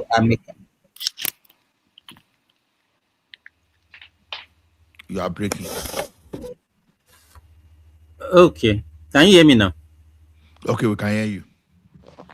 So I said what I'm saying is that because I just want to I want us to even look at this this issue critically and see maybe why some people don't even want to look at it. Because by the time people start all these small businesses that we are talking about, they start making money from it. They don't invest back into that business. People will now start buying car, start building houses because that is what they see as success. Instead of investing and expanding that kind of business. And that's why you see most of them they are making money, but you will not see that money, the effect of that money on them. I don't know if people can hear me well. We can hear you. You are right now. Zimba, can you hear me too? Yes, I can hear you, Patrick. Yeah, you are right. Do you know one of my friends? Last time that I went home now, the hotel that I stayed was built by my friend, very big hotel. That my friend does not have his own house. He's living in a rented house. That guy has the biggest eatery in Abeokuta. The way I just mentioned, everybody will know. Massive. It's not just an eatery, it's a complex. He has a game center there, he has a club there, he has a place where he does jump and party for children. Very popular, very big. And he has 2 branches now in Abeokuta. He has the hotel. That guy still lives in a rented house. With his wife. Because if you look at it, the money that the kind of a house that he wanted for himself, if you look at that money, he would rather invest that money than to go and build a Exactly. liability. He can even go just, he can now, because this amount is low that just the man and they can even just pick a room in their hotel and be staying there now. Exactly. And they be eating their eatery. So they cook there. The day I took my friend to that eatery, one of my friends said, wo moto to one low, wo moto to one low. I just laughed. You know, let me give you one funny thing. Let me give you one funny thing. Now, when I finished, although I was doing side hustle and I was looking for a job, a friend came to me that time and said, you should be working now.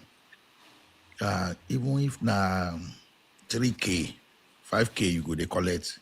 Maybe they do them now, at least they bring something in. Now, the Sunday is like a good advisor already, because already I was hosting then anyway. I was hosting, I was even making all those money. Now, when my friend will now finish from school, you understand, he did not technical course.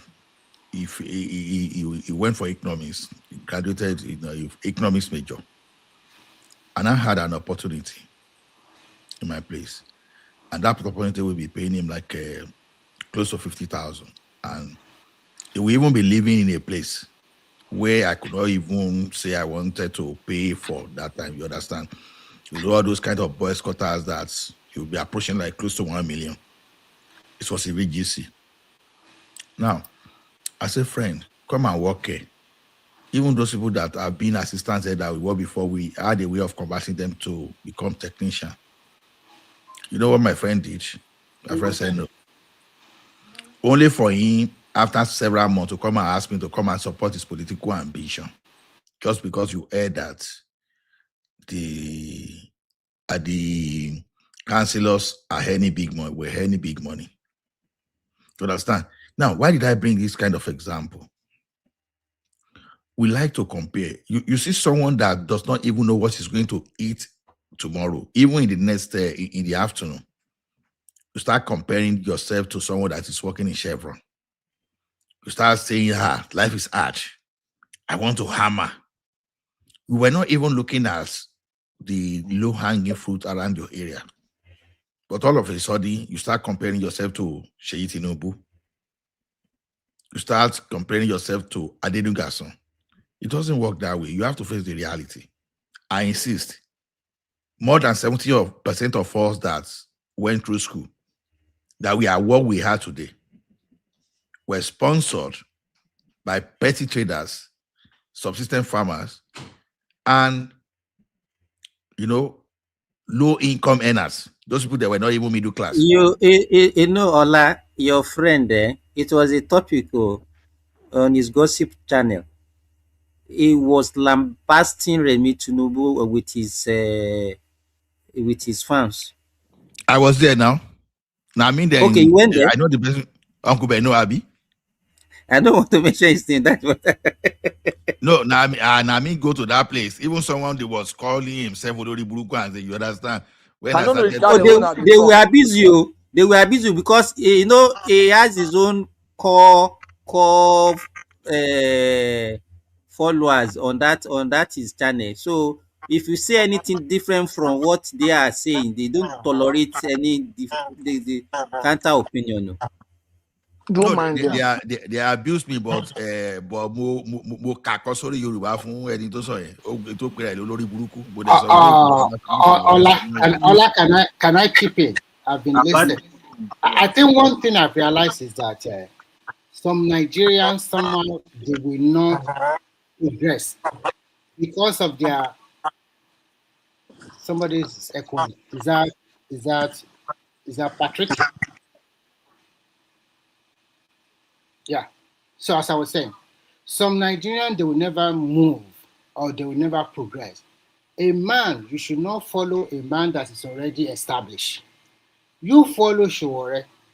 You follow all of this guy that they're already established for themselves. Showore have a stream source of income from all those donors. Obi is already a billionaire. And you, on a Monday morning, they will call you outside to come and protest. You will follow.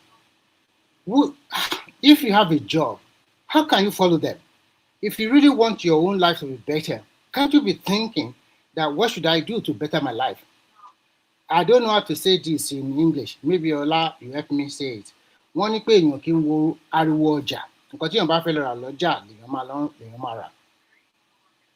I don't know, maybe Ola can help me translate it. Anybody? I don't know. That one is simply saying stay focused. That's all. Yes, yeah, exactly. So a lot of Nigerians are not focused. Like this woman of that video I share with Simba. At the end of the day, No, what Remy just said is focus on your own purpose because you understand your own purpose more than others. Don't be distracted by others' purpose and achievement. Yeah. So Just focus on yours. yeah. So what I want to say at the end of that video, that person that interviewed her said that he's going to help her like maybe with 50, 100,000 naira more. That is it. Help just came from nowhere. Just a simple interview of 2 or 3 minutes. Me where I dey here, where una dey talk to, my mother could say takara.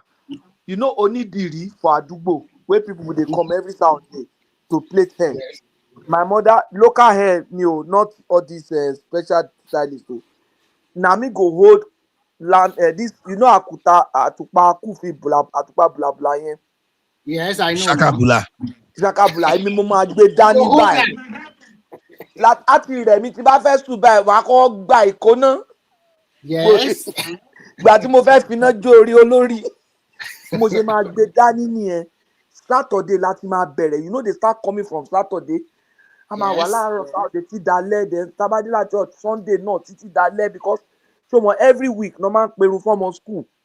Bẹ́ẹ̀ nígbà mi mọ̀ sí o. Nígbà yẹn ṣe àdìsẹ́yìn, so people bring their children, people will come. They will line up, man.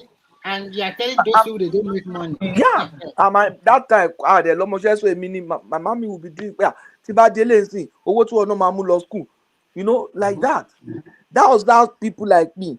Then I will go to farm láàárọ̀ because ìgbà míì on Saturday if ìrọ̀lẹ́ ni irun máa ń dì máa ti jí lọ sí oko rèké ní àárọ̀ Saturday yẹn lẹ́lẹ́ẹ̀lẹ́ gbogbo ọ̀nà gọ́ọ̀fù yẹn máa rú rèké me and my brother wo sugar cane from ẹlẹ́ẹ̀lẹ́ to Mọ́kọ́lá a máa ta lọ́nà ní banana. That's how we hugged and went to school. If I don't tell you that, you won't know. So I don't know what's wrong with these people. Okay, say, somebody will now say, go and tell your son to go I will tell you one funny thing. Go and tell your son to go and do it. I will tell you one funny thing that you don't know about me. Now, we do this thing during the end of the year, and the sole purpose is just to raise money for ourselves. When I will organize, I will join with some people in Adugo, and we're doing the end of the year theater. You do stage play just to raise money. Before that time, we will print envelope and send to all those baba just to support us. And we will do on Christmas Eve. You understand? We will just do stage play. for just to entertain people. Because what I'm saying generally is this: is that public forum should be to enlighten people, to open their eyes, not to add to their depression, not to extend their sorrow, not to make them to say, okay, you are finished, there's nothing. People like us, we went through some certain depression when even though having a very good secondary school results, but we had no opportunity other than to start from the polytechnic. And when people started telling us university are better than the polytechnic, all those stuff, when they started, they were actually sending wrong message to some of us because we're depressed. The only reason I have so many education today was just the carryover from the wrong say and some kind of people with a venomous tongue, with the rubbish they were talking that BSc is better than HND, all those stuff. So what people that are condemning that 50,000 issue is that they are confusing people, they are creating some kind of depression. Instead of helping people, you understand, just because of your political emotion, where you lying to, because of this thing, you are confusing people. And this is unfortunate. If anybody is still saying that 50,000 cannot do anything, and I come out and say, like what I said yesterday, go and hard monitor it. After all, I know one guy on TikTok. I don't know him physically. I know him in that period that I'll be watching it. That's what I mean. They call that guy Port Harcourt Boys. Do you know how that Port Harcourt Boys empowers people? If we go and play this Donka Mighty dance for me. So people will dance, people will dance. And there's some get there now, I think it's Esther. That lady has got close to 1 million. That's some kind of creativity to support people. So if you are so pained, if you know that you really love the people, you go out. 50,000 is what some people are getting. Okay, me, I just want to BS Remi Tinubu. I take vexation. I give them extra 500,000. Especially you that that you're in diaspora. Go and do that and stop condemning any little effort. You should be ashamed of yourself for adding sorrow for those people that are super depressed already. You understand? Everything is not politics. Don't play with the plight of the poor people. It's wickedness, it's demonic, it's satanic. Ola, I want to say this. Sorry to cut you. I think it's high time. Can you hear me? Ola, yeah, we can hear you. Oh yeah, yes, yeah. I think Nigerians will, we know how we behave. People will react and their politics, who they support. Peter Obi people will say the lady is talking rubbish, and the other people will say he's talking what is good. I think the context of what he's saying, if I'm right, is that you can start small. You can just start something. Start something. You don't have to wait for the government. You don't have to do this. Just start small. Start something. In the nutshell. So, Nigerians, they have their opinion. They can decide how they want to react to things. See, but Thomas, in my school that time, there was a guy that Abi was what he used to sponsor himself from the beginning to the end. Pabi. Although we go home during the holiday to go and do labor, go to cocoa plantation, go to yam plantation to just go, and I can't even remember how much they normally charge that time. I was willing to do that, but I didn't have that opportunity because of my own papa's farm. You understand? So, but I know my cousin. Small trade. The small trade I knew in Nigeria. Do you know how much is fetching me here in Australia? Wait, I know now. It's like my brother. I do card servicing, I do car detailing, I install camera indoor, outdoor, like so many things I'm doing. Patoski, may I open? Let me show this Patoski that you have is a big car detail. Even though he's an executive in the office, so he has a company that does all those things. Patoski, my brother, they open you this evening. No. He told us, Ola, Today, I've done a couple of jobs for one of my customer. She dropped $2,000 on my accounts today. I was very broke. I was waiting for normal salary on Thursday, Wednesday, Thursday. I got my salary with my 3 job Wednesday, Thursday. But nowhere, 2,000 just dropped in my account Now from so all now. this handiwork I've done a couple Now of so weeks now. ago. It's really Come helping me. Thomas, worry. Thomas, I grew up with one man on the street, and let me tell you what the guy did. The guy did. He graduated with HND in accounting. You know, when people did not get job, he started thinking. He just had that. What will I be doing? The guy started saying, "Okay, maybe I should be delivering email for people and all those stuff." You know, he approached Nine-Post 10. Okay, can I be doing this thing for you? Nine-Post say no. We have this thing. So this guy started his own business by saying, okay, start talking to people overseas. Start helping them to carry low, help them buy things and sell.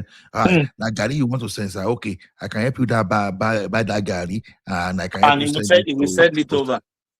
He will post it. the guy has a courier service company today with more than 50 employees. Are you kidding me? And I speak to you. Of course, when I say this Egbon Adubo, this even though I call him Egbon Adubo, it's about 2 years, just 2 years older than myself. 2 years older than myself. I call him Egbon Adubo because the thing is, we grew up in the same town. You understand? In the same time, he attended our polytechnic. You understand? So you know when they were using bicycle to do delivery for people.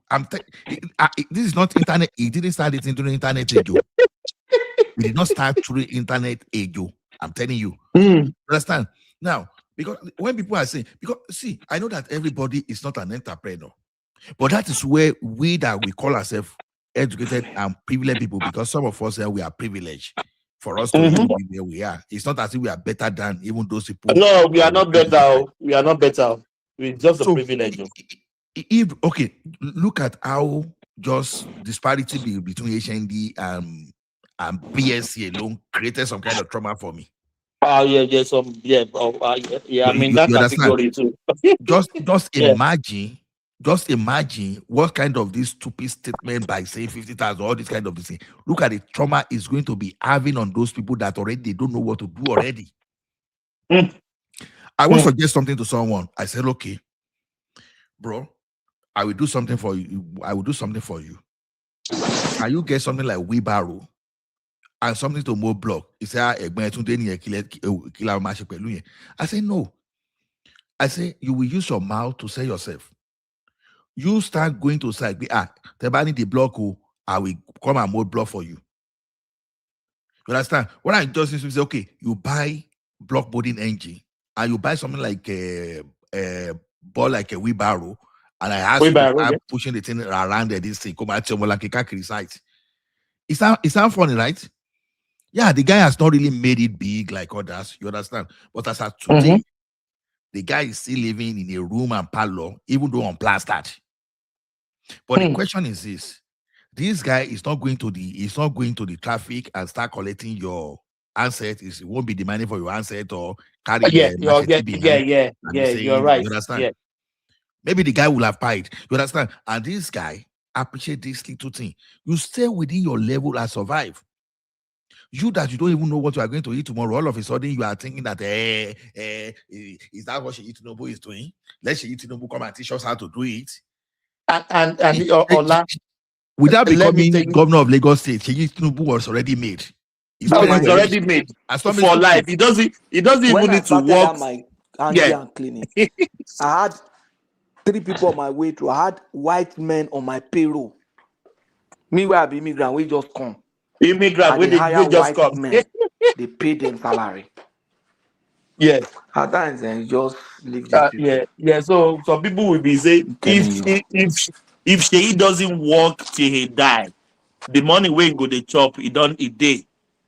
You go to compare yourself to Sheyi Tinubu. Why Sheyi Tinubu doesn't go and do a business? That my guy that I told Patoskis about that time when I was asking you a lot of questions. He's not in the US now. He was a professor in Nigeria. You understand? And as a professor today, it does anything for him to survive. It does anything for him to survive. You understand? Padoski, if Andy work in this overs, if you know Andy work, my brother, you will never you be will broke. make fortune. You will You never will be broke. You never Padoski, and Modi Shefula to be 3 weeks ago. He dropped $2,000 on my account today. The normal salary Our free money, free, like I'll pay my bills, motivation the whole see my mom. Hey. Thomas, Yeah. so that is one of my regrets. That is one of my regrets. I will not lie to you. Because I can money, come mechanic See, because let me tell you something, I Remy. discovered that in this country it's all about skills. The skill Remy, you have, and you work in your free time, at your own pace. Not Remy, let me tell you something. If mechanic will work in Nigeria, for example, it may be difficult to work in a place like Canada because everything is protected. It's protected. But let me just give you a but story. what I'm just trying to say is that if I learn anything, even with painting or whatever, at least I'll give up brush it up there. Hold on. The real job I've done since I've been in Canada was when I was a project manager for a year plus. And after, because that time, it was difficult to pass PMP. So even if you have accent and all this kind of the story and all the BS, you understand, you pass through because the Obi'S, they could not pass PMP like some of what we just brought PMP like it was nothing. I did that. But when the economy now went broke, boy, I started by looking to work as a delivery driver. We're delivering tire. You understand? That job only lasted for 4 months. I went into a warehouse job. Even to get that warehouse job, boy, people were coming from Toronto to come and look for a job in Abata, in Calgary. It got to a stage, I said, enough. I have to go back to school and even learn about entrepreneurship. You understand? That's how some journey started. Even along that line, I drove Uber. But now, do you know that as I drove Uber, I know someone that they sent Toyota Corolla to in Nigeria. This guy never finished secondary school. He didn't have opportunity to finish secondary school. But this guy that sent him Toyota Corolla in Nigeria actually is driving truck. Trailer and Ibobonwa. Now, he gave his friend the Toyota Corolla. How many friends can do that, to be honest? How many friends? Toyota Corolla today, I don't think it's less than 8 million to 10 million in Nigeria. It depends on the year. It all depends on the year now. Even if you 5, you are getting he now gave him money to leave the village to go to Lagos and be doing Uber. You know what? Bobowa, all of a sudden became too big to drive Uber. You understand? Someone that was making nothing, they gave you Toyota Corolla worth at least 8 million. That was worth at least 8 million. And the person now paid you like over 1 million to go and rent apartment in Lagos so that you will be doing Uber.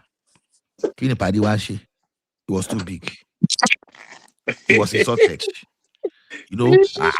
How can you look at me and the only thing you'll be expecting me to be doing is to be driving Uber? You that you have no shishi. And someone gave you Toyota Corolla that was worth 8 million.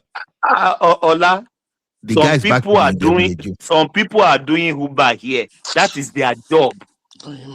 And they are making money. Like Thomas, they don't have other job. Uber. Thomas, Moshe Uber, zero money. Ni mo fi lọ gba mọ́tò lọ́dọ̀ dealership. Zero. Moshe Uber and Karakara for ọdún kan. Now, when I say I say Karakara for ọdún kan, I was sleeping for barely like 4 hours daily. Go funny.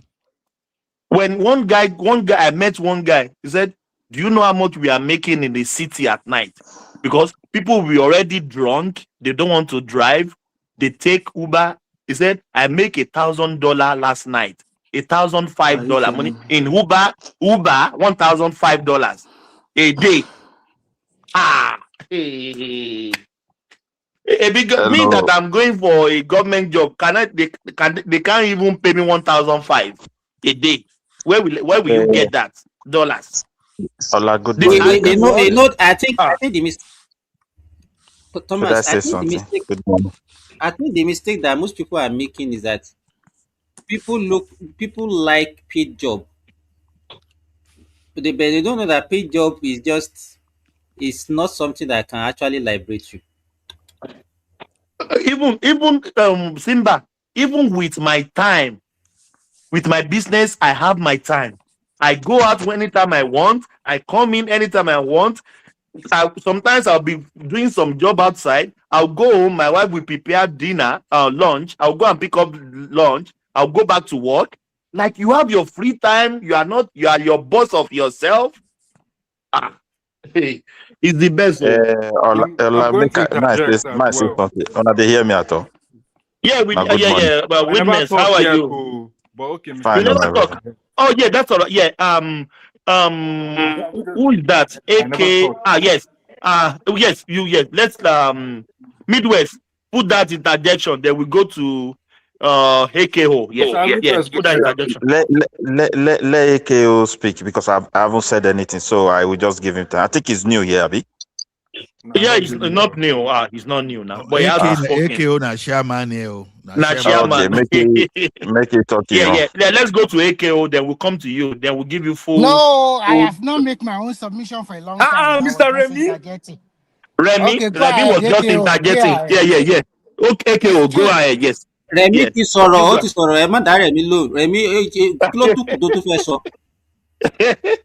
He was just interjecting, to be honest. Yeah, he hasn't And had even his own floor, but me, I have not even me too have not. yeah, you are right. Yeah. Let's go to AKO. Yeah, you know the discussion. So I what's want to your say take? something regarding this, Remy, Madam Remy Tinubu. You know, there's dignity in labor. We should not look down on people that do akara business. That's for sure. AKO, Yes. is it our Remy here that you are calling madam?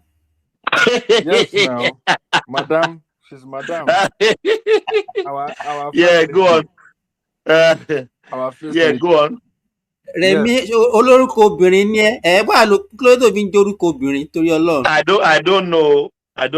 Let me ask Remy. That is not my full name. Oh. No, not our no. I mean the no. Remy no even be woman's name. No. AKO, we just they pull Remy's leg. Don't mind Simba. No, Just they put the leg I here. think You have the floor, my brother. on one end, I think Nigerian reaction is over exaggerated in the sense that the way I saw it that people are looking down on people where they do akara, and they should not look down on people where they do akara because there's dignity in labor. Yeah, you are right. There's dignity in labor. However, there's something I want to point out that I don't agree with. The way the way she came about this thing, it sounded like she's doing these people a favor. And I'm sorry to say that she's not doing them a favor. This grant that she's given, that she says that is given, this is part of the Commonwealth of Nigeria. And this is why we remain. AKO, how is This it is why Commonwealth we of remain. Nigeria? This is why we remain. How is it Commonwealth? This Because is why I know Nigeria how money remains is where raised. it is today. Okay, I will explain why. The grant is coming from a Renewed Hope initiative, right? No. Yes, I did my research. Part of it's coming from a Renewed Hope initiative. Look at the Renewed Hope initiative. Look at the people that are funding that program, that have made donations to that program. Dangote has made donation. Elumelu has made donation. Otto Eze has made donation. So how is that Commonwealth? Oh, I will explain to you. I love that you're asking me how's that Commonwealth. These individuals, right, that have made their money in Nigeria. How have they made their money in Nigeria? Is it through adding value to Nigerians or through extracting our common natural resources for their own private How is Dangote and Elumelu extracting your natural your common wealth when they are employing, when they are employers of labor? How? The employers of labor. Okay. When last time you have a UBA account, when UBA will be billing you, all this bank, GTB bank will be billing you any small bill, they'll give you fee, they'll give you bill. AKO, you can do better than this now. So somebody is doing business. You said it's a commonwealth. How can you be saying this? Yes, it's not. Yeah, the reason why I say that commonwealth. Yes, Hold I say that. hold it. I stand by that statement. For some of us that work in a bank, I think that is an insult to us because I know many people you don't really know how this thing is. Now, what's the cost of you keeping your millions under your bed and an armed robber will walk to you in the night and go away without your several millions? So what will become of you after that time? Have you thought of that? Mr. Ola, Now, I understand where you're coming from. overnight lottery bus robbery. What do you think reduce all those stuff? You understand? You put infrastructure in place. You don't need to carry money. You just need to transfer your money when you go and do your business the following day. You understand? It reduces some people that pie through driving to. So when people say this kind of thing, AKO, don't be listening to activists like Showore and Co. No. I'm not listening to activists. I'm just giving an example. I like to analyze. When I look at our banking system in Nigeria, for example, our banking system is probably, I would say, is probably one of the most advanced systems in the world because there are certain things, for example, Mr. Allah, I think you're in Alberta, for example. There are certain things in Nigerian banking that we cannot even do in Canada itself as we are speaking. You know, there are certain things that we can do.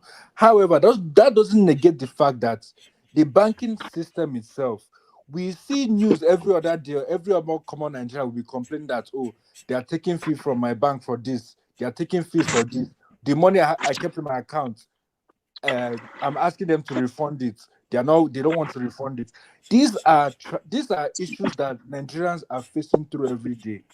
And these bank execs, they are making money out of the suffering of Nigerians. And that money that they are making is what they are part of it. Those profits is part of it that they are using to donate. Okay, AKO. So that's one. That's just banking. Only there. So I pay $12 in my checking account if I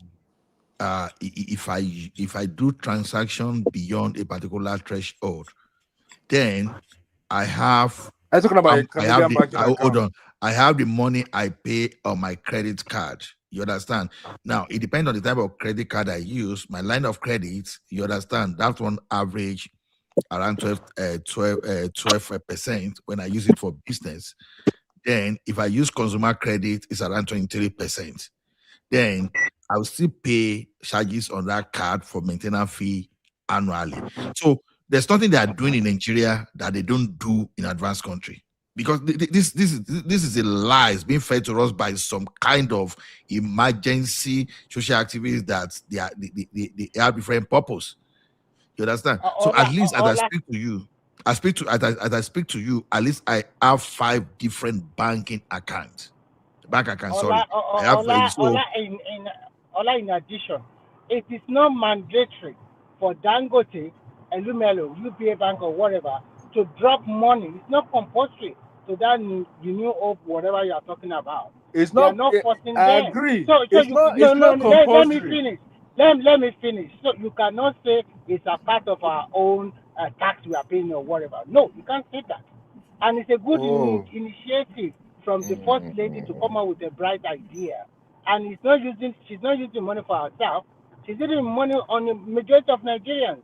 No. So when you even started, I thought you wanted to talk about government money. I didn't know that it's a private money. It's not government money now. It's not government money now. It's not government money. No, it cannot be government money. If it was, that would have been a whole different. So why you not say it's part of our own something? No, because the reason why I still maintain what I'm saying. You can't look at it. You can say that it's private. You can say that it's private money. Let me ask you this question. But we know the economy. We're talking about Mr. Remy. Wait, I will let you interject, right? We're talking about Tinubu said that he wants to make Nigeria a $1 trillion economy. Yes. And we're talking about Akara. and kuli. Is that oh my God, I expect more from No, you. wait. This is too Whoa. low from Is you. it When they are only talking about is it 1 only trillion, let me akara and quickly put kuli it to that you. will take us to $1 Let me trillion? tell you this. When they Look are at talking about $1 trillion economy, we are not talking about the low level. We are talking about no, major but investors. Listen first. I will be quick. We are talking No, about what he's saying that you should neglect those people now, Remy. What he's no, I'm telling you not is to saying neglect that those they should people now. neglect it. no, I'm I'm not So not saying what that. saying they should And how did remember they want them to when be I started, I liberated? said that there's dignity They in should give labor. them somebody that have never No, managed 50,000. They should go and give them 5 no. million Of naira. course, Mr. Simba, why would I give somebody 100,000 that they've never touched 50,000 before? AQ, permit me to even respond to Remy because I think Remy may. Okay, Remy, you see that let thing? me say what I want to say. You don't No, allow I me to say. acknowledge what you say. I acknowledge what you've said. But the thing is this: I want you to know that informal sector contributes to 65% of our economy. You are Now, right. You are right. any I agree. government, the little as 5,000, as 10,000, you can put in that informal sector, escalate the economy and make the economy more stable. Because I that's the totally mistake people are agree. making. But That 50,000 you look at, if you give like 5 million people that can use even that 50,000 very well, that money, it contributes a lot. It's going to hold yes, that economy. It's going to solve so insecurity problems to some extent. what the woman is trying to say, Remi Tinubu, I think if most of the state government also follow suit and they also distribute money to their local women, don't you think you are empowering thousands of women across the Okay, country? but Mr. Remy, So, how so sustainable is that? no, How no, no. sustainable is that? Let me. You talk about. I want to talk about this before we go to that. When we talk about you are targeting $1 trillion economy, you are targeting big player globally to come and invest in your country. When they invest in terms of building manufacturing outfit, in terms of creating industry, they in tune employ thousands of Nigeria to work. Then those people they are employing, they are also going to rent a house. They are going to patronize the Yalakara. They are going to patronize the Yatunta right. Everybody. That is how your economy grow. And so far, so good. Nigeria, as of today, is one of the countries that is attracting a lot of investment in dollars in Europe to that country. And for the first time in the history of that country, you had a president for just under 3 years that grew your external reserve to $51 billion. Just under 3 years. How come? Sometimes I just wonder that Nigerians were so lucky. If to say I were Tinubu, if to say this man is not doing all this reform, that country would have pieces entirely. Today, we would have been fighting civil war in Nigeria. Because the reason why we were going to be fighting civil war is that nobody is ready to borrow you money to continue to subsidize your oil anymore. Because you are using borrowed funds to subsidize petroleum products See, they are consuming in Nigeria. Remy, sorry, without any plan to Remy, change the we see they borrow every day with the borrow now. We still they No, it's, borrow. it's for As a matter of infrastructure. fact, That one is for as a infrastructure. matter of fact, Mr. Remy, Hold on. Mr. Without As any plan to change the topic, can you hear me? okay. Without any plan to change the topic, Remy, do you really realize that that's what some major actor in the last government actually want? Because when they looted that They want what? they wanted to. Let's matter one thing. The plan of some people in that last government was actually to grant the economy of that country. Oh yes.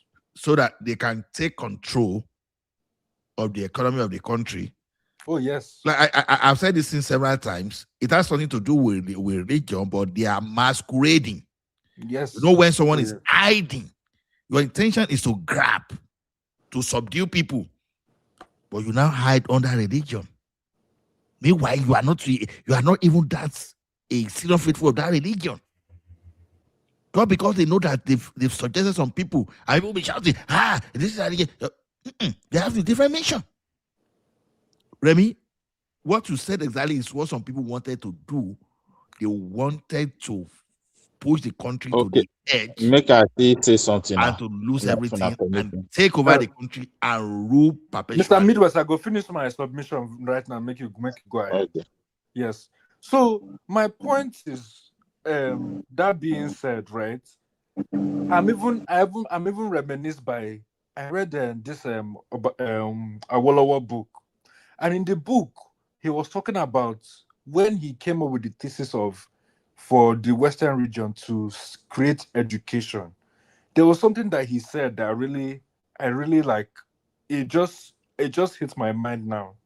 He said that the people who were cooking, the reason why he implemented regional education for free was because the people who are cooking and that are doing domestic work for him, that he does not want their children to still be in that position that their parents were. And for me, I found that statement very profound. Very profound. So my question is, okay, we're supporting, and there's nothing wrong with supporting um women to do akara and kulikuli business, but what happens for future generations? Do we want our future generation to also be doing that as well? Not, and like I said, there's dignity in labor, but what do we want for our future generation? So That's I that's look at how I end it. I want to respond to your question. First, I will look at it this way. All these It's women, not a question what were now. they? No, it's a question. It's a question. It's a real It's a question. question. I will first look at it this way. All these women they are giving grants. What were they doing 3, 4, or 5 years ago? Were they doing not anything at all? Or they were into any kind of entrepreneurship at all? Maybe none, maybe zero. They just sit at home, begging people like Ola, Patoski, and Simba because they are in abroad. Give us money, give us this, give us that. And now you have an opportunity to give you something to start something. That means they have already leaped from one state to another. That is progress. When you talk about the future generation, you have to look at the young people we have in your country today. First, Nigeria has been bastardized and mesmerized for years. All yes, that is the truth. Unless we are just deceiving ourselves. No, no. It's a Okay. bastardized country. You So we know, are, Remy, I don't think, yes, Remy, I think the answer to the question he asked, as Ola has said it earlier, most of us that are talking to you today, I don't know, maybe you are a privileged person. Oh. I'm Most of us, privileged. yes. I'm very, and yes, I own my no, just privilege. You wait are now. privileged Most of now. us, we are raised, you understand, and we are the generation, the future generation of our parents. We are raised by people who did this kind of business that you are looking down on today. Is the money from So the proceed of akara, kulikuli, eko. yes, You so understand? The people that are doing that business, they are the one that raised some of us on this platform today. So that is the generation. So let me tell there is you, dignity. you have seen Ako. Timber, There was I'm there included was though. I'm included too. there was a So woman interviewed in Abuja. Wait now, that was selling akara, and the woman said before she and her husband they didn't even have money to even eat. Now, because they are selling akara, they can train their children in school, and they even have a car to themselves, and they can even rent a house. You understand? So don't look at it as if whatever, well, if they empower those people, they will remain at that level forever. No. that is my That fear. thing, that empowerment, wait now, that empowerment will make them to make money. If somebody is making 5,000 naira per day from 12,000, you understand? That person, I think he can send comfortably their children to school. That's almost 150,000 naira per month. So, Mr. Simba, I So have a don't look question at to it. ask you then. Okay. So then, does that mean that Awolowo failed in his mandate in providing education to Southwest region? What was the goal of education, if not to No, for future generations to I don't progress? know why. I don't know why you are. Let me tell you. no, no. Do Let me you okay? respond. This Sorry. akara business. Let me tell you. Do you know that some people are doing this business on a large scale that they are making millions from it? Of Oh course. yes, of course. If you industrialize it and you turn it into like And a these yeah. people No, that we are talking about, they started gradually. It's not as if they have that millions to start with. in the first instance. Okay. What I wanted to say is that during Awolowo regime, it's a different time to today. The population during Awolowo is not what we have today. The people we have during Awolowo time, they are hardworking people. They are respectable people. They are people that are well focused. The people we have today all over the world, everybody want to hammer at a go. Everybody is looking at what is happening in the globalized world, and they think that I cannot wait to, I cannot sweat. I just want to make quick bucks very quick. So the world has Remy, changed. people like Aku, it will be very Yes. difficult for somebody like Aku to understand what we are talking about. I, Some of us, we have to That's go he, to I he said farm. Wait, I no, understood. know. No, the reason why he I'm didn't. asking this He question, didn't. the reason why I If asked he really question, understood, I said he will not there's ask dignity that in kind of labor, question in the right? first place. But at the end of the day, I want everybody, like for example, my position where I did for Every life. everybody I not gonna cannot be a say rich I not gonna people. say that the position where I did for life, I don't want that for the other person. I want the I, other I, I person to I succeed think, as well. Ako, if you go, if you, as me as I'm talking, I'm in Nigeria as I'm talking to you now. Mm-hmm. If you go to the interior of Nigeria, you understand, and you see people, maybe because you people live abroad, and then the kind of things that you see have actually made you to have been disconnected from the reality of millions of Nigerians. That's why you are saying what you are saying. That money, let me tell you, if you give 50,000 naira to some people, they will worship you forever.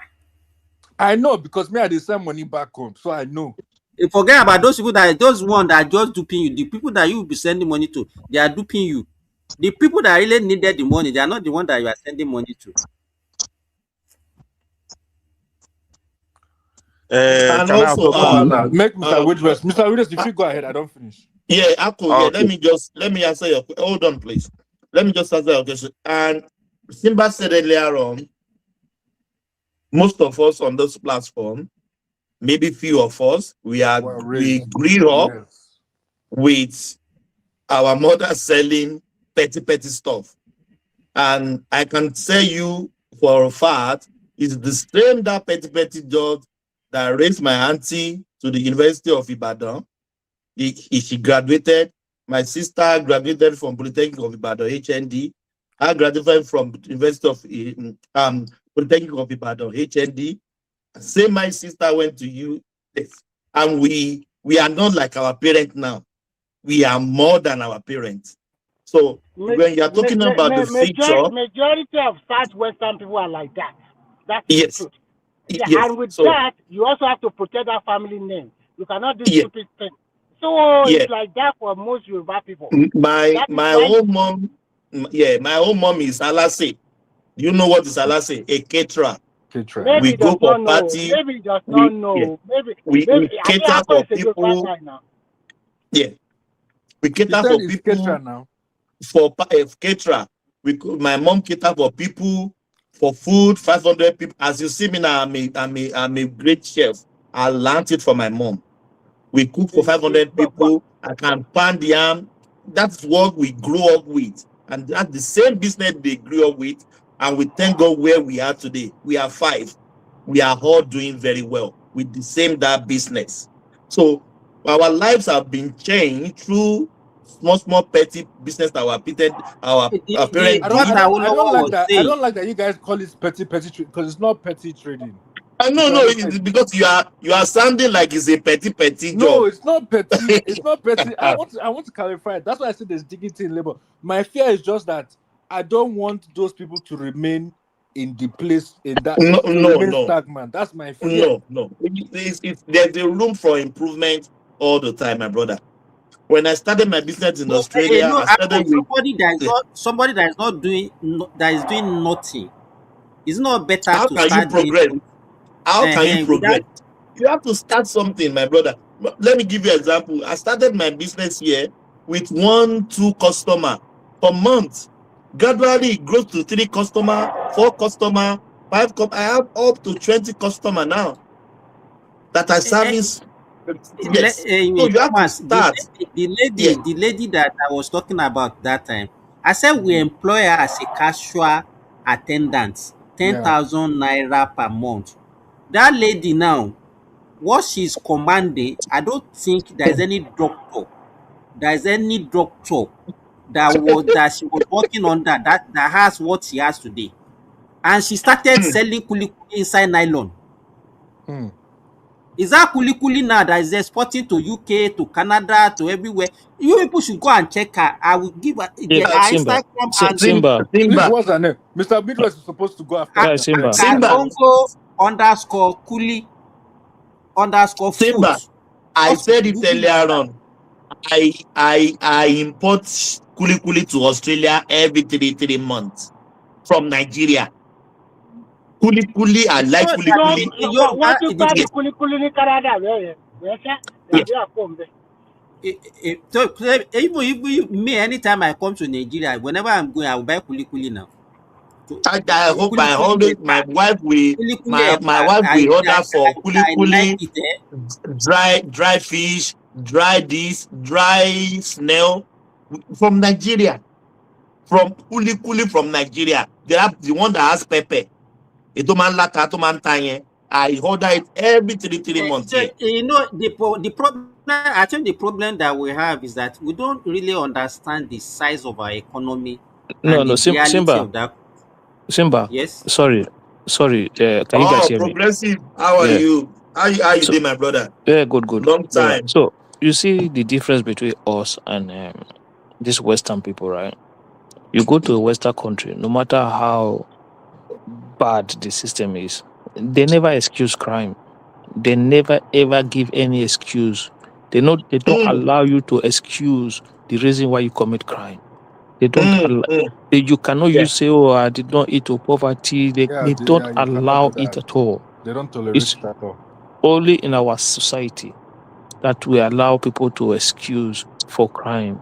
Oh, the economy is very bad. Look at why you cannot blame them. Look at the economy of the country. That is the same mindset because It's not your brother always say that Peter Obi. It's because they are hungry. That's why is they are rebellious. is stupid. I keep repeating myself. I don't know. Look, you see the way I am now, right? Yeah. My mom, as I speak to you now, she have not just me, not one, not two, not three children outside of Nigeria. She have houses if she wants to sleep in. She can sleep in any house she wants, any kind of house, right? God bless her in that way. But my mom, as I speak to you, still sell okra in the market. Are you kidding me? Yes, she still sell okra. It's not that she cannot afford not to do it.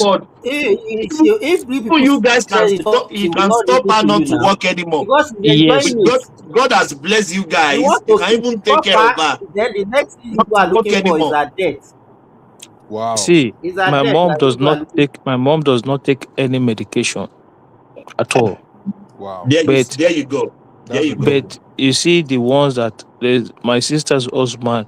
Oh no, mama, don't go to market anymore. Sit at home. That woman today, this medication, that medication, this medication, that medication, sick all the time. Wow. Sickness all the time. You will see a young man will sit at home, will be looking for somebody who want to buy land. And you buy your land, you want to build as they will carry themselves, come to your property, start to seize workers' shovel, seize workers' tools. Right? The workers left their home to come and work.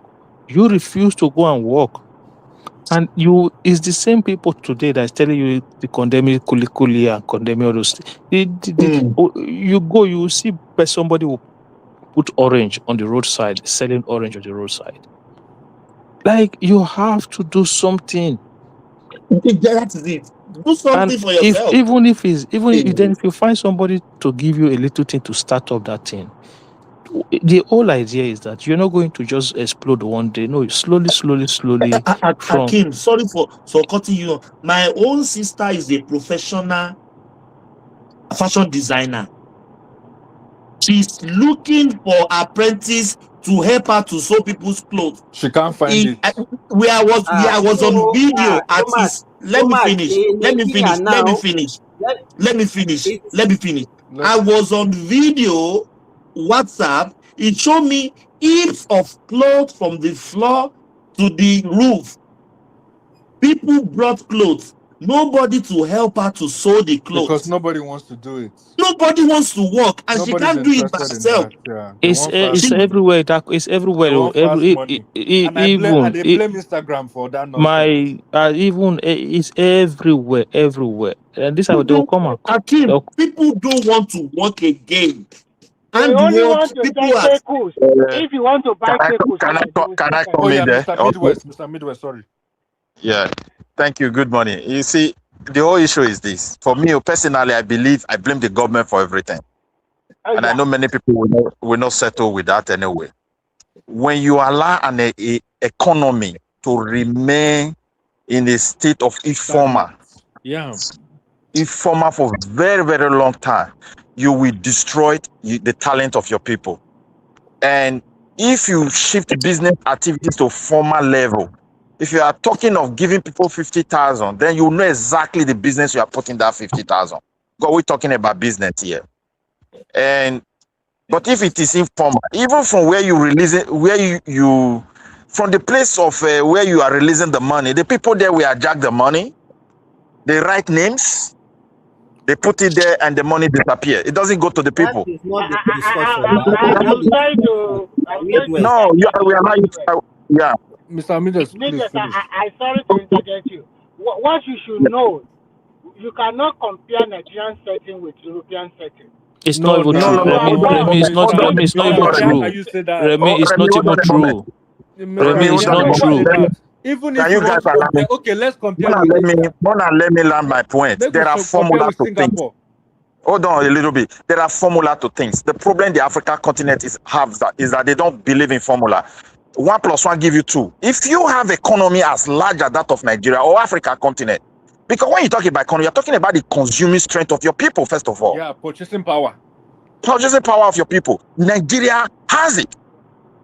But how come poverty everywhere? What do we have? We have purchasing power. Nigeria has purchasing power. Is that what you are saying?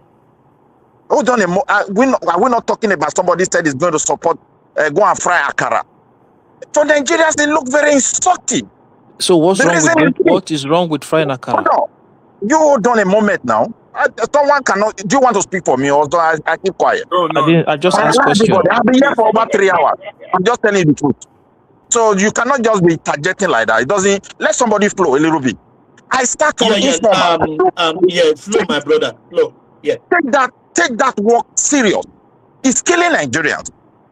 And if you look at our parents we were referring to, yes, they did it informal. Farming, bus drivers, whatever you can call it. Akara seller. Yeah. Akara seller. And they were happy with their job. But however, because of the suffering attached to it and the way we design our educational system, farmers believe their children will never grow up to be a farmer. I'm not lying. Bam. That woman selling akara believe in her life she will never sit down and allow her daughter to be an akara seller. Hairdresser the same thing, so the same thing. What happened? The institution that's supposed to put this economy together, those who claim to be educated, they were looting the economy, enjoying luxury life that their salary cannot even care for. And at the end, they ruin the country. Go and ask people. When they were having a single teacher, a family that managed to produce a teacher in Nigeria, the kind of honor they command those days. Today, you go there, the government cannot even take care of that. Because why? Everything dropped to that informal. If we really want to help Nigeria, like Madam said, they should come out with a plan. First of all, give Nigerians electricity, because akara you are talking about. Recently, my wife know how to make this thing for me very well because I love it. If there was a day she did it, I said, instead of you doing these things, like whenever I need it, why not do it so we put it in the deep freezer? My brother, we tried it. Since then, if she want to do it, she will do it plenty, put it in plastic bag, tie it and put it in the deep freezer for me. If I want to eat, I just pick it out and warm it from microwave and I start eating. It look fresh. What you are doing is not good for your health. How can you be microwaving your food? Don't you know that it's not good for your health? This is what we do in Europe here, because I don't think anybody is here that doesn't microwave food. It's not possible. We are talking about somebody who is preparing akara and be serving bread. You are talking about microwaving akara. Not because you want to prove the point of electricity. How can you be microwaving akara? hold on, I don't want to go there because I'm not an expert on that. You are a doctor. Maybe you can educate us why the What health I'm effect. saying, There's what nothing I'm wrong. saying, But you hold on a moment now. When you go, hold on, I'm going somewhere. When you go to or make a have this one. When you go to supermarket today, you go to their grocery area, you see frozen fish, frozen what is it called? This something that they put chicken inside that. I can't remember his name properly. Um, you see all this frozen food from all different kind of things. We just remain in a soup, akara. We cannot improve anything because there's no electricity. And then you have you're I will talking about never business. Wait, wait hold now, on. Midwest. The Madonna you are talking today, why we are not advancing, you hold on a moment. If we want to have those jobs that we criticize in Nigeria, if we are talking of development, that's the same job that is still going to employ Nigerians. Take it or you leave it. Because that's what we are doing here in abroad. If you're a trailer driver here, you are happy. You are a bus driver, you are happy. Dignity If you are even that catering, they have it large. All those food they cook inside supermarkets, there are factories that cook all of them. If they employ you there, you my Midwest. you'll be happy. For There's dignity in my own labor. submission is Labor. this. My own submission is this: globally, the youth of today want to make fast money. Even here in Europe, they are complaining. Parents are You complaining. are right. But You are however, right.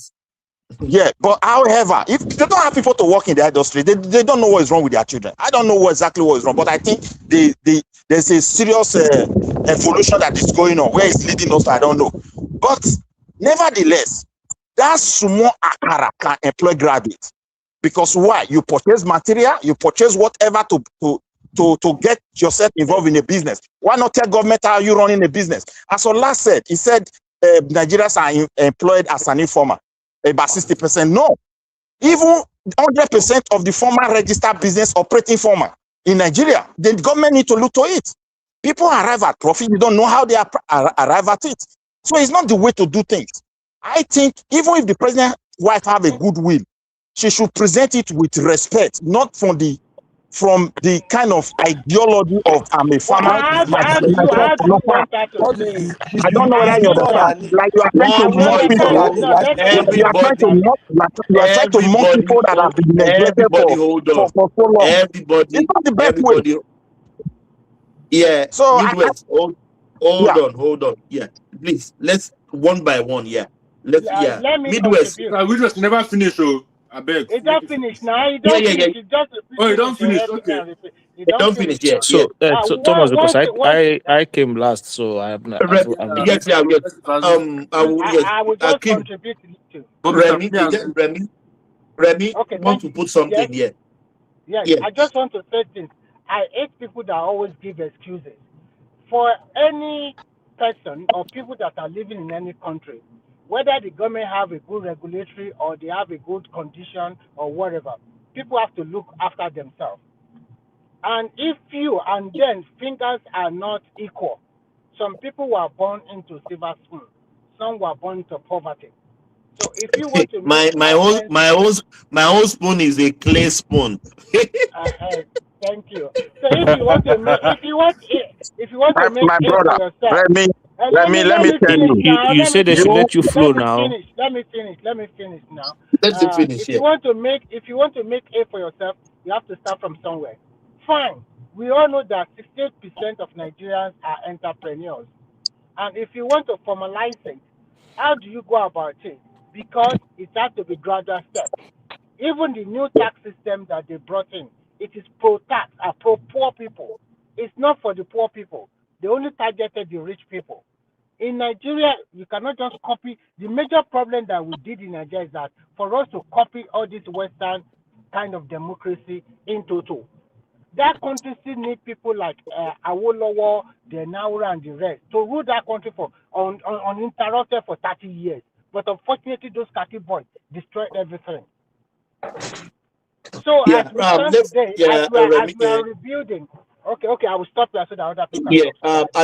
Let's hear from Akim. Akim, you have the floor. Yeah. Yeah, thank you very much, Thomas. So for me, the way I see it, I think we have this mindset of always being negative. Okay, so if you go to India today, You go to a country like India, you go to a country like Bangladesh, they have 24 hours electricity in this country. Okay.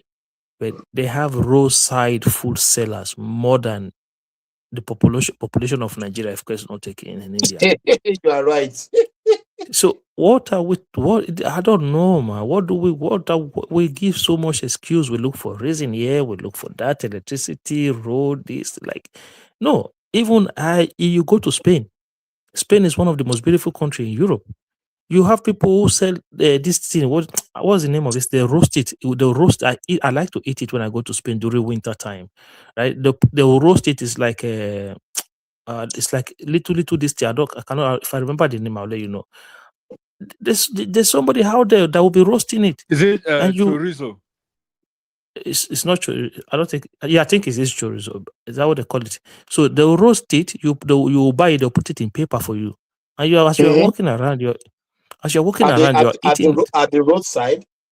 Yes, at the roadside in the Guys, see you tomorrow. Bye-bye. Mr. Patoski. Oh, see you, Patoski. Yeah. My regards to the family. They'll be roasting it, and you buy whatever you want to buy. Okay, people that are selling popcorn or ice cream on the street side, are those not street sellers?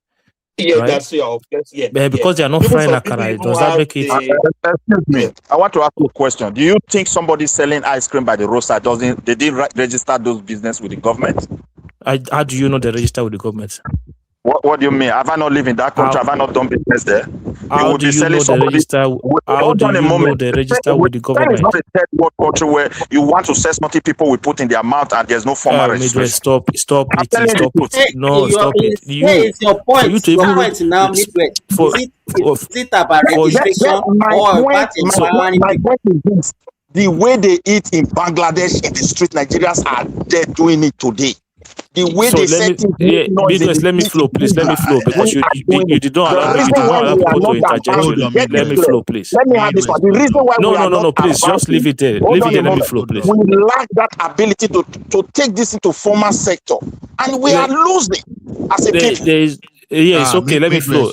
So it is not. You see, this spice here. We always think that because they are in Europe, so they must register a business. A business. Do you know what it is for you to what it means for you to call it a business? What it means for you to be a business or a sole trader. So not just somebody who goes on the street who is just roasting something. No, you don't register as a business. You might have a way. You might have a way of paying your way into the society, but that one is just a side also for you. It could be a side also for you. And you go to their markets. You go to a lot of their open market. These people have what you call open market, for goodness sake, where somebody will come with whatever they have, they will sell there. You come to UK, you come to Ireland. They have what you call car boot sales. Yes. They have what you call car boot sales. Okay, they have what you call open markets. All of these are form of informal sectors that they have. It's just that they don't have it at the scale that we have it, but it's everywhere. People do little things to support themselves. People do odd jobs, odd business here and there to support themselves. Some people just like the spirit of being independent as well. Somebody who is frying akara down, if you say you want to employ him, you say, no, I like the idea of being independent, of working for myself. Okay, people will roast corn to sell in rainy season. In December they will sell orange. They are making their money little. Why is it so that people's problem? Akim, in 2018, let me give you one example. In 2018, there was this man that I used to see around my farm. What he used to do is just to plant vegetables around fish ponds. And so there was a day I called him. I said, I've gotten a job for you. He said, how much? I said, 150K per month. That was 2018. Do you know what the guy told me? He said, he's not going to. Yes. Because he's making more. Because he makes more than that. He's making more than yes, he makes more than that. I say a guy left it to one of the engineer that work in my house, right? The guy is from Togo, came to Benin, is building houses for people. He bought land in Benin. They built his own house in Benin. Oh, in Benin. Okay, not Benin. Yes. Okay. Not Benin Benin. Republic. He's from He Togo. came from Benin Republic. Yes. He came from Togo to Benin City Okay. to find work. Today, I'm telling you, today that guy bought land, built his own house, These doing are the the same work. brick, These are the work that Nigerians abandoned. doing the same bricklayer work, doing the same bricklayer Akim, work. I beg, no Hello, vex. very Let me quickly. ask Midway one question. Where do you live? He lives in Sweden now. Okay, thank you. Hello, let me just, if you permit me to just quickly chip in something before I go. Is everybody hearing me? This thing, you know why this thing pay? You know why I get Is angry with this everybody thing, right? hearing me? Because I'm asking for permission. sorry, yeah, we can hear you one second. I just want to quickly round up. I just want to quickly round up, right? 1 second. Now. Yeah, I'll just finish one. I will finish 1 minute and you carry on. So you know why this thing get to me as a person, right? Because I remember when you are doing your thing back home, you suffer. These people will come to your site. They will demand for they will demand for ridiculous amount of money from you. You sit down. You'll be thinking, did you work money for me that you're just for no reason just demanding money like that? Yeah, they'll seize shovel, they'll seize a pan, they'll seize this. The people that are doing that came to site with their own tools, are they not human being? Why are they not like you? Why can you not also go to site and work like them to make money? To just come and say community, come and pay 240,000. Can I add something there? Take No. for example. Make us. Hey. Bishop want to talk, please. Thank you. Bishop. I'm here. I was listening. That's good. Yeah, we'll be beginning to hear from you. Yeah, you have the floor, please. I made my presentation and I was listening. Yes, I wasn't here that time. I made my presentation early. When we were doing the 5 minutes round, I made my that is small thing now. You cannot give us your let it be broader now. Yeah. The truth is this. I think the criticism, the harsh criticism for what the First Lady said, it's not coming from a place of genuine love for Nigeria or because the amount is small or because there are no poor people, even in our own families, that 50,000, 100,000 means we mean a lot to. It is coming from the place of bitterness, hatred, anger, and politics or politics. There are poor people everywhere in the world. People that live below the rungs of the ladder in every society. People that a very small startup, like what the president's wife is talking about, they make a difference in their life. I have listened to some criticisms. Some are just petty. Some are just outrightly stupid and ridiculous. Do people want to improve their life? Yes.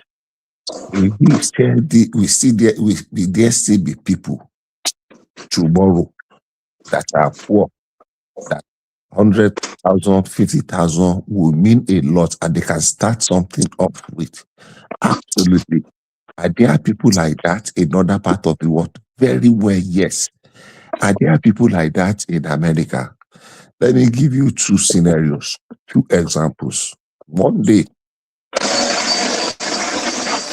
during winter, in 20, it's not me. I don't know where the noise coming from. Okay. One day, in one winter, a few years ago, I think I think it was immediately after COVID or before COVID. I was in Tennessee. I had a problem with my vehicle. So there is a dealership I needed to go to. And they were going to work on it. So I went there. They said I should have to come the following morning. So I went to park somewhere that I can, sleep and use a restroom and the rest before I go back to the dealership. And I was supposed to go there very early. The guy said they will come and work on my car by 6 a.m. If I can be there. So where I went to sleep, immediately it was almost around 5. I began to drive down. I got somewhere. I saw people queue up. And remember, I said it was during winter. And this was somewhere, one city in Tennessee. I'm trying to remember the name of the city in Tennessee. And the queue was long. When I say long, I'm not saying like 1 mile long. The queue was more than 1 mile long. People were there. Some people in their car, some people, Now food bank. that food bank. God bless you. In winter, people were queuing for. Today, I had a conversation with someone because we want to do cookout on Saturday, which is July 4th. And I spoke with someone in the church. Hey, there's a place you used to go and get something for us. So we made a call to people that I said, Nigeria, that is somewhere there. He said, we are late, but he will see what he can do. That they are actually sharing their food, whatever, today and tomorrow. But there is a lot of people that are queued up for. Some people, it's just a bag of potato. Just a bag of potato. Some people, a bag of chicken. Some people, and that is how some people live. And the way people queue up for this thing, when you want to share food in Nigeria and people queue there, some people will abuse them. Not minding that these people that are abusing them, even they themselves, they will collect to if I know too much see them. But because we like a fake life, we too like to deceive ourselves. You see people that somebody is giving 5 kilograms of rice, we want to insult them and abuse them. We see people, if you are sharing bread in almighty America, there are some cities you will go to, they will stampede you, they will rush you. Yeah, maybe they are more disciplined and decent, they will queue up. If you fall in the midst of some homeless people, if you live in California and you leave food, they go rush you. Or if you live in California or you live in Las Vegas, Nevada, I have been there. I saw what homelessness looks like. Some people will tell you they've been homeless for 5 months, 5 years. Some people say they will be living in their cars for 3 years. They are working. It's not like they're not working, but they cannot afford a house, a rent. So anytime you carry food to any parking lot, the way they will come at you. But in Nigeria, we begin to abuse because we are deceitful. So my summary is this. The energy we are wasting on having that conversation is not necessary. People are not making that complaint because they genuinely care for the poor, but they are only using the poor to further inflame their bitterness and anger. Bishop, sorry for cutting you off. A cousin, extended family, I gave her 150,000 to start a egg business. He will go to the farm, take it in carton. She's still thanking me till today. Absolutely. She has grown the business. She has got a kiosk. He's selling from a kiosk. He started from home. Absolutely. From home. Bishop. Absolutely. Please. No, Bishop. That energy is still there because some people that are looking at this thing from political angle, they are very wicked. I'm sorry to be saying this. It's wickedness because they are extending the confusion of the confused people. Do you know that even just little encouragement can leave some people out of poverty and their penury? Now, Nigeria is where we are so religious and we forgot that parable of talent. Yeah. You understand? Who were those people that said, who was the person that complained? Someone that got 1 talent was one complaining. Yes. You understand? This thing because I got 1 talent, that's why I cannot perform. And someone is saying 50,000 cannot live. Like, seriously? It's wickedness. I have a question to in ask. my house, before you ask a question, in my house in Port Harcourt many years ago, instead of planting flower, I planted bitter leaf, just as flower growing around my house, both inside and outside. The thing was growing. At some point, it now grew, that I have to go to be cutting it. Eventually, two women were always, they spoke with my wife that they want to come in and be buying it. I said, why would they sell bitter leaf and ugu leaf for waiting now? Me, they can't cut down because they used to have markets 2 times in a week. There's a local market down the road. These women will come and cut my ugu bitter leaf in the evening. They will go and prepare it in their house. They will carry it to market and sell every 2 times in a week for free, because me, I just planted it and my house is a little bit large. I mean, modestly high. So instead of planting flower, this hibiscus, I planted ugu leaf and bitter leaf on the outside, ugu leaf on the inside. And the bitter leaf grew very well because the land was good. The idea in Port Harcourt, River State. And they will come and cut, and they are very grateful. I don't know how much they make, but they are so devoted. One of the women, she has children. The children will come and cut it, because I told them just cut it neatly, cut it with knife. Don't just be using hand. So they will cut it before they come again. The thing will have, because it's already plenty. And they were making, I don't know whether it is 2,000, whether it is 1,000, whether it is 5,000. They were making from it, but that continued for a long time. So let's assume, without considering that they were making 1,000 every time they come to court. They did not say that 1,000 is too small, but they were so devoted to it and they were coming for it. And here we are. Some people are abusing people. People still sell pure water. It is not today that people began to sell pure water. People were selling pure water. They were tying in nylons back in the days. So people will go and use 1,500 to deposit for gala, and they will collect. Nobody wants to remain. Here we are in America. I know at some point I met some people. The one that shocked me past, there's this gas station job that some people used to do when they first come to the country.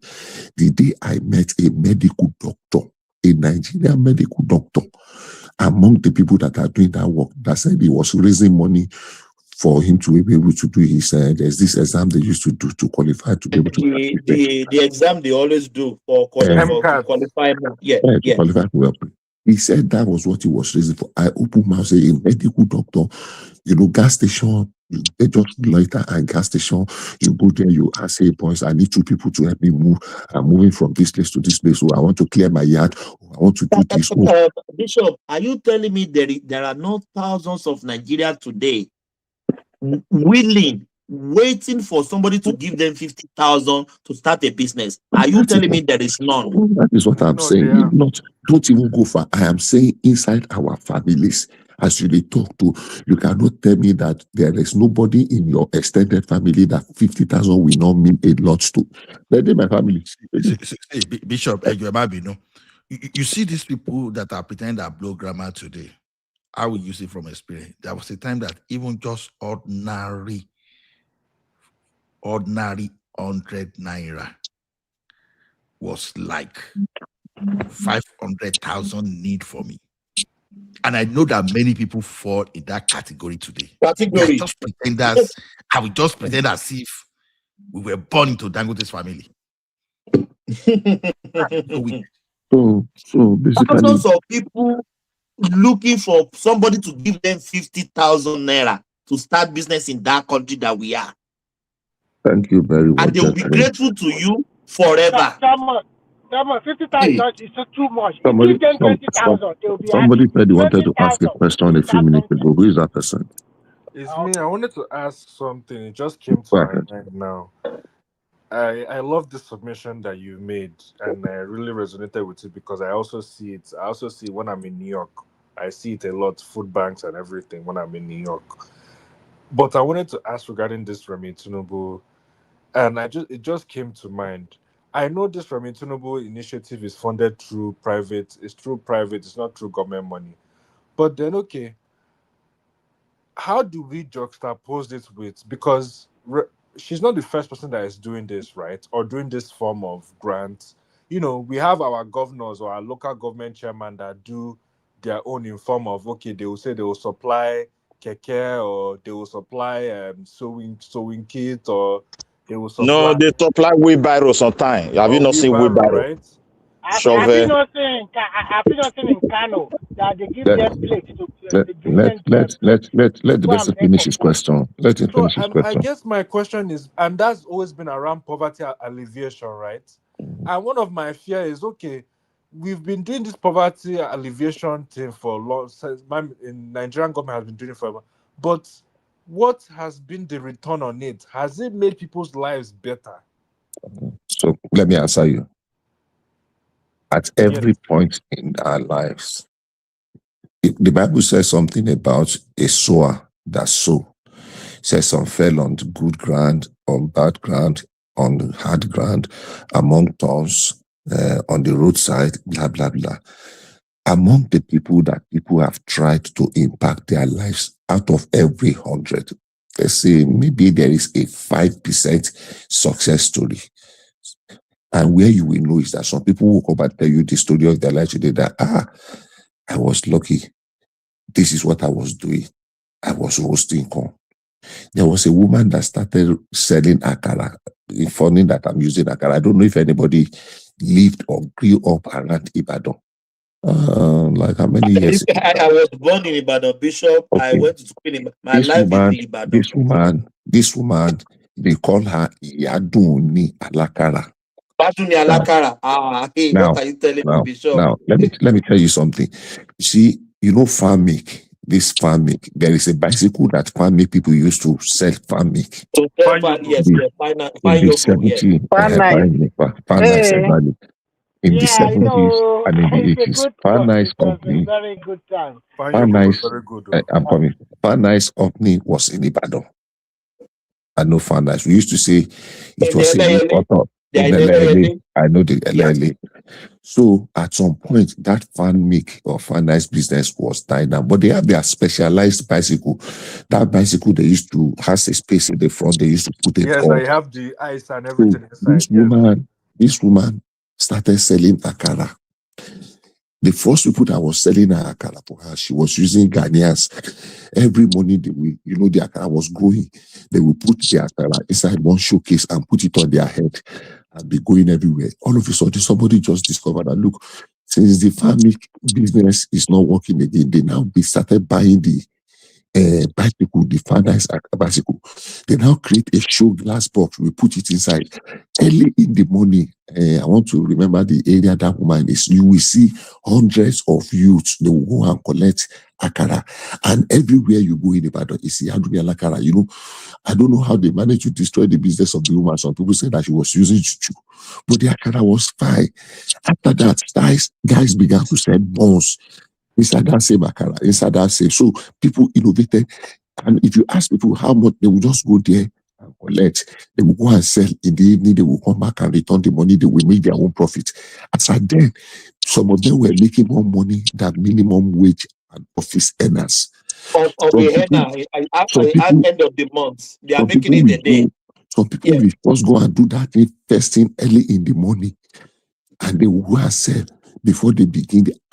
My brother, say her brother, I want to call him now, used to sell akamu early in the morning between 5 and 6 o'clock. Akamu, the one they hawk in the head, we go and hawk, then come back and prepare for school and go to school. That was how we grew up. Many people have story. I'm answering your question. Many people, is it 100% success rate? Maybe not. Is it 50%? Maybe not. Is it even 10%? I can't say. But I can assure you, go and ask one out of the 100 people, 5% will tell you their success story started from such humble beginning. Humble beginning. So the woman is saying that she has spent like social amount and she gives people grants of between 50,000. Remi Tinubu did not start that philanthropy today. If you know her, even as a wife of a governor, and I don't know who knows, whoever heard of New Era Foundation or this spelling bee that she was doing in those days, this spelling bee. So she has impacted. So she said that she has a foundation that gives people 50,000 to start petty business. Some of them making kuli, some of them making akara. So there is a lady that left America August last year, returned to Nigeria. Before she left here, what we know her was that she was doing zobo. She packaged zobo. The restaurant, The restaurant I ate today, I did not take the picture. The thing they served me in the restaurant I went to today, it is homemade juice with garlic, pineapple, with ginger flavor. And they are very healthy. Very healthy. And that was what she was making. She will bring it to church. People will buy it. Somebody still bring goat peppered meat asu to my church every Sunday. The guy will make it from the house and come and sell. One pack is $20. Wow. $20. So when the lady returned to Nigeria, that is what she's doing now to supply people for parties. Bishop, I've detected something in life. You can't go wrong with selling food. Everybody People must eat. You can't go wrong. You can never go wrong. So all this complaint and criticism is not coming from a genuine place. It is just coming that look who anything she says, let's run harder. The same woman said that people should cultivate and it is or have a wickedness. small garden in their houses. Small garden. Bishop, just tell me one policy of this government that they have applauded. Just tell me one. People that condemn net fund. Bishop, they condemn net fund. What said is going to reverse net fund. Let me lie to you, Bishop. Bishop, let me lie to you. The lie is about someone that decided to say, okay, this guy, he was working in a bank actually. So he got like 2 acre of land. But unfortunately, he invested heavily in stock and he lost almost everything he had. So that plot of land was the only thing he had. But fortunately for him, he fetched that land. So how did the story start? When he complained so much to his friend, when you went to this friend today, you borrow money, you bear, you understand. Everybody was tired of him. It was such a friend that the guy was just looking for him. Say, oh boy, if you carry me and just put me down like this, I don't get shishi to give you. But what I can give you is this. Can you go into Roma tomato farming? And that one said that tomato farming, what will I make from there? He said, okay, don't worry. I will give you IE tomato. Now, if I remember very well, I think the total cost of that IE tomato at that time, I think it was around 5,000 or thereabouts. The guy today, his last child, because the guy has 4 children, his last child is a 400 level. You understand? Then, so the question is this: did that guy become Dangote for being a Roma tomato farmer? He No. does become a Dangote. Was he able to achieve his purpose? Yeah. Because if someone has 4 children, you understand, one of them read medicine and 2 engineering, and the last one, you understand, is a 400 level. Now, would you say that guy has not achieved his own purpose without becoming Dangote? The problem with our people today is they always look at Adenuga, they always look at Eleganza. You don't want to stay within your distance. Someone that is living in Agege, that is how the country is wired. We have to speak to reality. Most of these jobs, they have dignity. Wait now, they don't respect them. They talk down on it. Let us be honest, my brother. Nigerians are working, they are training their children, and it's not only Akara, even job that is even more tedious than that. A lot of people are doing it. But however, are you finding it easy in Sweden? The last time I checked, the informal sector in Sweden is about 15%. So things are not perfect in Sweden. I was even thinking that when you say you register business, you do all those things, that there will be zero informal sector in Sweden. But I don't know what you mean by what is informal sector. What do you mean by informal sector? The informal sector is just like when you are a barber, you just open your shop and you just make your money without paying tax. You are doing that. Your business is not registered. Not in Sweden. You're not in Sweden. That is not allowed. That is leave story. I've just checked your.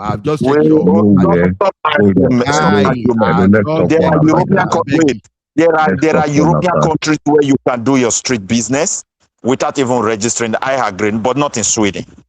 Get that one very clear. hold on. You know what they call informal sector? Come, let me tell you, street market in Sweden, you will even have a cash machine before you can run it. Ask anybody. But however, you can sell your own things on Sunday, Saturday, like all these petty. Hold on, no, they What do argue. you mean by informal of 50%? They don't tolerate it here. You go to jail for it. No, they argue. No, they argue. Don't farabale. You want to move out of your apartment today? I have a vehicle. Okay, you'll be looking for someone that will help you move this thing. And I say, oh God, I will help you. And I come and I charge you $500 for move to help you to this thing. And I collect that money cash. And I'm not paying any dime. Government does not know anything. That's informal sector. Don't just say this story as if that thing we call it on that G. It happens in Sweden. Don't tell me it's not happening. I just check. So like in Sweden now, if I go and buy car and sell the car, I'll go and buy again and sell the car. Go and buy again and sell the car. What do you call that? Hold on a moment. You have to register it. Hold on a moment. Wait now. If I buy a car, I go and sell. It's an informal. But when you say it's 50%, then that I can't take that. It's completely 15, wrong. 15, Yeah. 50%. Oh, he said 15, not 50. Okay. 15. Yeah, but it cannot even up to that kind of 15. Maybe we'll just say 5%. There's not possible. So what make you think that everybody that sells in the market in Nigeria they did not register their business? What make you think like that? The thing I'm trying to point to you is this: even registered business in Nigeria is run in an informal system, a way, and that is a huge problem. What does that mean? What does that mean? Example is limited companies that are in existence. The owners have died so many years and it's still a limited company. I think that's the one side. Yeah, you see a lot of limited companies that is in existence. They don't even function. So these are things I'm pointing to you. Midway, stop that. I have opened 2 companies here in Ireland. One of them is still registered with the company registration office, right? But I've never that company has never functioned one day. Okay, let me ask you a question. At the end of the year, you don't make report to your government there. Whether you do something I'm telling you, it's never functioned one day. It's never do you even make do you make a declaration? Let me learn from you. Do you make a declaration at the end of the year? Do you listen to what I say? I say it did not function one day. It's still registered. It is still registered. I have also registered a business that lasts almost a year plus 2 years, no function. But at the end of the year, what is this one is more than 10 years now. Okay, there is something I want to get from you. I beg, make I still learn from you a little bit. Hold on a moment. I make I ask this one, make I still learn for her. You go give me small time. Akim, hold on a little bit. Wait, Akim, at the end of not argument now. I think I say after this one. This bureaucracy is not the problem, but what people are doing for now. You hold on a little bit. Let me ask Akim. Akim, at the end of the year, don't you tell the government this business? They will not send you and say, okay, and then you not give them 0 because you do not do business, you don't pay anything. No, you do. See, this is where you get it. This is where you get it wrong. This is where you get it wrong, Midwest. So if setting up a company is registering a company is one thing. Then registering for taxation as well is another thing. If I can register a company, the company will be in existence. If I don't call the taxman or register that company with the taxman, I have no business with the tax office. Exactly. Okay. You see, I have learned something that I want to learn from you. You understand me? So simple. I beg. We are all here talking, and even in the business we are talking, we have sole proprietorship, which can be your own name. You understand? We have business can be you have a name business that okay, maybe you register as a sole proprietorship, you still be using Midwest. At the end of the day, it's still going to be your first name and last name. Then you have another business entity that is limited liability that you will call maybe a Midwest limited liability company. It's different from your sole proprietorship. And then you have proprietorship are the one that allowed that you must prepare your report at the end of the year and you report whether you do business or not. And but the one that is sole proprietorship, you are not required. Ola, no. Ola, there is wait now. Let's not argue over it. I have registered a sole proprietorship in Norway. I didn't even do anything there. it was almost a year plus, but I still have to file in for the report at the end, and then it was 0-0. So proprietor. So it depends on country. I don't think it depends on country, so it's not the same formula for everybody. Hold on. Sole proprietorship is like when you yourself, Midwest, you are filing your tax return. You are not filing exactly. as Start a your business personal entity. tax return. I see. I see. Now, they file my own business. Even so for I know Canada. For Canada, it's tied to your personal tax return. Yeah, so but no, when you're doing sole proprietor is still you, just in a company form. You're still liable. You still have liabilities. You're still liable, so it's still you. Is it not so proprietor or large use as an example? That is why I replied it, because I'm speaking from Midwest. Hold on, sir. Now, if I'm a regular visitor to auction now, if I keep buying Venku in auction under my own name and I use it for like maybe 3 weeks and sell, you understand? Maybe I manage to sell 12 of that in a year and I make 12,000. It's still like the personal this, you understand? That's what they call the informer. I did not set it up. I can understand, yeah. So now, there are many of those things in Nigeria. How many Okada people are in another formal sector?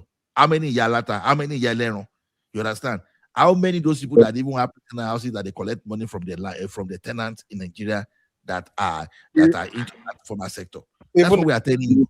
We are all saying the same thing. In Nigeria, it's almost 80% informal. It's not good. We need to improve.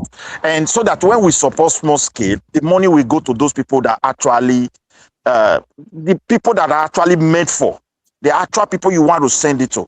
Because in Nigeria case, because of this informal, hardly before that money gets to them. Even the 50K you are talking about now, once you release the money inside the office, the 50 or 70% will just remain there. You get what I'm saying? But if we are dealing with only there, you don't start now. That is a different case now. Midwest. Remi Tinubu that is talking. You understand? It's not government that is giving the money now. It's not government money. It's his own private NGO money that she sourced. Charity organization. So don't even go there. Well, I don't even know how they finance our hospital, our office. I don't want to go there at all. So you can continue. It's just like Midwest now. Midwest now starts NGO. Now, everybody here donate to you, and you now make like 12 billion and you distribute it. Now, we are now talking about your experience of how you lift people up by even giving 50,000. You even everyone here as you speak today, you see someone from Nigeria that come to you that you will give as little as 10K. We do that a lot. I know that many of us do it a lot now.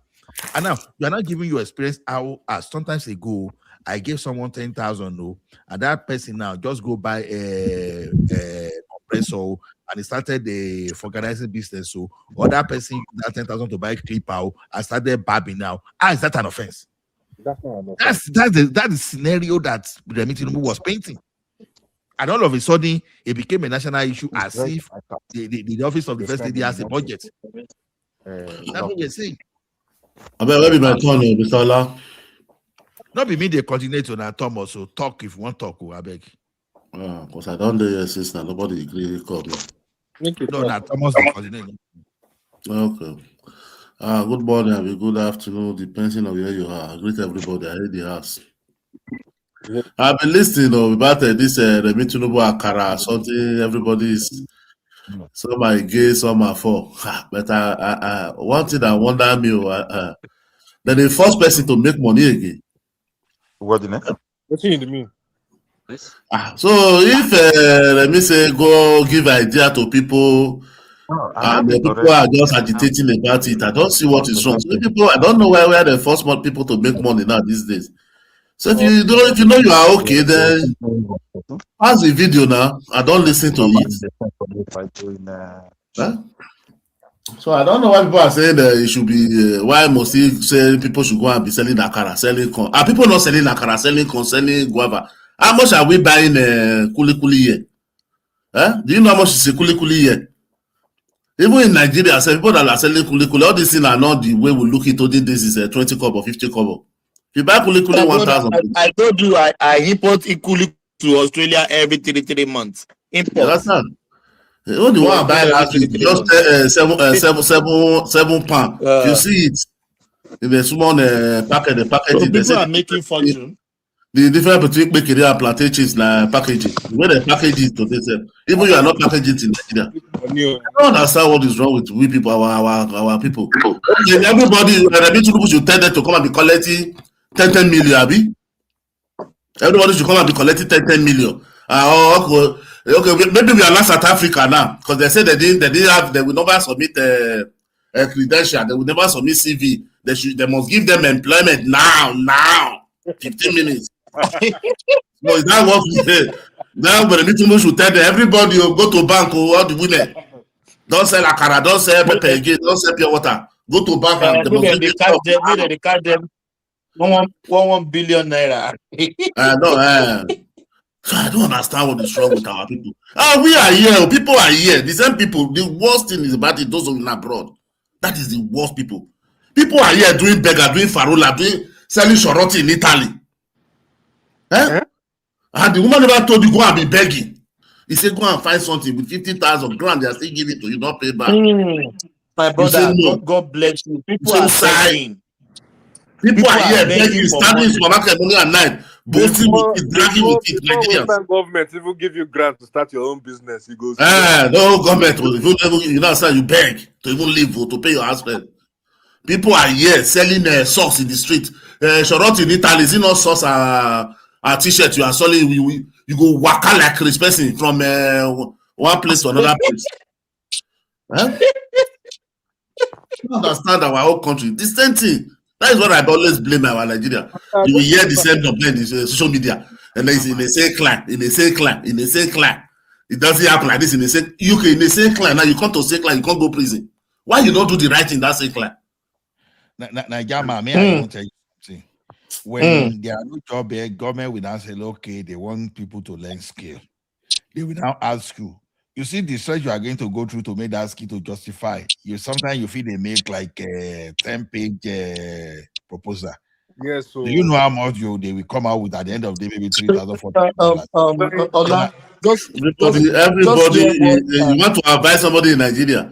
You are in diaspora. You know that this place is not Uru for everybody. People are here. They don't have a house in abroad here. People are here. They can't feed. People are here 20-something years. Before government give you $1. People are here. You know that they have not been. They can't able to go to Nigeria, not because they don't want to go. They don't have money to buy ticket for 20-something years. That year we have seen people here sleeping in chanting in Nigeria. Yeah, you be telling them in Nigeria, it doesn't happen. It's everybody that is abroad that have money that is living well. Nigerian, I fell in that category. So I will tell you. Sorry, how Ola, before I lost my thought, I just want to quickly. Nigerian, you see these people that are talking now, right? Even the ones that have passport, European passport, that have a job, they are still sharing their house. Yeah, they are still sharing. Yeah, you are right. They are still sharing their house.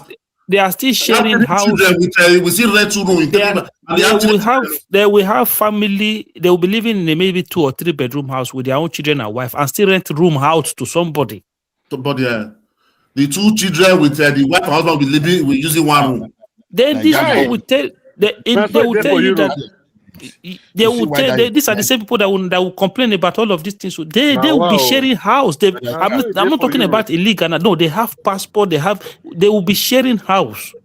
I will tell you where I've never visited. I don't just wonder for Nigeria. You bring state police. We have been complaining of state police. They brought state police there. What kind of people are we, safe? They brought state police. Nigeria have been clamoring for state police for years. State police come for weeks. Tell me. If they tell me that Falana will come out, if Femi Falana will come out and criticize state police, I would say never. That can never happen. I was shocked. Governor will use it. The federal police are not. Let us have it first. Everything you test it, then you are made. Let's have it first. By next year, after we see the error. It doesn't make sense. It doesn't make sense. If you say Tinubu want to use the state police for election, but is he not the one that currently control the federal police? God bless you, my brother. Is he not the one that controls the federal police? Is he not the one that controls the federal police? What can he do with state police that he cannot do with the same federal police that he currently controls? I beg you. No, now the same way I take this shock when you are here Falana, but later anyway.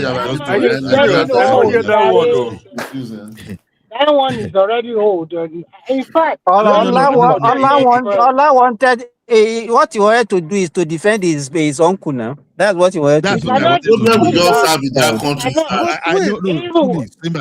Even when he went for gubernatorial election in Ekiti, what did he get? Hold on. But Femi Falana, when they go different countries, they go they fight kids for they lose now, they collect their this is kind problem, eh? This is kind thing that's lost. People will tell you they give them £20. Hold on, Nigeria man. Now that Femi Falana I take cash because let me tell you one thing. Femi Falana made us know several times that some of his cases were sponsored, were paid for by some organization. Yes, exactly. And some people are saying he makes lots of money. He's not getting money from foreign this thing. Let those people go and look at themselves in the mirror. No, Mr. Allah, that one, I didn't do my research. You know how much where I want to collect money well. All of them are the same. Look at Ozekome today. Look at Ozekome. They don't remove sand from Ozekome will condemn government, condemn corruption. Look at him. Jesus Christ. They don't catch that one now. Look at him. They don't disband already for long. They don't collect the license. Look at him. No. They remove sand. It's the sand that. Okay, sorry, they remove the sand. Okay. It's good. But that one too. Remove sand from his place, like to go and die. I always say that. It was not common. No one of people that used to deceive Nigerians about corruption. All of them. Look at them. I'm like, the Igbo favorite man. That's the man that said the truth. When Mr. Allah, you see that show? Problem, man. He received funding from Ford Foundation. Ford Foundation. Yeah, I will say that the property in the UK because of that. Man, that's what he received from grant. And do you know why they give him grant? That because he's organizing protests. That's what they give him grant. You know the funny part of it now is that they are creating a new generation of their type. Money. They are creating a new generation of their type because you see that day I was watching a video, right? I saw this Peter, whatever they call his name, and Mama P, and they were protesting. What is the name of this your brother? And what is the name of this guy that is supporting? That said he is the spokesperson for Obi now. Okay, Zakaria Idris. Is now an important person in Nigeria. The Rise TV is now inviting Nigeria economy. Hold on. I want to talk about that option A for the uncle. You see that's your Ozakome. You see that Ozakome, You understand? You see some lawyers, I don't follow them since that 2014 conference. You see, when they were paying some people, Bakoba refused the money of that conference. He said he didn't want it. Yeah. Tunde Bakari refused that money. Yeah. You understand? But Femi Falana collected. Now, Femi Falana now went to say, if Femi Falana say, even I will prefer to even donate it to charity, that because if I didn't connect, that some people will still go back and collect that money. And that money will be on his record. Okay. But you see that Osakome, he collected money. And not only that, I started to be corrected though. Now, not only that he collected money, you know what he did during that 2023 election when he was fighting that you needed to win that 25% of that Abuja for you to become the president. Knowing there was a Supreme Court declaration that cleared that thing before. You understand? When you see a lawyer like that trying to just argue for political party, just to he was trying to please the obedient people now. He was trying to make money. He was trying to make money out of their misfortune. Yes, you understand? He was trying to make money, and that is where I'm afraid of some lawyers. So that Osakome is your brother anyway. You cannot push it. And I know, like the Midwest like him very well. Now your uncle. So go and deal with your people there.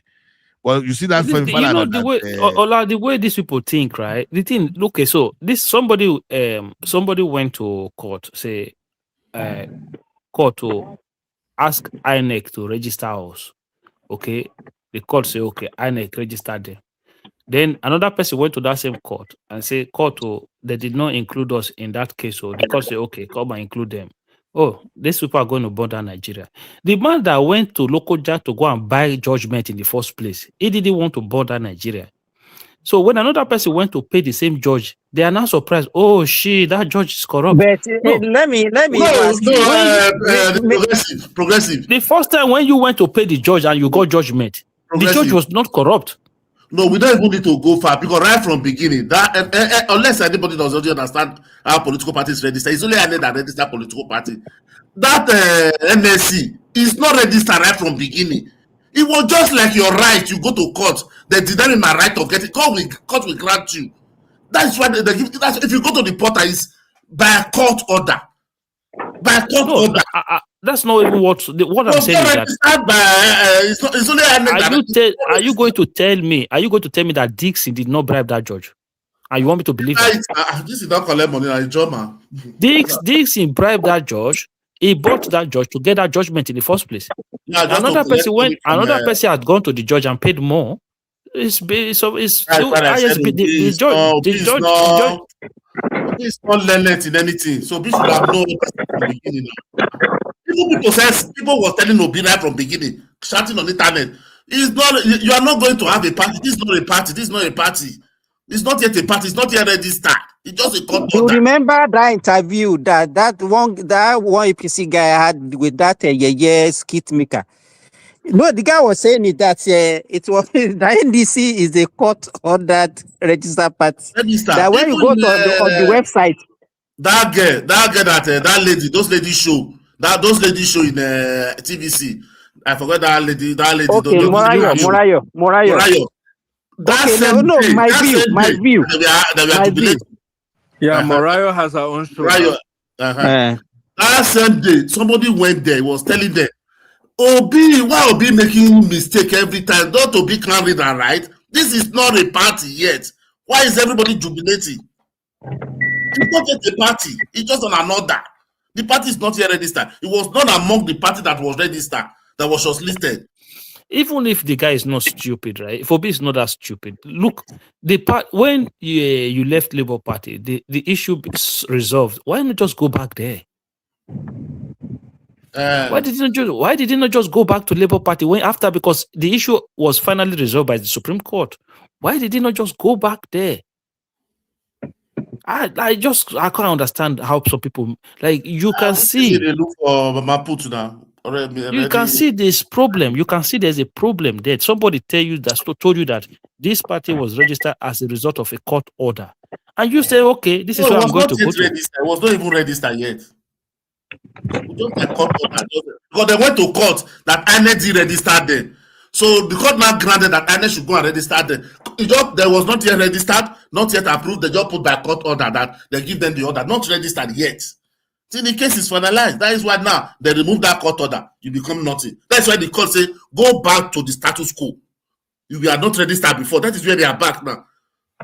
You know the funny part of this kind of case is that they cannot even say they want to accelerate hearing because it's going to be a normal judgment. Nobody send you, It's just they can apply. They can apply for that. They can pay for it acceleration. No, they said they are going to appeal it. They will pay for the acceleration of the appeal now. But there's no way they are going. But the Court of Appeal will also tell them to go back to the High Court again. Exactly, that's what I was going to say. No. This one doesn't need to go back to High Court now. No, because the case, what they are saying is that they open the case. Don't be wicked now. Let them contest now. What is your issue? Okay. I want them to teach them a good lesson. The rule of law must take its place. If they cancel that, they cancel that. Everyone will not fall. So we must learn to do the right thing. When this man is jumping around like that, why pity him? Don't pity him. No, see one thing I hate about this opposition. When Attorney General said they didn't meet constitutional requirement, when he said it, everybody was saying, hey, it's Tinubu. Nobody, none of them come and say, okay, what is the requirement to to register a party? None of them read it out. They will just carry emotion. Both their supporter, both those who doesn't understand. Do you know, out of more than 100 political associations, more than 100 political associations that want to become political parties, how many did INEC register at the end of the day? Only two. Only two, yeah. Only two. Only this entity by court order that made this requirement. Let him go and meet the requirement. For API and the rest, they should change them. It's not good. Let's learn to be following rule of law. Let's learn to be hardworking and do the right thing at the right time. If we want that country, this is not collect money. I will return money. I will not return money. Let me I don't know. No, this is return money for where? That one don't go now. No, the money no go. The money no go, Remy. They will contest. Don't worry. Yeah, but look, what I don't. They are lucky. No, wait. They are lucky. What if they finish? If they finish like Sanfara, after they are finished, they are won. That they will not before the judgment that come, everything will just waste. Yes, so all their position will just waste. They will just annul all their position. That's what I was past now. Yeah, but you see what I don't understand is that what I even thinking is even Tinubu camp himself, they will want Peter Obi and Atiku to be on the ballot so that the opposition can divide the vote. No, they don't even want. Look, if I was them, I would not want any of them to be on the ballot. Why would I want them to be? Is it my job to want them to be on the ballot? No, it's not my job to want them to be on the ballot. Why are you so wicked? No, it's only in Nigeria. Person will be telling you feed your enemy, give us small food. Like, why would I? It's not my job is for them not to be on the ballot. If I can kick them out, I kick them out. For me, you can see these wicked people, eh? What this but this is how look. If you, it's almost like you go in the ring now. You're asking your opponent to protect you. It's for you to protect yourself. Akim, do you remember Peter Obi said Tinubu supposed to strengthen the opposition? Stupid. That man is too dumb. He said the job of the presidency is to strengthen the opposition. I said, did he win the second time? Was it not ring by Jonathan for him? Only 38%. 62% didn't vote for him. It was ring. People were swearing for him. All the women. What Jonathan did was swearing for Jonathan. They were cursing him now. Ojuku had to be coming. Ojuku was sick that time. Yeah? Ojuku never allowed. Ojuku said no. This none of them went to beg him in Enugu. They have to be flying Ojuku. He won by emotion. Ojuku will be coming by helicopter that time, was telling them the only thing they would do for him is to vote to be. That is the only thing they do for him in life before he go. That emotion. 68% rejected Obi. Go and look at that result. Obi is not a strategist. Because if Obi is a strategist, number one, before he even moved to tomorrow election, wait. Before he even moved to NDC, I would have believed he would have done his checking and balancing. But it's just jumping from one place, from ADC to any normal person, to be honest, that's not asking for advice from a madman. He shouldn't have even joined. He shouldn't have joined Atiku in the first place. Because Atiku was the whole issue in PDP that scattered that PDP initially in the previous election that made you and Wike went your way. You went to LP. Okay, all well and good. You still didn't master the game to resolve the issue in LP. You ran away. Then the only place you can now think of is to go and join Atiku, Malami, El Rufai, Amechi and Co. Now, not seeing opportunity, you ran to NDC.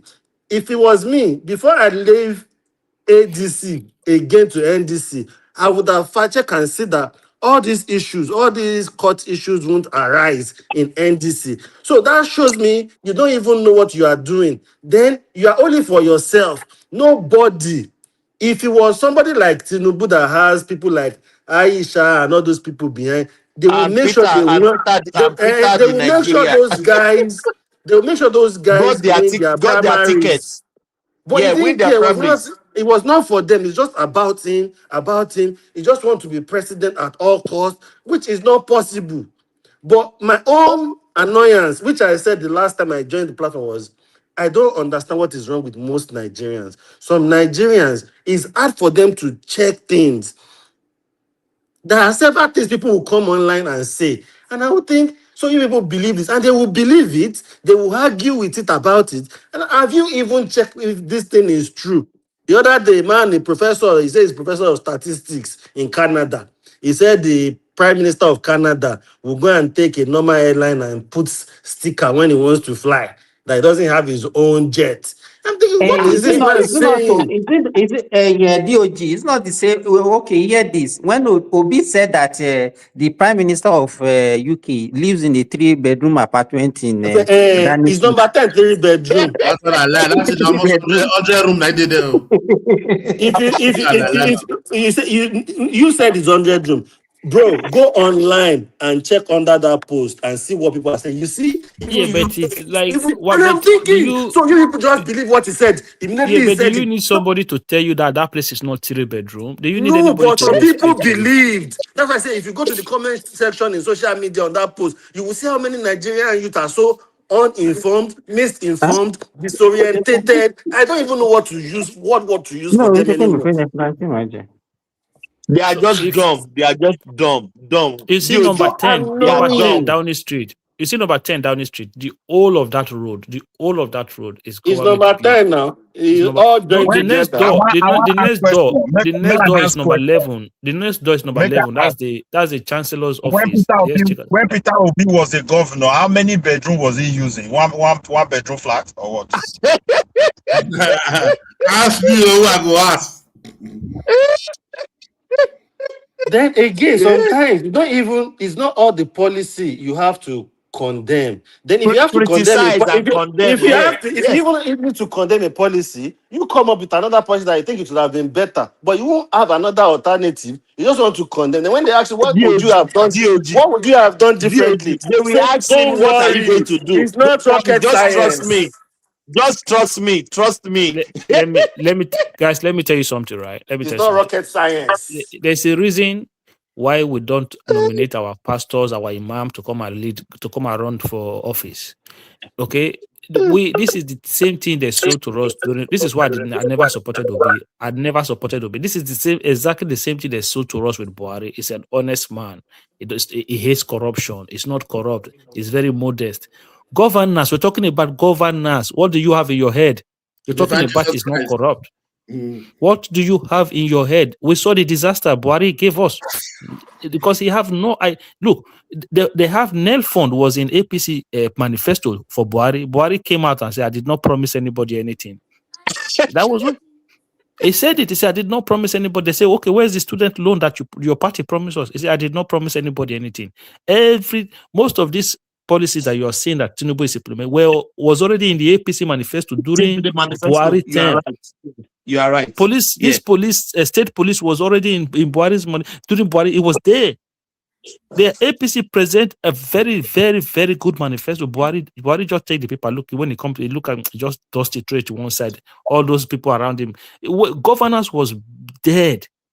No reforms. The whole idea of APC coming into government was to reform the system. Nothing was reformed. Thomas, how many hours do you want to shut down? Let's talk about 7 hours. Yeah, we have 30 minutes more. Yeah, I think anybody that came in late, they should speak now. Arogidigba is at the let's hear from Arogidigba. Arogidigba, how are you, my brother? Are you there? It's not there. DOG. Yeah, Arogidigba is not there. Yes, it's to Niger. To Niger. What's he doing here? Now. What's to Niger doing here? Since where I thought. Let me put Two Niger is our brother. Two Niger is our brother. Two Niger that they beat him here. They beat him here, black and blue. He went to the other side, started to go and be complaining. Enigmatic You beat know, him black and No, blue. He went to the other side, start dedicated complaining. a show. He dedicated a show for that now. That's what I'm I saying. want to ask He dedicated you, a show complaining about the beat Enigmatic gave him. Yeah. All right, may I all ask right, you all something? right. Can I have my say, please? Let me see. Um, Let's hear from two Naija, no interruption. Let's enjoy our in for a couple of minutes. Yeah, how are you, my brother? Ndewo. I'm fine, thank you. I'm fine, thank you. Greetings to you, the host, and greetings to the panelists, the chat, and to the viewers. Yeah, just to Thank you. recap, when I went on did that show, I could have really bumped a lot in, but I did get some complaints, and people had to rein me back. But that said, regarding the subject matter that we are discussing, I think the reason why people found it a little bit unseemly for the president's wife to make some of the comments that she's been making. Recently she talked about giving party members cars and stuff like that, and then the Akara and Kuli Kuli business, which on their own individual things are not a problem, but the position of the individual makes it an issue, because she's the wife of the president that has been entrusted with a kind of taking Nigeria to a new level. That's what leadership is all about, isn't it? And when you're in such a position, and and then they hear you talking about mundane accomplishments, they begin to wonder, why is it that you are talking about these things in these terms? Because maybe you should be aspiring more for your people instead of talking about kuli kuli and this thing. You're not teaching your people how to learn technology. You're not telling them that, okay, this is how many children we have taken and gotten into AI and stuff like that. So it's almost as if we are still living. Can I, Chinanja, can I interrogate some Let your him talk. position? He just came in. Let him flow. Arogidi, I'll come to you next because we even have like a couple of minutes to go. So Nanja, are you still there? I doesn't have network. I will continue. I think Arogidi, I think Nanja dipped in. Okay, you know, good morning, You know, good morning. I greet you all. I've been following for a while Bishop was speaking and then whatnot. So I think I listened to someone say something yesterday, and I heard Tunaja speak about how many people have learned AI and whatnot. And it is education is great. I'm educated, but I think we diminish it in your accent. Go on, I'm just joking here. Well, I'm just saying that I have formal education, at least to the tertiary level. But what I'm trying to say is this: I can hear you. Yeah, me, I can hear you, unless you cannot hear me. Can you hear me? Can you hear me? Yes. Okay. So the issue is this: I think we should not diminish the importance of small and medium scale enterprises. If the wife of the president has said, "Oh, I helped some people establish catering businesses, and now they are doing big catering," nobody will look down on it. But because it's akara, kuli kuli, epa, dankwa, but the fact of the matter is this: these are legitimate businesses. These are legitimate businesses that can turn a profit. These are legitimate businesses that can turn a profit of at least 1 million. People can go from a small enterprise to serving. I mean, think about it. If you are serving 1,000, 2,000 individuals a day at a rate of 200, 300 naira, please do the math for me real quick. And let's say you do a 20-day working month where you're out there 5 days a week working, you have your weekends off. That's 20 days in the calendar month. When you do the math and you look into the fact that the Tinubu administration with their new tax policy have actually put a threshold at which people who are earning, then running a business, then start to pay tax. Corporate or what? Well, you are coming in and out, Student. Sorry, I don't know.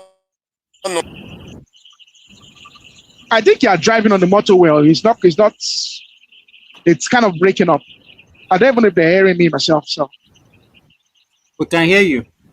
So I'm just trying to say that when you do the math, people are actually turning a profit, and people can actually live a legitimate life and take care of their needs from this business. There's nothing bad about running a small scale business. There's nothing bad about running.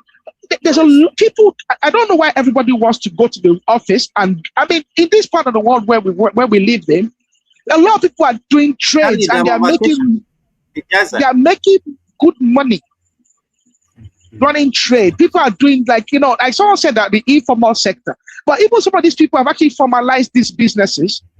But these businesses, they have a lot of manual inputs. What you can say is this. For me, what I can say is this. Maybe we should look at the fact that we need to help these people so that they actually have a pension plan. So that when they are running these businesses that have a lot of manual inputs, when they come to a retirement age, they actually have a pension they can follow as well, a state pension. Because Nigeria still does not have a proper state pension. What we really have is pension for people who have actually had a formal job. A lot of people that have worked in the informal sector don't have a state pension of some sort to fall back on, even though they've also contributed in terms of taxation one way or the other. So I think the Tinubu government have taken a good lead by doing a tax reform. The tax reform has actually then helped individuals who are actually earning below a threshold to be exempted from taxes, so that they can then actually come into the tax brackets by increasing their productivity. I think it's at this stage in our country, in our life of our people, where we need to look at productivity, how to boost productivity, but at the same time, we should not denigrate labor. Because when you say that frying akara is a bad thing, what you are saying is this: if you cannot get a job as a young person, well, you should go and do Yahoo. Because I was listening to a lady there on the Honest podcast there just this morning, and she was bringing us to the realization that a lot of young people do not see Yahoo as theft. A lot of young people are engaging in insidious crimes. Why? Because they do not understand the dignity of labor. Not everybody is going to be a Dangote. Not everybody is going to be an Adenuga. Is it that Ezine or what is that name? Is she the one saying that? No, the other guest. I only just watched a snippet of it. The other guest that was speaking to that extent. So I'm just trying to say that we need to actually promote the dignity of labor. And the only way to promote the dignity of labor in the country we need to promote the dignity of labor. And it does not help when people are denigrating people selling akara, selling kuli kuli. There's young people that have heard their stories. Let me just land. Yeah. Okay, go ahead. Yeah. I just want to put it. I said before you came in, I was telling people I ordered from Nigeria kuli, dry fish from Nigeria to Australia every 3 months. Some people are making fortune selling kuli. My neighbor. But hold on, can I just have my say before you close, because you have due to finish 7 hours, isn't it? 7 hours. So, yeah, we have 20 minutes more. Yeah. I don't know why my audio is being funny. I don't know what was the last thing you had from me. Yeah, but Tunaja, you're still going to be in the backstage, no? So I don't repeat myself. We can be in the backstage later. Yeah. Tunaja, let me land. Let me land because we got broken up while starting. So maybe it's better if I land and then you can take it away. I'll give you a landing place. I think we shouldn't denigrate the dignity of labor. Okay, my neighbor. Okay, the husband is well-to-do. The husband, they are making 6 figures. They're doing very well. The lady is selling kuli and all sorts, and coconut chips and all this. She's bringing it from Nigeria, packaging it and selling it. They are not broke. They live in a house that is worth. They live in a house that is worth more than 600,000 euros. Okay, the husband just bought a brand new car, paid about 100,000 euros for a brand new Jeep there some weeks ago. He bought a car. They are not broke. They just bought a house cash in Nigeria. Tens of hundreds of millions of Nigeria. They are not broke. I have a girl as well that used to work where I work. She had a lovely job as a Q&R, okay, quality and reliability officer. Fortune 500 company. The girl stopped working to go and be doing cocktail drinks, pre-made cocktail drinks. From there, she started small. From there, she's now in a few shops. I can hear you. You know, let me tell you, we don't need to overflow this issue. Anybody that want to see negativity in that statement, let them see it. The one that can take positivity from it, let them take it. Kalas, just leave people with the way they behave. There is no need to be. Let me even land by saying this. My own grandmother, she was not my maternal grandfather. She was not properly educated. I don't think beyond. I don't even think even. She died in '98 and she was already so. But she wasn't properly educated. Okay, but she was one of these theologians. Okay, and from there she started small in Agege. From there they came to Ibadan. From there she was doing meat. She became a big meat seller. She sent my mother to school. And our husband, my maternal grandfather, passed away when she was very young. But at that stage, she already had four daughters. Three girls to my grandfather. She raised my aunt, my mother, and my two aunts. And even she raised four girls. With the same business. From selling asho, from selling meat. And she built a big house in Bodija there. She drove a good car. She lived a meaningful life, but she started from a small beginning, selling meat, selling stuff like this. She started from a small beginning and she became someone. She became someone, and all her children are people. My mother married well. My aunts married well. All her children married well. All her children did well in life.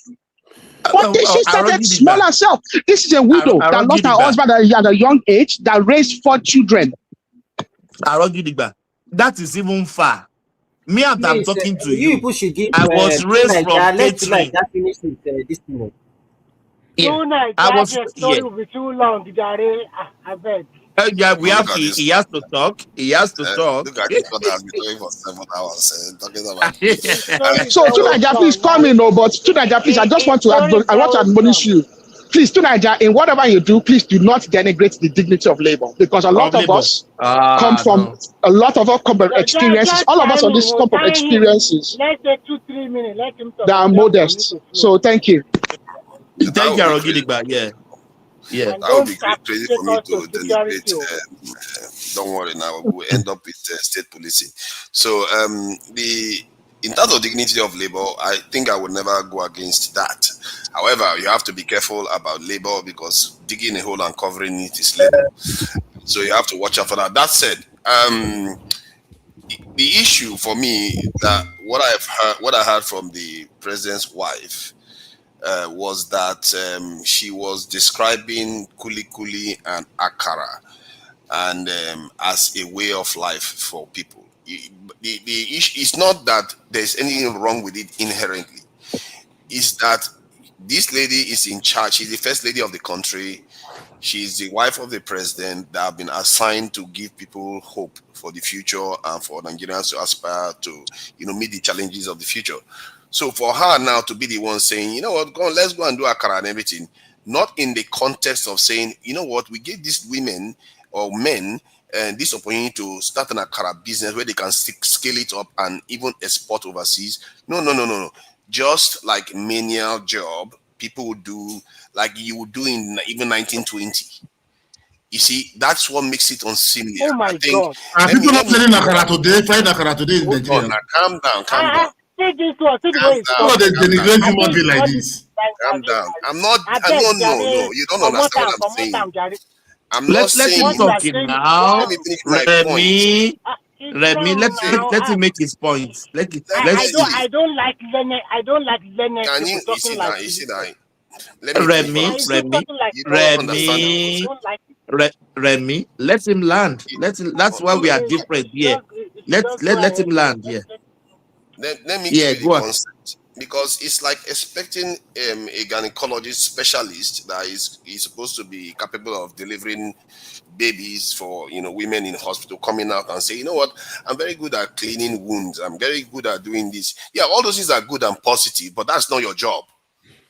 Your job is there to actually, they entrusted you now to bring the next generation into the world. That is what it's all about. So I'm not saying the idea of frying akara is the bad thing, but remember the position of the person saying it is the position that says, hey, it's your job to scale these things up so that we start exporting these things. Where the one in India that is importing, it doesn't even have to import it. We are selling it all over the world already. So that's how you came across. And personally, I see that with the Nigerian political space a lot, where they give people rice, they share meat. It's like, what are we? Are we like in the 18th century or something? I'm not even sure during that time they were living in this kind of pathetic situation. So that is what makes it unseemly, and that's why when people criticize it, people think they are saying, "Oh, it's a bad thing to help somebody get start a small akara business." No, that's not what it is. It's just that their job is to actually scale this up, to train people to become AI specialists, all the sort of great things that are going on out there in the modern economy. So my mama will David, then I go try to become AI. Many Nigerians so my grandmother in the village try to become AI. Many Nigerians are passing AI. I'm not She didn't say young children, no, she said women. She never mentioned young children. Market women. Market women. That is what I was saying. Women. Who doesn't have anything to She didn't say youngest. She didn't say adolescent. Please. Market women are well equipped to scale things up, not for them to remain where they are. So who doesn't have, will not start from somewhere that you be parabolating all over the streets. I don't have any problem. See, you are making the mistake of thinking that I'm saying what she said inherently is wrong in terms of trying to help people. There's nothing wrong with trying to help people. But the person saying it, and like I said, the position of the person saying it is the issue. Like, that's it's not the same first lady that was giving money to Ichiche nursing school the last time we saw. Can I ask Naija a question? Can I ask you a question? Our mother now is problem. Naija, can I ask you a question? Yes. Naija, do you think that because I studied AI and I'm an AI engineer, that inherently I am better off in terms of humanity? I'm not talking about financial. Even in finances, there's AI engineers that are not doing as well as people selling akara in Nigeria today. Do you believe that? Depending on the akara business now, and depending on the AI, yes, of course. So the person doing akara business, the person doing akara business, is it necessary that they started at the top of the chain in the business? Could they not have started small? No, they don't have to. They can start small, of course. Okay, so we already concluded that it is possible to start an akara business small, to grow the akara business, and ultimately to be doing better than someone that's employed in a Fortune 500 company. Have we agreed on that? Yes. Because because Koshcharis, for instance, Koshcharis started small. To the best of my knowledge, Koshcharis is not formally educated, and Koshcharis is one of the wealthiest business people in Nigeria today. Minimum wage is 70,000. If you are getting 5,000 in akara for 20 days, only 20 days, 5 times a week, you are having 100,000 naira. You are more than you are more than even serving as a civil servant. So the notion that the government should focus all their efforts in developing the population, in developing everybody to study AI, and those people that choose, because not everybody wants to be an AI engineer. Some people just want to run business. So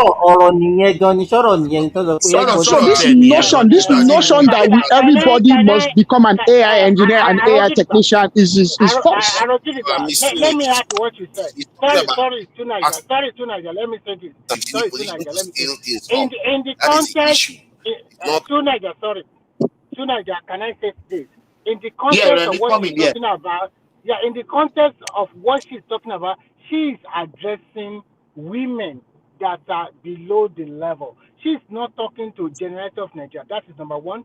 Number two, the program she's giving them grant for, it's not a government program. It's a personal stuff. It's a personal stuff. It's an initiative helping people. So you cannot tell me that she was appointed. She's just a, that Yeah, she's just a it's wife not of doing the it at president. the capacity of the government. Yeah. It's not so for her to be talking that way, and you guys you are just talking about everybody of us in this platform, in your family, extended family. Don't we have people that are selling pap or selling pepper or selling this or doing that? Well, and Selling you pure just come to water. this and you'll be talking, you showing your Talking tuna. yogurt. No, look at that. You Look know at what? that. Yeah, This guy it's say, true yeah, now. no matter what he said to you, you will Hockey never agree charger, that. hockey Yes. pencil. Yeah, yes. Now look at this two See, Nigeria every time showing shoulder for Tunaija, nothing. Tunaija, And do you then they acknowledge are that? Tunaija, can I ask you a question? Can the I way ask you you are another doing question? that is so Can I ask low. you another So, question? Do and you I know it's not acknowledge, Tunaija, do you Remy, hold acknowledge on there. that? Hey, I'll get it Do back. you Yeah. acknowledge that all the boys in Alaba, okay, learning work with their orga? Do you acknowledge that all of them and all these wealthy guys up and down in this east southeast, are they formally educated? Are they formally trained in their jobs that they're doing? They are trading. No. most are not. Many doesn't have Can I ask you? shop. They are To Nigeria, boys. please don't cut around the Big bush, okay? customer, they give Are you they all the formally educated? Are they AI engineers? Are they AI technicians? Are they not employing labor, growing Labor, business, yeah. growing But that Trading, doesn't business, mean that's trading. what and you desire. and That if doesn't mean that's what if you a I desire. want responsible to ask, government, I want to ask you like that question. Hey, If hey, you everybody know, say hey, I want hey, to produce hello, our food, is it AI that we are going to eat? Is it AI that we are is going it to how eat? they are going to Are we not produce going to our eat No, it? look food? at that. No, Something now like we buy talking bag about of what But rice. wait people for really I like. feel like that. the thing about If it, I think this everybody come AI to thing now is AI, taking the going to world, is produce taking the our world by food. a storm. I But it's work in not a only company. AI. There are other areas too To that can Nigeria, meet to Nigeria, to Nigeria. I in work in a Nigeria now. high Like in technology. Nigeria now, let me say this. Like in Nigeria now, we don't have anybody that is doing fresh milk in Nigeria. So Nigerians, why the don't you diet do? of Nigerians We do have people doing are fresh milk. That's my a lie. friend. We have No, people no, doing I'm fresh telling milk. you, I'm There's actually just not the telling volume. you. We do. We Yeah. have people doing fresh At milk. least The volume, you can say that the volume, and that's an opportunity for you. So why don't you go and do it? You I'm know that telling you now, you know at there's the least opportunity there. Why don't you go and do it? To Nigeria, I don't know to why you are being Nigeria, look, defensive. to CBN actually Nigeria. has a program to help people that want to do fresh milk to develop their farms. To Nigeria, giving that money out, I agree it is good. But when you look at the working environment, the condition, some are very inhuman, and the government have to improve on it. That's what I stand on. Somebody must fry akara because you must eat. Somebody must farm. Everybody cannot be AI. You understand me? Not everything you can put AI. Midwest, me, I like akara. Anytime I go to Nigeria, I go to akara joint at night. I eat with bread. Why I disagree with some of my panelists, the way they analyze it is that for me, there are critical things we need to do to improve the life of Nigeria. Nigerians are enjoying too much free things. Those who actually pay the tax are the one Remy wife, the president wife want to go and help. Because if you go to market today, they are buying various kind of useless tickets, and individuals are pocketing this money. And every day they pay, they don't have healthcare, they don't have pension, and at the end of the month, some of them pay close to 20,000 naira. Midwest, as we are talking today, I Midwest, listen to this. want to advocate Midwest, for a change. We should regulate all these things. Midwest, listen. As we are Midwest, talking that today, what you are if you want saying to, is a sorry, different Simba, it's a Simba, let different me give topic this information entirely. out. Simba, let me give this information out. As we are talking today, 250,000 Nigerians can register their company free of charge. As of today, free of charge. That is a new government initiative. If you are talking Mr. about Remy, do you know that in the last quarter, the number of registered companies has actually beat the record number of registered companies in one quarter. 300 and something thousand have registered in one quarter.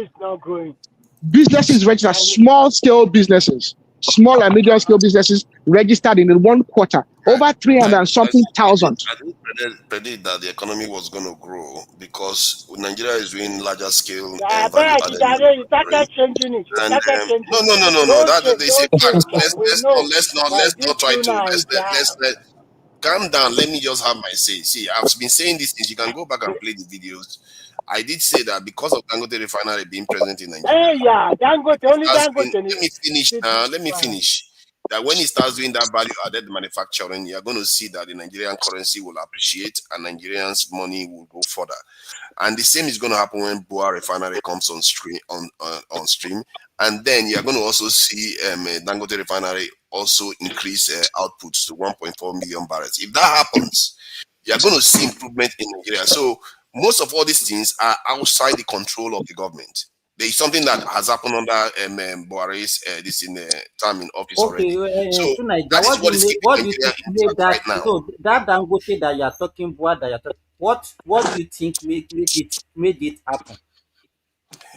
The PIA The bill. under the that's why No. Oh, Just sorry. let it him answer now. happened Let before him answer. it happened before that bill. It happened and it was under Buhari government. Remember, I heard people saying something You about can Buhari you The hear government him not now? the doing anything. I PIA. know So that Sina you guys don't called so the speak PIA. to get so it. some PIA. Some people say something about Buhari government that wasn't Eh, very let me tell you. Do Buhari you signed think the that PIA in I'm confirmed. 2022. Oga. they can Buhari have that government did a lot freedom of to positive grow things in to Nigeria. sell? Wait now, to Nigeria. Do you think that without removal of subsidy, it can happen? Yes, of course it can happen. Without, especially with if How? No, the if How? subsidy. subsidy was not How? removed, Dangote would have You're gone saying now. underwater. Dangote would have No, it gone wouldn't have. underwater without if there was subsidy. Even Oga, even the CEO, the guy that British guy that runs his company now, that guy publicly came. I'll go and find that video. He spoke for more than 30 minutes and he made it very clear that the only reason Dangote is operational because Dangote is a merchant refinery. That's the word they use for it. Dangote is not a trained refinery. They are not sitting at the end of a pipeline. They are a merchant refinery. They buy crude oil from everywhere in the world at public prices. What has Okay, that at got to do with publicly subsidy? and no. This is exactly the way their chief executive officer put it. This is their Yeah, business it's model. but it has nothing to do with Their chief executive officer put it there that they are a business model, they're a merchant company. If there was full subsidy in Nigeria, Dangote as a company would have gone underwater. He made it very, why? very clear. Their chief executive officer made it very clear. I'll bring the video, I'll post the Because video to you in the next 10 Dangote minutes. refinery will just be getting No. welfare. That's what is He going to be made it happening. very clear. He made it very clear that they are a merchant refinery, and if there was full subsidy, the company would not be. They would have gone underwater.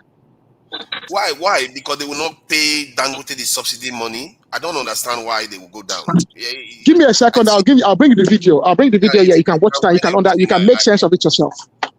maybe there's a reason. There's a reasoning there. But my point I is that think Dangote I just told refinery. you that they are a merchant refinery. They are a merchant refinery. They are not a train refinery. They are not sitting at the end. Aro, you can imagine. No, just wait now. Aro, let's imagine if we are still paying subsidy and what happened between Iran and USA happened. And then we are do you know dead what will now. have happened? We are gone. We are gone, man. Imagine Nigeria without Dangote refinery right now. That's exactly my point. Imagine No, Nigeria that right now was not without your Dangote point. That was refinery. not your point. No, it Let was me my original counter. point, and it Do had nothing to Naija. do with subsidies. It had But nothing to do with Dangote is not the only refinery in Nigeria. This same There's a Naija, refinery in those states I now. remember the day it came on this same platform that without was saying Dangote that refinery. the Dangote was using Nigerian money. Is Nigerian money that they are using to finance Dangote, that refinery is Yes, not going to now. work. Don't mind him. Me? What? Yeah, Then you you. heard it wrong. I don't know where did you get that one from. I've always been of the point that's why I was against the Nigerian government floating the currency. Because It Dangote was refinery was No, later. you It was are wrong. You later are wrong. around oh my 2024. god. It has started No, talking no. about I've it. been saying it. Go This and was check the videos. You are not hearing me. I've been saying it from the to very Naija. beginning. That's why I Let me said tell you your position. Let me remember you your position. telling me my position. Your position was that Nigeria does not need to float the currency, and Nigeria does not even need to remove subsidy because when Dangote came on No, board, I didn't say about everything will be. subsidy. I said the currency. The currency is the one I was after. Okay. Look at it today. If they did not remove subsidy, I'm telling you, Dangote will not be able to perform Okay, wonder in sorry. Nigeria. Excuse me. I want to shut down now. I want to shut down. It's already 7 hours. So, Let's shut it down. We can go to the back end. Yeah. Yeah. Let's You shut it can down. check Yeah. the information. Yeah, shut it down. Yeah. Yeah, Thank you can thank check you. my Yeah. information from the beginning. That's why I said when I was saying, remember, I But always you say are this and I wrong remind now. you Let all me the time. finish. Let me Before finish. you say I'm wrong, I always remind you all the time that And I'm let the me one that finish said now. Let Tinubu me had let it me in his finish. gift to be the greatest Let president me in Ghana.